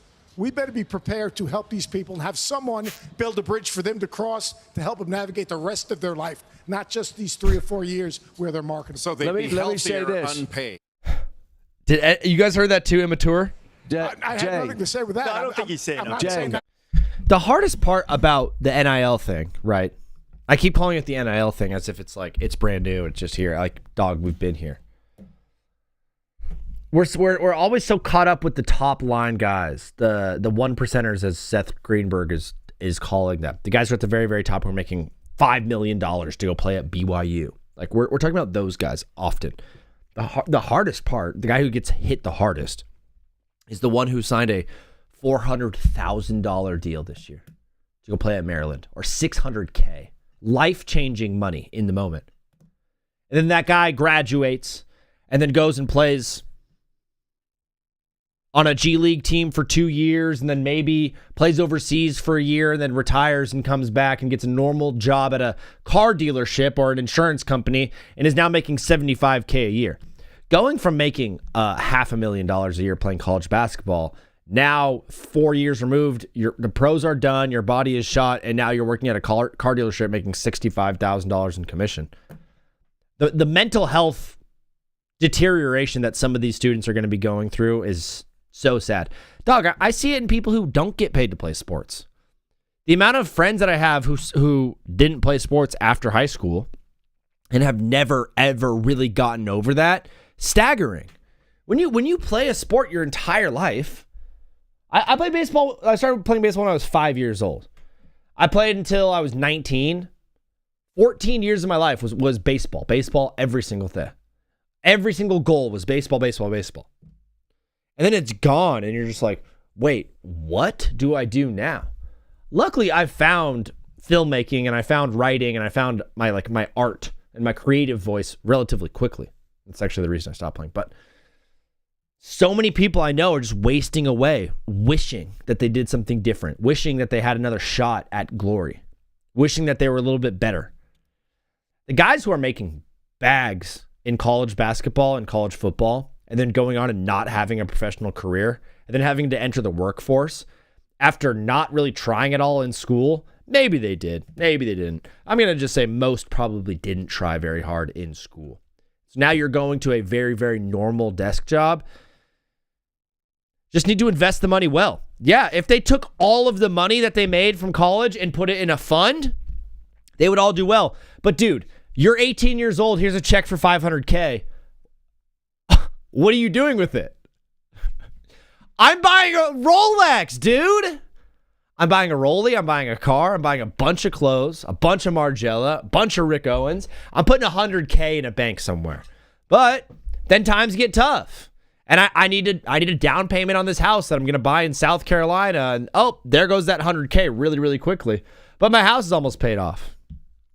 And then 4 years go down the line, and you're like, wait, I'm working a job and I'm making $80,000 and all of my savings are gone from my $600K year of college sports. And now I'm out. But, dude, there are going to be some very, very sad stories. This is between you and I, but I really want to make a documentary one day about the minor league baseball players that play in the minors for 7-8 years and never make it pro and just have to quit and retire. Gosh, dude. It makes me so sad to think about, because it's a twofold story. One, it's resilience and continuing to push forward in the face of adversity and failure, and continuing to go for it and continue to chase the dream. Something I absolutely love and believe in is chasing the dream and going for it, but then never ever really making it and just grinding your entire career in minor leagues, not making much money, maybe avoiding having a family, avoiding meeting that woman, avoiding a life of fulfillment because you put all of your eggs in the basket of playing pro baseball. And now that moment, you're now 30 years old, you never made the league, you can't get another contract, and you're done with sports, and you're done with that. And now you're 30 and you go back home and you're like, wait, what do I do now? I was so close to being a pro. There's kids who leave straight out of high school, go to the minor leagues, fail basically for 8 or 9 years, and then just go back home. Back to the drawing board. Back to the drawing board we go. Do you know how many people are going back to the drawing board all the time, dude? I just went back to the drawing board. If you find yourself in a position of going back to the blueprint, of figuring out a new plan, Jalen Johnson, bro, on his head. Atlanta takes a 10-point lead, 6:39 left in the third quarter over New York. Dude, the people in Atlanta are bugging out right now. T.I. needs to sit down. Tip. You know Tip's a comedian? The amount of people that go back to the drawing board, dude. If you find yourself in a position where you're like, I don't know what I'm doing, I don't know what I like. Hey, brother, go back to the drawing board. Figure it out. Paprika, maybe, somewhere in there. But we got about 20 minutes left in the show, 10 minutes before tip-off, supposedly, for the Natty. I don't even know if I'm going to watch it, to be honest. To be straight up with you guys. Straight up now, tell me, do you really want to love me forever? Cooper Flag. Cooper Flag is super white and awesome. And LeBron called his excellence well before we did. LeBron out here lying again about Cooper Flag. He's like, I remember from AAU, I said he was going to be something special. Dude, LeBron, ultimate genius. Love that guy. Cooper Flag had his fourth 40th point game of the season on Sunday night against LeBron James and the Lakers, passing LeBron himself for most 40-point games as a teenager. Okay? He's 19. LeBron is 41. LeBron's played 23 seasons. That means the entire life of Cooper Flag plus 4 years, LeBron James has been a professional athlete. On Sunday, he played and shared a court with him and had a 40 bomb on his head. I know it might be it might be way too early to think about this, but the Mavericks are going to have like a 7.5 chance. I know it's way too early to think about this, but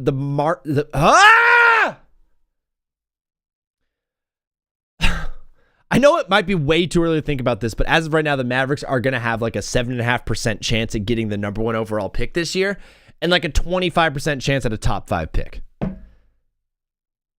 Can you guys just like imagine if they win the first overall pick again? Game recommendation is Hoopland. It's like 2K, but not pay to win. Nice. And they about to add college franchise. It's like a sick 2D game. And base version is free. Base, not an ad. Oreo out here doing ads right now. Yeah, tight, dude. That sounds fun. Let me finish this and I'll talk about video games. I have a video games take. I'm going to get off my shake. Can you imagine if Dallas gets the number 1 overall pick again? And like they get to pair Cooper Flag with like DeBonsta. Dude, even if they get a top 5 pick and you're throwing a Darren Peterson or an Acuff or a Boozer or a Lendeborg on that team, the Mavericks might just be in some the Mavericks might be in some really good hands moving forward. We've failed to mention that they still have Kyrie Irving on their team, who's going to come back and be a weapon for him when he's able to return. They have Cooper Flag, who's a generational talent. They have other pieces. Jason Kidd's a good coach. They have a potential top 5 pick coming their way. Hey, it's a good Mavericks team that's going to get better. I know Charlotte is playing great basketball. I know Con Knippel is unbelievable. But would you rather be but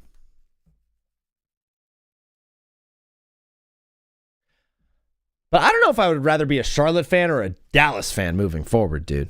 It feels like Charlotte has a good team right now. They have LaMelo, they have Brandon Miller, they have Colin Sexton, they have guys that they've drafted or traded for, and they've made moves and pieces to make this team good right now. They're a playoff team right now.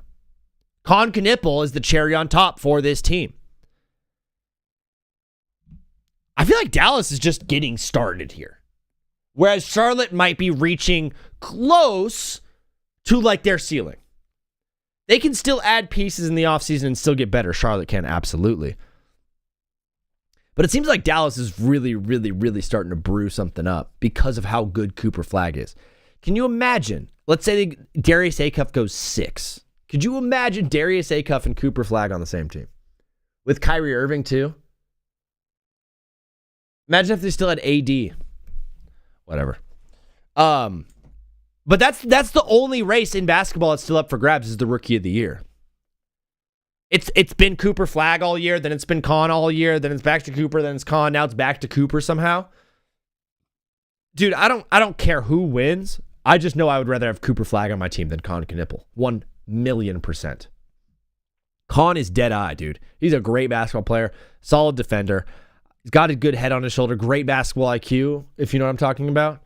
But Cooper Flag has all of those and he's taller and can jump out of the gym and defend and put posters and put guys like LeBron James on a poster.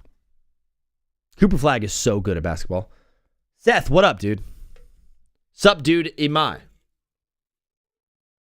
I'm why. I am why.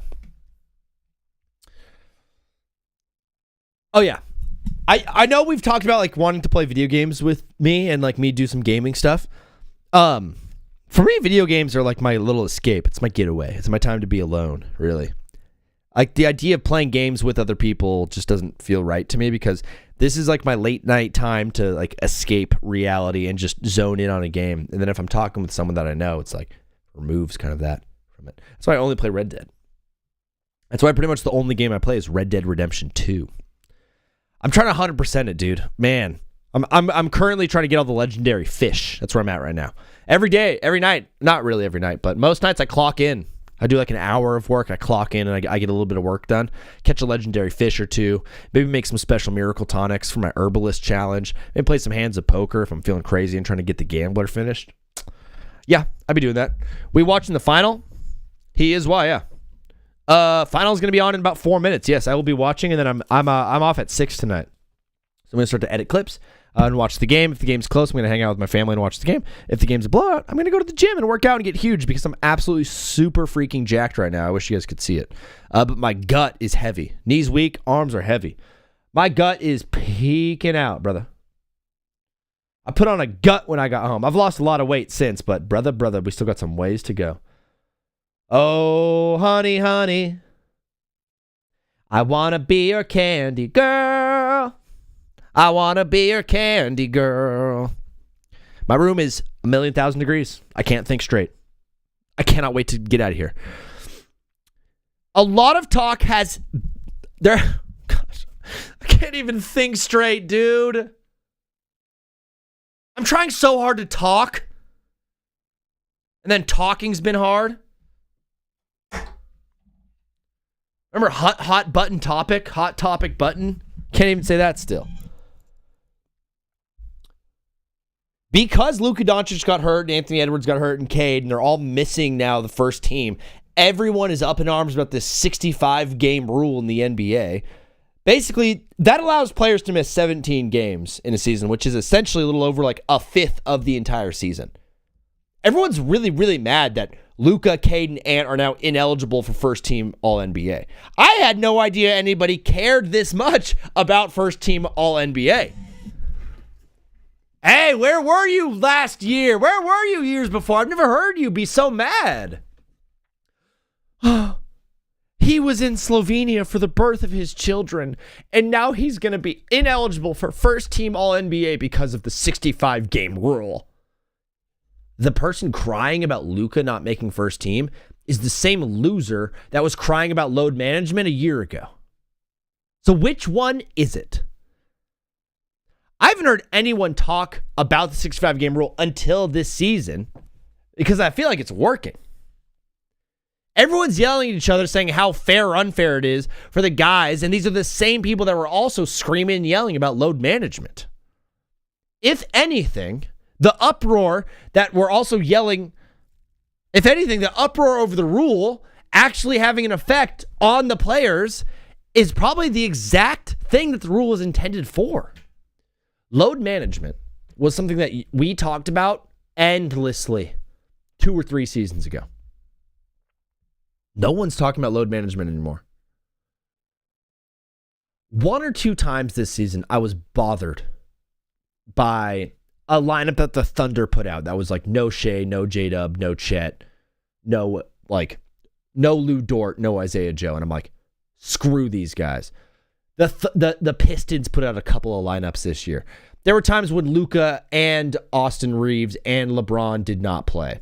Or Luka and LeBron didn't play together. There's been times, a couple of moments, where I'm like, this is frustrating. I haven't heard anyone scream and yell about load management this season. Do you think that the 65-game rule has anything to do with that? Because I do. I think there's a direct correlation as to why guys are playing all the games. I've had some complaints, like I said, about guys being out in primetime games this year in some big spots, but for the most part, load management has not been an issue in the NBA at all this season. All the people that were yelling and screaming about it, as New York has made it now a 3-point game, Kuminga in the paint, can't find anyone to throw to. It's stolen by Bridges. Bridges passes it up ahead to Brunson. Brunson kicks it out to McBride. Open three. Off. Jalen Johnson rebounds. Hawks now going the other way. Ball's hit the floor. Bridges gets the ball back to Brunson, to Bridges. He scores. Check, please. That was pretty good. You know what I mean? I told you check, please was going to be good. It's now a 1-point game in Atlanta as New York has come alive. Gabe Vincent has the rock, passing it up to Nickeil Alexander-Walker at the top of the 3-point line. Kuminga sets a screen, rolls to the basket. Kicks now out to the 3. Kuminga from 3. Off the rim. I could get better at this. I could be great at this. The same people that were screaming and yelling about load management are now screaming and yelling about the 65-game rule. So which one do you freaking want? You're like, hey, it's not fair. Cade punctured a lung and is now going to be ineligible for first team All-NBA. Hey, he missed over a quarter of the season. You're not eligible. Anthony Edwards has been hurt. He hasn't been load managing. He deserves to be first team All-NBA. You've missed a quarter of the season. You're ineligible, dude. Luka Doncic was in Slovenia for the birth of his daughters, and if he didn't do that, he would be eligible for the 45. Sorry. Holy crap. I'm going to throw up like a giraffe. Luka Doncic was in Slovenia for the birth of his daughters. Now he's being punished for that. No, he's not. He's being punished for getting 16 technical fouls and being suspended for a game. And now he's 1 game short of hitting the 65 game mark. Shut up to all the people who are like, the 65 game rule is unfair. If you miss a fifth of the season, why do you think you should be eligible for all these awards and all of these accolades and all these first team all NBA shoutouts that lead to bonuses, that lead to more incentives? How are now the anti-load management people also anti-65 game rule? Because you get rid of this, guys are going to start load managing far more often. Let's make it 60 games. All right, so now you're telling me I could take 22 games off and still be eligible? Bet. Watch me. Dude, if I'm an NBA superstar and I know I can get first team with my eyes closed, I'm going to take every single one of those 22 games off. Absolutely. What did Brick say in the Discord? Am I going to be pissed? Paprika on that clip, and that's it. No more paprika.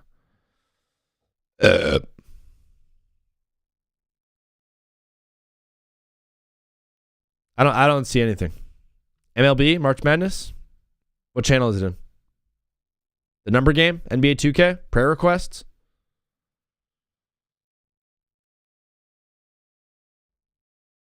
MLB?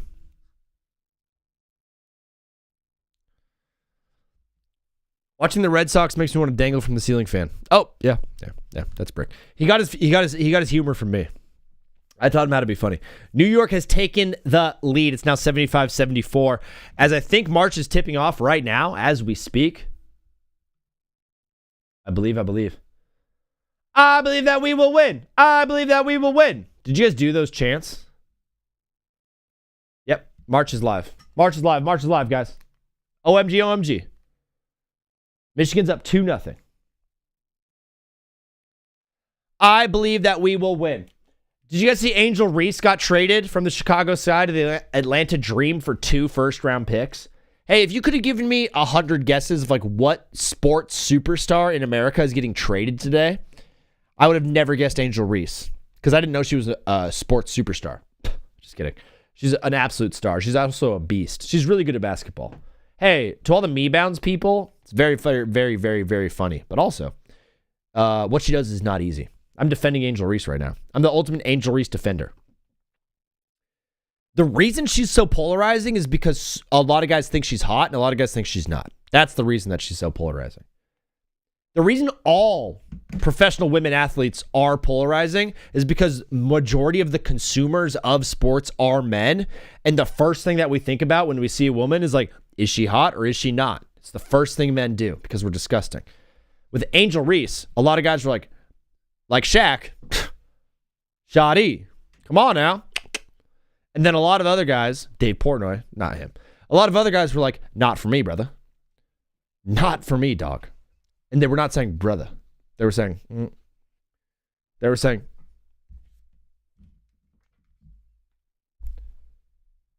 wait a second, no way. The game's on TBS? Oh, never mind, I have TBS. It sucks, dude. It sucks, man. Like, we think of... Man, it's crazy that, like, Kelsey Plum has, like, a high Q rating amongst, like, sports fans because, like, yeah, she's hot. Like, Cameron Brink, we're like, yeah, dude, Cameron Brink's cool. I like her. She's hot. Angel Reese is just a completely polarizing figures because some dudes are like think she's really, really attractive and some dudes think she's really, really unattractive. And so if you're watching and you're like, she's really hot and she also gets a lot of rebounds, you're like, yeah, she's a good basketball player. If you're watching like she's super mid, I don't think she's hot at all, and the rebounds thing is so lame, you're gonna be like, yeah, she's a bad basketball player. We never are like looking at the male athletes and being like, is he chopped? But obviously, like with the women athletes, we care. It's horrible. I feel bad for them. I feel bad for them that we do that to them, but also, what do you expect? Men are animals. We all are animals. Kelly Oubre. Yeah, you're right. I do think Kelly Oubre is better than he actually is because of how handsome he is. Honestly, I think it has the exact opposite effect on pro athletes. If there's a pro athlete and he's really, really hot, I don't believe in him. Like Justin Herbert, when I first saw him, because he was just that handsome, I was like, there's no shot this guy's good. Now Justin Herbert's the love of my life. I would do a lot of nasty things for Justin Herbert to be successful in the NFL. Burrow, yeah, I was like, this guy can't be good. He's too hot. Wrong chat, loser. I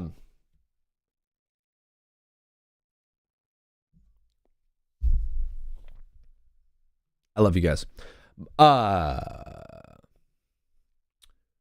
Wednesday, we're going to be doing a full breakdown of the Masters. We're going to be doing a Masters breakdown on Wednesday. And we're talking a lot about who I think is going to be winning and who is going to look good. Spoiler alert, ding dong, ding dong. Xander Schauffele has been playing some really, really, really, really good golf. Really good golf. He was in it last year too. He won a major last year.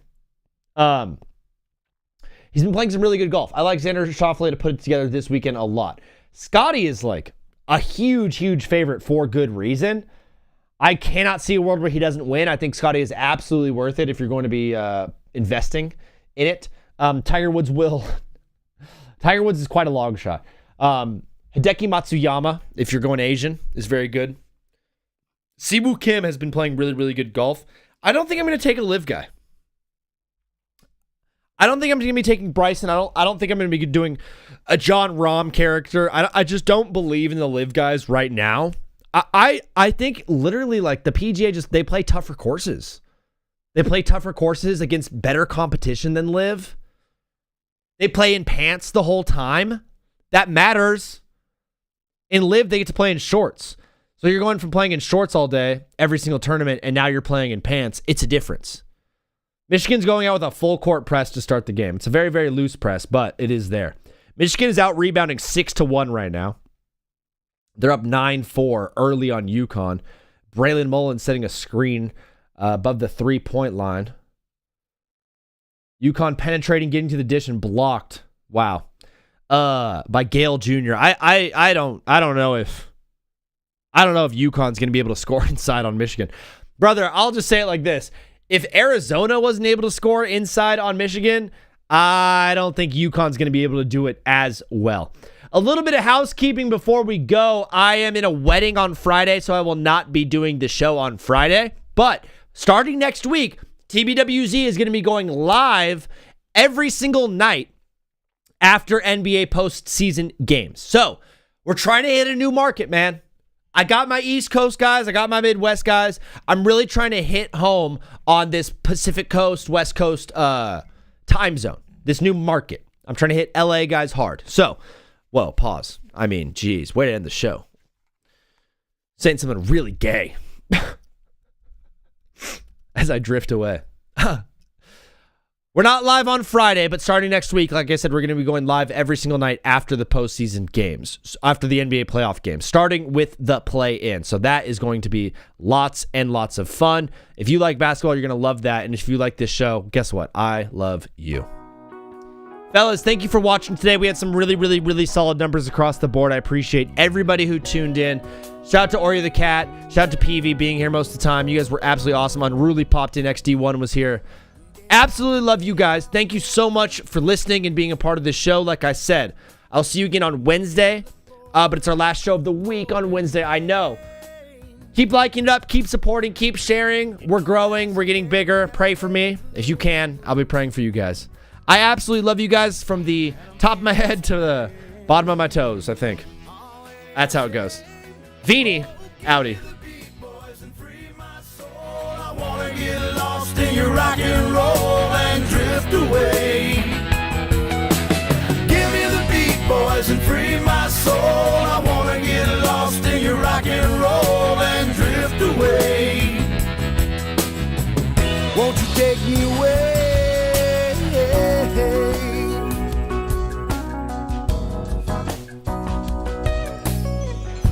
Beginning to think that I'm wasting time.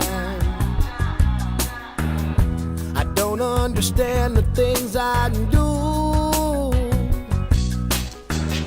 The world outside looks so unkind, and I'm counting on you. You can carry me through